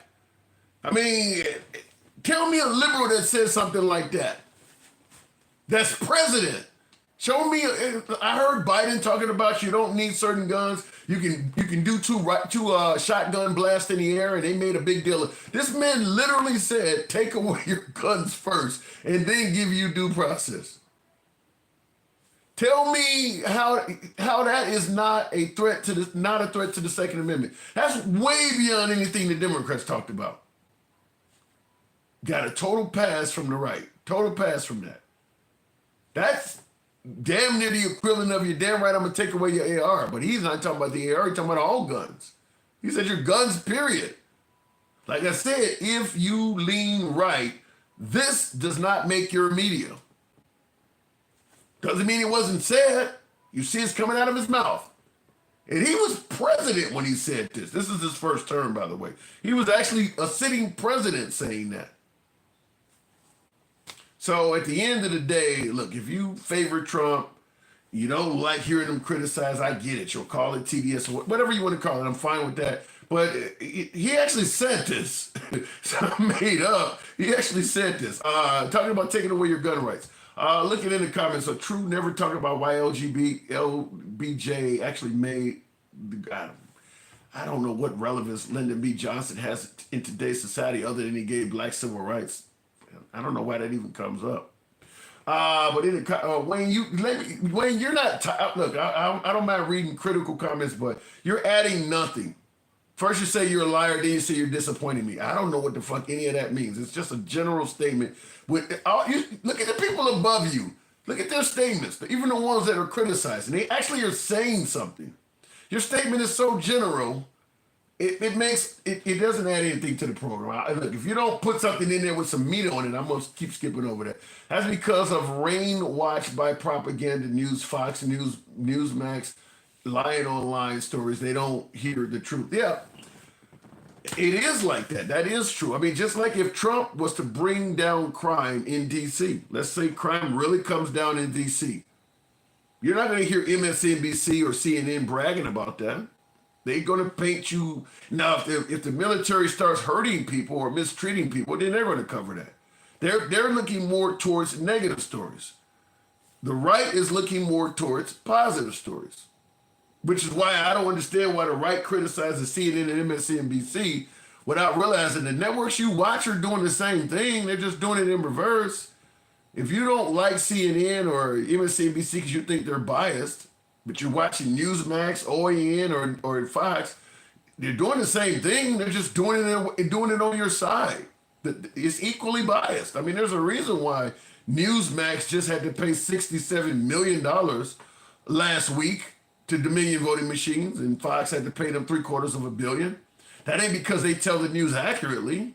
I mean, so you hear them criticizing CNN, but wherever you're getting your news from, PragerU, for instance, you're not getting unbiased information from there. A democratic republic means that a government runs on principles that are republic or democracy compromised. Thou shalt not infringe on our Second Amendment. Well, Trump was clearly doing it. In this piece here, Trump was clearly talking about taking away your rights. And like I said, the right didn't have a problem with it at all. They totally skipped over it. So it does happen. Under a dictatorship, you can't own guns for fear of retribution. That's an interesting point to make for people who are saying that Trump is a dictator. That's a good pushback.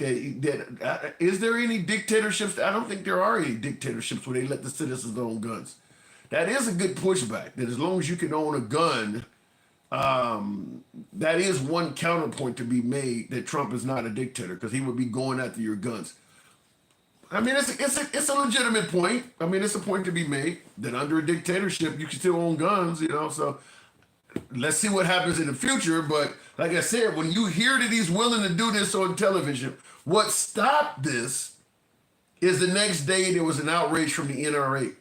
And Trump backtracked on this 24 hours later. But it was likely because he was going to run for a second term and he knew how important the NRA was. He don't need him now. He does not need the NRA now. So, but he did say this.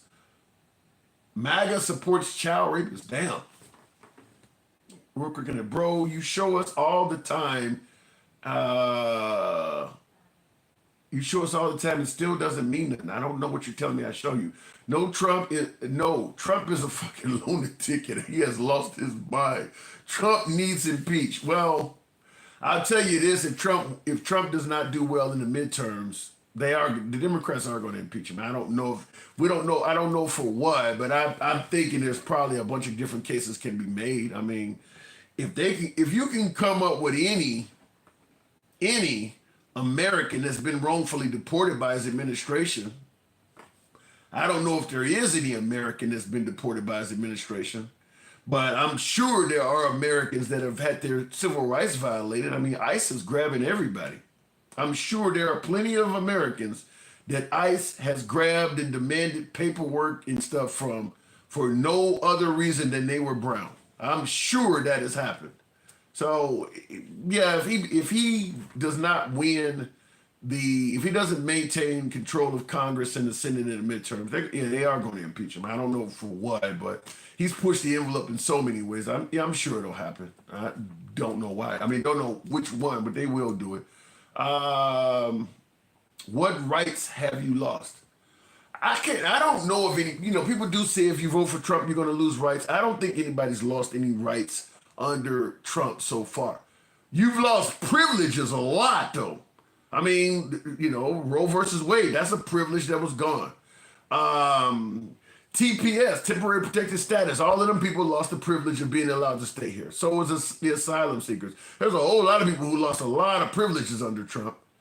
Right now, officially, you haven't lost any rights, but privileges are going out the window all over the place. Things you were used to doing and enjoyed doing, you're losing privileges everywhere.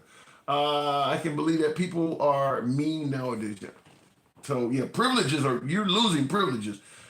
Will it amount to you eventually losing a right? We'll see. But privileges are being lost everywhere. No one watches cable news anymore. We watch you. Damn. Okay. I like that. I don't know. I don't necessarily know if that's truly valid, but that really makes me. I like that. Thank you. Green card holders. What did that say? I didn't see where it said. Green card holders something. It went by. But yeah, people are losing privileges. There's no denying that they're losing privileges all over the place. I wonder why Donald Trump wants to start a war with Venezuela. It is because of they're saying it's because of the cartel. This is why I say Trump is a very smart man, even though my liberals are saying he's stupid or dumb. I don't think he is. He knows how to get what he wants. And he knows how to sell it. I think he's the best promoter, best salesman in history. Now, some would say he's a snake oil salesman or a con. You're entitled to your opinion, but he knows how to sell shit. What I mean is, we're getting rid of bad hombres when really you want to get rid of everybody. You're fighting crime in D.C. when really you want to stick it to the liberals. You want to get rid of the cartels in Venezuela when really you want the fucking minerals. I mean, he knows how to sell stuff. He'll pick the good thing out of what he's doing that people want when really the goal is to do something else.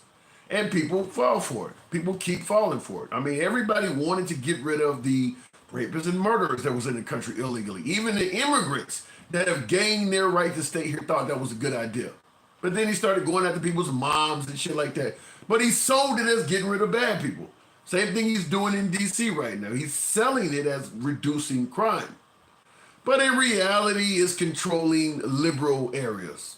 As I've been saying all throughout this show, if you live in a bad city, no matter how bad the crime is, as long as you're in a Republican state, they're never going to send the National Guard there. So it's not really about reducing crime. It's about sticking it to the left. Notice all of the cities he's sending the National Guard to are cities that he don't like. I mean, there are bad cities in states that he do like. They're not going to get the National Guard. So he's doing it from a political aspect. Next, Trump wants Venezuelan oil. I'm all in. Let's get Venezuela, then Mexico.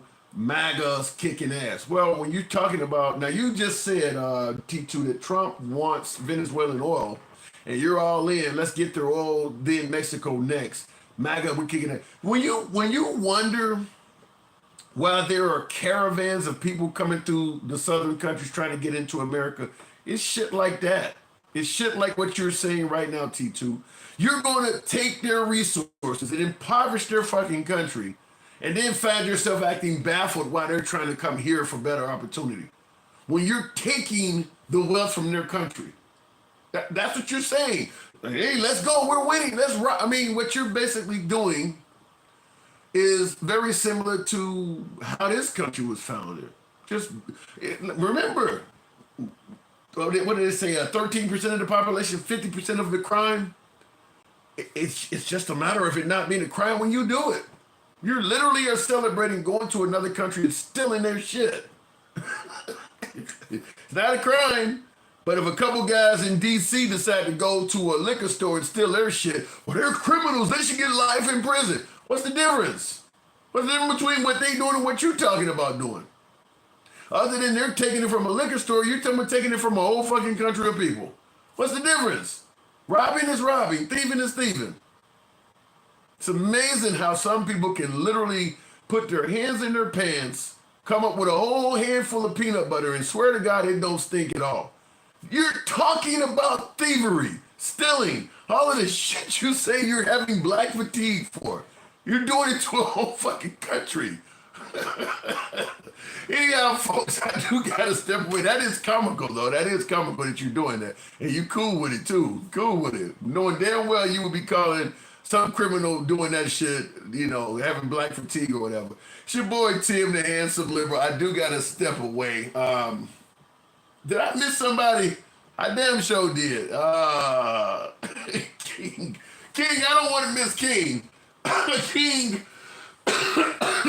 King. I'm telling you, man, you've been bloviating for the last 30 minutes about crazy shit that MAGA say, but I ain't gonna trip on that. I'm gonna go in there and answer your question, or at least the first question I heard. Yeah, Trump probably is the most powerful president. Unfortunately, I'm saying this, but he is one of the most powerful presidents we will ever have because he's helping to rule his base, and he are ruling by three concepts: jealousy, hate, and fear. Jealousy. Explain the jealousy. That's different. Jealousy how? Jealousy. He's mad at black people because his penis is so small. Okay. What the fuck? You sound like gangster grandma. What? Jealous. He's jealous that black people have such large ding dongs and his is so small. He's been able to. I don't buy that. Galvanize. Wait a minute. He's been able to galvanize infidel white men against women. Period. He's been able to galvanize black men, misogynistic black men against women. He's been able to rule by hate because a lot of his MAGA, I ain't saying all of them are, but a lot of them are racist, right? I'm not going to argue with that. Yes, that is true. And fear is his fear-mongering, where he's doing all this shit like in D.C. Oh, my God, there's so much crime. Man, that shit been going down for years. What was the last year we went down 30%? The year before that was 15% crime? Come on, man, seriously? But they not going to Little Rock. They're not going to St. Louis. Yeah. They ain't going to Memphis. They're not going to Jackson. They're not going to those states. When those have been literally, you can look up the statistics right now. Those have been some of the. They're not going to Milwaukee. Yeah. Right? They're not going to Milwaukee. Milwaukee? Are we serious? Is Milwaukee red? Is Milwaukee a red? It is a red state right now, isn't it? Yeah, I know, but that's what I'm saying. He's not going to these red states. You're right. He's not going to the red state that's ran by Republican governors. He ain't going to talk about them states because then somebody got to up and actually the governor has to say something there. He's not talking about Jacksonville, Florida. The murder rates down there. Ain't none of that shit coming into play. You're going to say Chicago, New York. He's in D.C. You're going to see in L.A. Because they all have a large consortium of people of color. Another thing, he's able to galvanize these evangelists or evangelicals against the LGBT shit. You know what I'm saying. It's a Lesbian, gay, bi, trans, and queer. LGBTQ. I'm not trying to be funny. It's just a lot of letters, man. I'm sorry. I apologize. I'm not trying to be funny. Whatever you do is you. But I'm going to say I get it. You're right. I was talking to somebody earlier while I was sitting here waiting while he was bloviating the last 2 hours. Well, hold on real quick before I'll let you continue. Give you plenty of time. But speaking of bloviating, 32 Antoine says, I would love to see you debate Brian Shapiro on pushing the limits. Y'all both are independents, but y'all would disagree on a few things. Hey, I would take the invite. First I thought you were about to say Ben Shapiro. I'm like, oh shit. But Brian Shapiro, don't know who that is. Go ahead, King. I was talking to somebody, what's his name? Stevie D. This is where the hate and the jealousy and fear all culminate with the evangelicals. See, they mad because they've been doing shit in the darkness, for a long time, and a lot of them are, in the closet on the DL, and they hate the fact that trans women and trans men can do what they do. What are you talking about? I'm talking about the seriousness. Think about that shit. Somebody said, and I can't remember who made that quote, but somebody said, as long as you can rule by making a white person think that he has more than you can by making a poorest white man think he has more than blacks. Yeah, I agree with that. I've heard that before. Exactly, and that's all Trump is doing. He's a snake oil salesman, and he's taken these three factors and cut it all in and made a whole motherfucking party. Took the whole Republican Party and shit them to the side. But does that not show how smart the president is? I mean, he's not why do people call him? Wait a minute. I told you at the beginning of what I said. I said, unfortunately, I'm going to have to say that I do agree with you. Thank you. He is one of the most powerful. I agree with that. Even though I don't want to, my heart is literally crushing and ripping apart right now. But I have to give you that fact.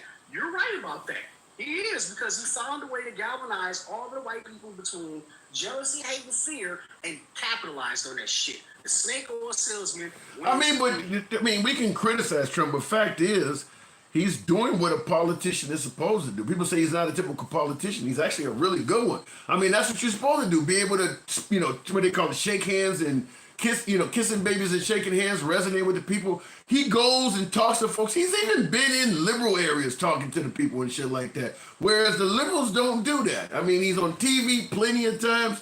I mean, he is a really good politician. I'm not saying that I favor what he's doing while president, but in terms of doing what it takes to win, doing what it takes to energize the people, he is really good at that. I always say, he said yuck. I just want to throw up a little bit, because unfortunately, a lot of what you're saying is true. I can't disagree with you. I'm going to be honest, you know what I'm saying? But the whole thing about them being in the code is that they don't want to take responsibility. They don't want to be upfront about the shit. Man, listen, if fucking Clinton, Dole, any of them had get a milli% of the shit that he's done, Democrats will have their fucking heads, okay? Let's just be honest. They don't want to take accountability, is the word I'm looking for the bad shit. You see what I'm saying? The bad shit is the Epstein files. The fucked up way he walking around doing dumb shit with Putin. The whole clapping my hands, I can't wait for Daddy Putin to get off the plane shit. Come on, man. For real, we gonna sit here and actually act like that didn't happen. Name one other Republican that's ever done that. John McCain, Bush, all of them, all the Lyndon B. Johnson. You want to say Lyndon B. Johnson's rolling over in his grave? He'd be rolling over his grave. Let me ask you that. Now let me ask you that. We know when Trump became president, already when he was running for president, he promised to end the Russia-Ukrainian war within 24 hours, even before entering the Oval Office, that he could do it. Once he became president, he got unhappy with Putin and talked about if Putin didn't stop in 50 days, he would have severe sanctions. Putin was not listening. He dropped it down to 10 days. Putin was not listening. He said, well, we're going to meet in Alaska, and if nothing come out of that, there's going to be severe sanctions. He hasn't done anything. I mean, the question I'm asking, why does MAGA continue suggesting that Russia and somehow Putin are intimidated or afraid of Trump? Why are they still saying that? Because they don't want to take accountability for the fact that they let a fucking a Ruski in office. He's a secret agent Krasnov. He spent 3 hours with Putin talking about how to take over the fucking country. Do you really believe they don't give a shit about that? They just want to keep supporting Trump. Yay, Trump, Trump, Trump, Trump. They say they raise their fucking Confederate American flags. Trump, Trump, Trump. Wow. He's sticking it to the lips. Fucking idiots. You see that shit? Come on, man.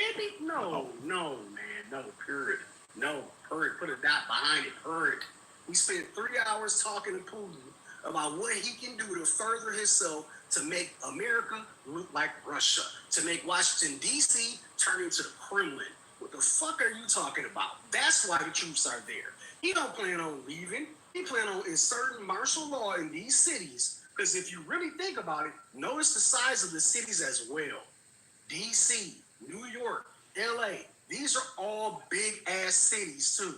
Yeah, but Houston is the fourth largest city. It's bigger than D.C., and he's not talking about, and has a lot of crime, and he hasn't talked about sending anybody to Houston. But does he have to? Because who's going to stop him? Do you think Hot Wheels is going to stop him from sending the National Guard? I don't think he's going to do it. National Guard to Houston? No, but I don't think he does. Because Hot Wheels ain't going to say shit. Hot Wheels going to say, yeah, I got you, Daddy. And he's going to bring out the National Guard. And Hot Wheels, of course, is the governor of the disabled governor of Texas, Greg Abbott. I'm sorry. Hot is Wheels. Is it wrong to criticize him? Am I wrong to call him a name?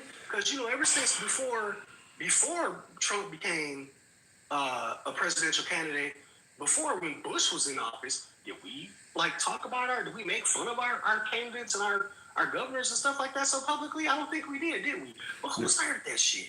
Yeah, I don't like calling a disabled governor names like Hot Wheels because he's in a wheelchair. But I gotta concede your point is that Trump is doing that stuff openly, and the right is okay with it. So at this point, who am I to criticize you for doing it when MAGA would bust out laughing if he was doing it to a Democrat? Right. It was that Dana Bash who had the gumption, the audacity to sit on Fox and say, but he should, because Newsom is out there trolling Trump like Trump trolling everybody else on X. Oh, well, Newsom should just grow up, and if I was his wife, I'd be so embarrassed. Really? Well, that's really funny because y'all was sitting up here every time Trump did that shit, cracking up laughing. Greg Gutfeld doubled over laughing. Yeah. And the crazy thing is because Gavin Newsom is now using Trump's method back at him.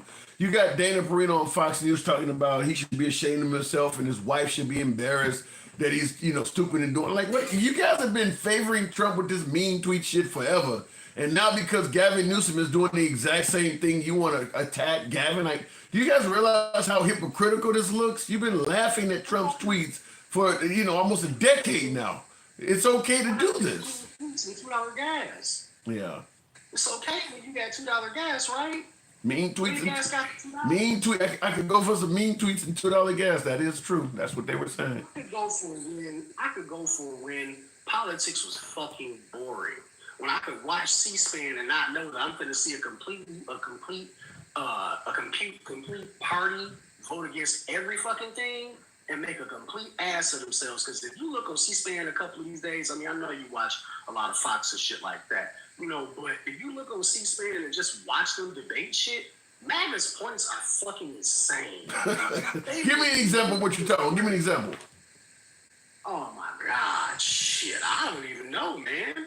I really don't know. I've seen so much of it. I mean, it's too much. I'm gonna be honest with you. It's a little bit it's a little bit depriving to even name. I'd have to hear their points. I mean, I don't think MAGA's points are insane. I know what kind of country they want. I think the only thing I think MAGA says that I might consider might be insane is some of the ways they defend President Trump. If you're for small government or 2A and something like that, I don't think, even though I may be in favor of a woman's right to choose and you're not, or I'm in favor of minimum wage increase and you're not, I don't think their points are insane there. But I do believe that their points are insane and sometimes in defense of Trump, when you can clearly show Trump being on the other side of an issue and they're trying to defend why he's on this side of it. And when you showed them when he was on their speeches, they didn't even realize he was doing that. I mean, sometimes it's as recent as yesterday. Like yesterday he said this and they're, oh, really? I didn't know that. So I do think that their defense of Trump sometimes can be crazy. You know what's funny to me is that whenever someone, it doesn't even have to be a Democrat, it could be a host like you, anybody on the street. Whenever somebody says something that's critical of Trump, it's like they all clam up like crabs and shit. And they all get into defensive form to get all hot and bothered by the fact you said something about Trump. Oh, Trump, well, he's defending our jobs. Where?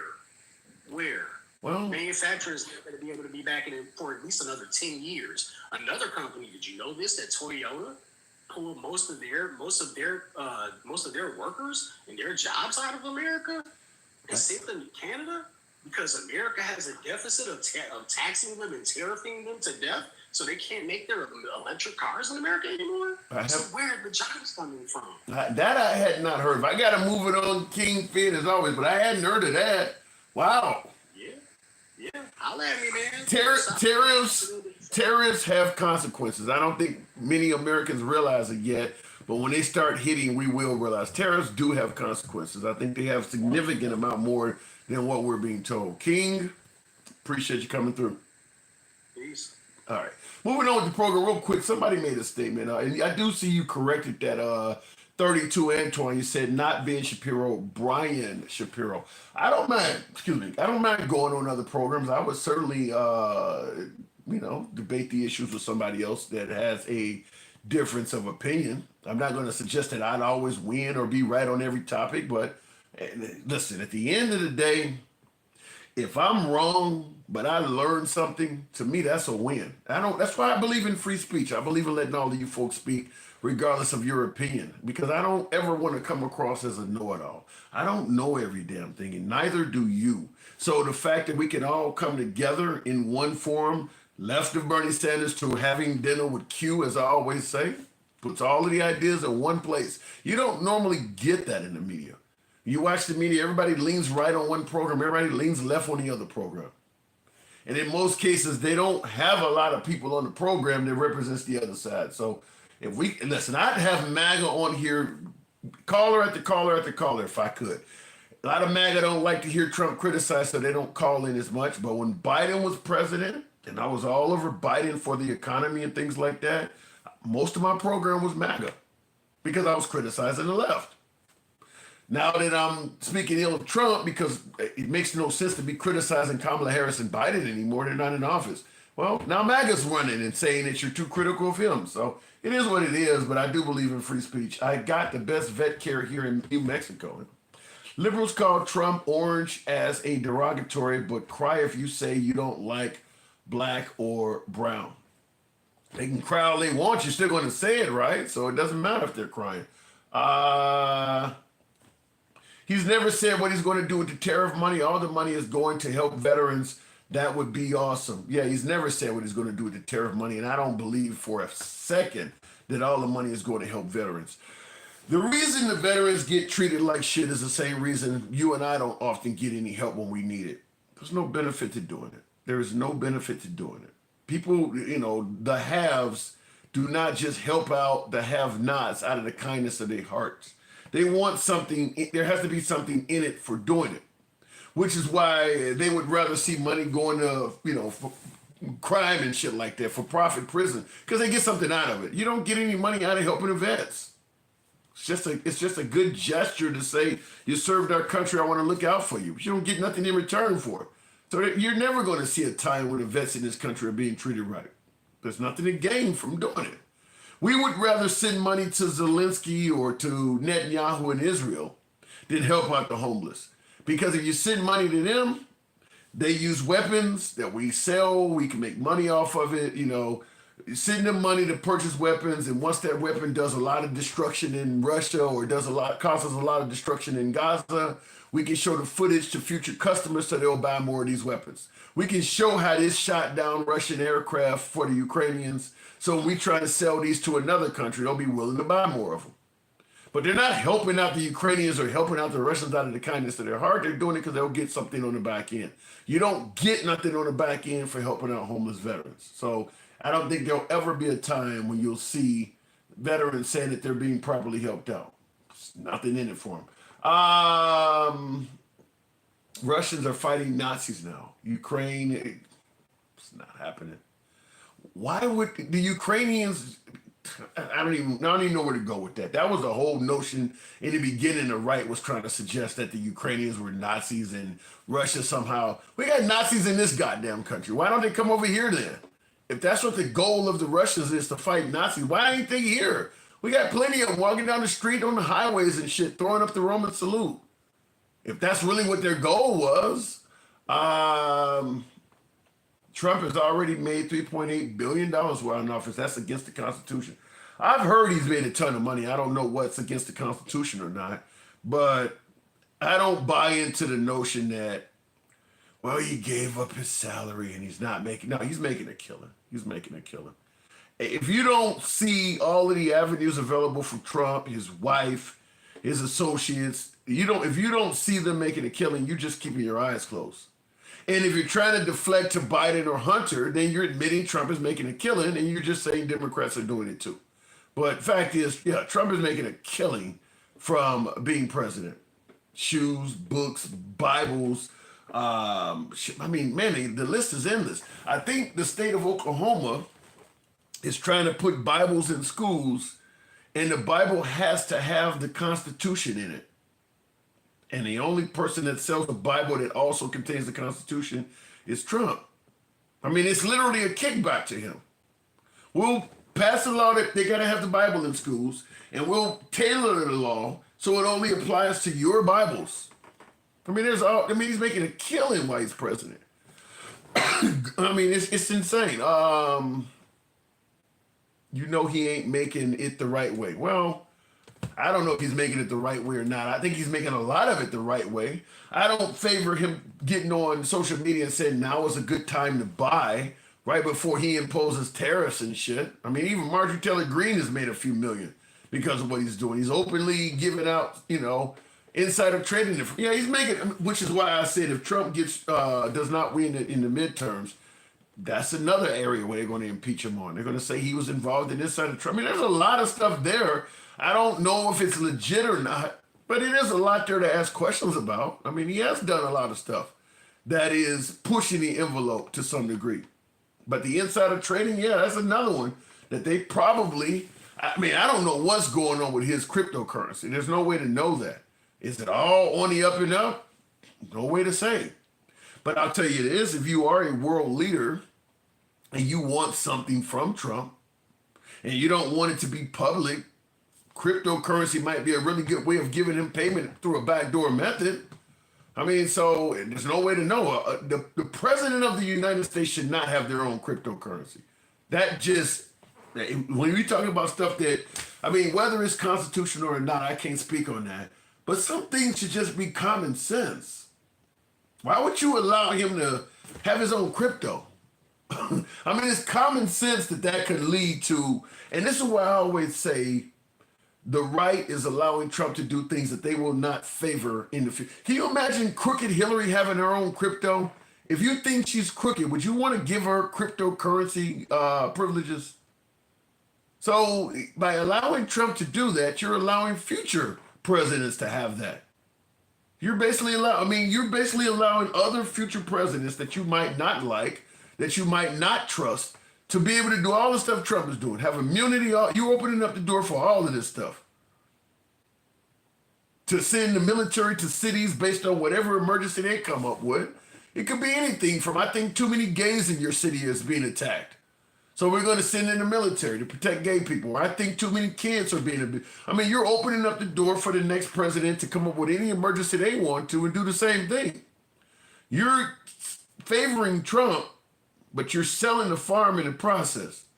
This stuff should have to be written down and approved by somebody. It's just one dude coming in, I think we should be able to do this, and I want to do that. Okay, well, it sounds good. But it ain't going to sound good when the other side is doing it. I'm just telling you, it ain't going to sound good. Thank God for the free market, right, boys? Yeah, I don't know about that one. Well, you say they'll change the rules. I believe that. But then that really exposes the corruption. If you let Trump do a host of things and then you change the rules so the next guy could not do it, then it pretty much admits what he did was corrupt. So, no, he didn't make the law. I agree with you, Eric. He didn't make the law. But he certainly exploited the fuck out of it. I mean, there's a lot of things you can do that are legal, but I don't know, immoral. I mean, let's say, for instance, you see somebody homeless and they're begging you, could you just give me something to eat? And you can look at the guy and tell he really is starving and shit like that.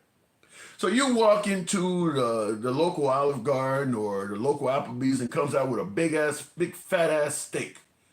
And he's sitting on a bench, hands out, asking everybody that goes by, can you help me out? You sit right next to him and eat that steak and make sure the aroma goes. You can legally do that. It's 100% legal. Just because you can do something don't mean you should. That's the point I'm making. Just because you can legally do it without breaking the law don't mean it ain't fucking wrong. And I think that's where we're looking at, is that he's pushing the envelope in ways that is, not to quote some of the old magazines, but barely legal, if you know what I mean. Anyhow, I do gotta step away. It is your boy Tim, the handsome liberal. I do appreciate you folks, 107,000. Follow the program if you're watching on Facebook, if you're watching on TikTok, and if you enjoy this type of dialogue from all sides of the aisle, give your boy a sub if you happen to be watching on YouTube. Democrats sure show homeless how to house and take care of immigrants. Huh? Don't know what you mean by that. Let's not talk about the bribes that he's getting while he's president. How much did he get from Elon Musk? The Elon Musk thing is another one that, I mean, that's not, first of all, Elon Musk giving Trump $350 million is something that should. And once again, what you can do and what you should do is different. But when he went to Wisconsin and what he did in Wisconsin, giving out $1 million checks, it's a difference between what you can do and what you should do. I'm going to tell you for a flat out fact, the Republicans do not want Democrats. Imagine George Soros doing that shit. I don't think the Republicans will like it. It's your boy Tim, the handsome liberal. I got to get my ass out of here. I will catch you guys later. Follow the program if you're watching on TikTok, Instagram, and give your boy a sub if you're watching on YouTube. Y'all take care. Catch you tomorrow.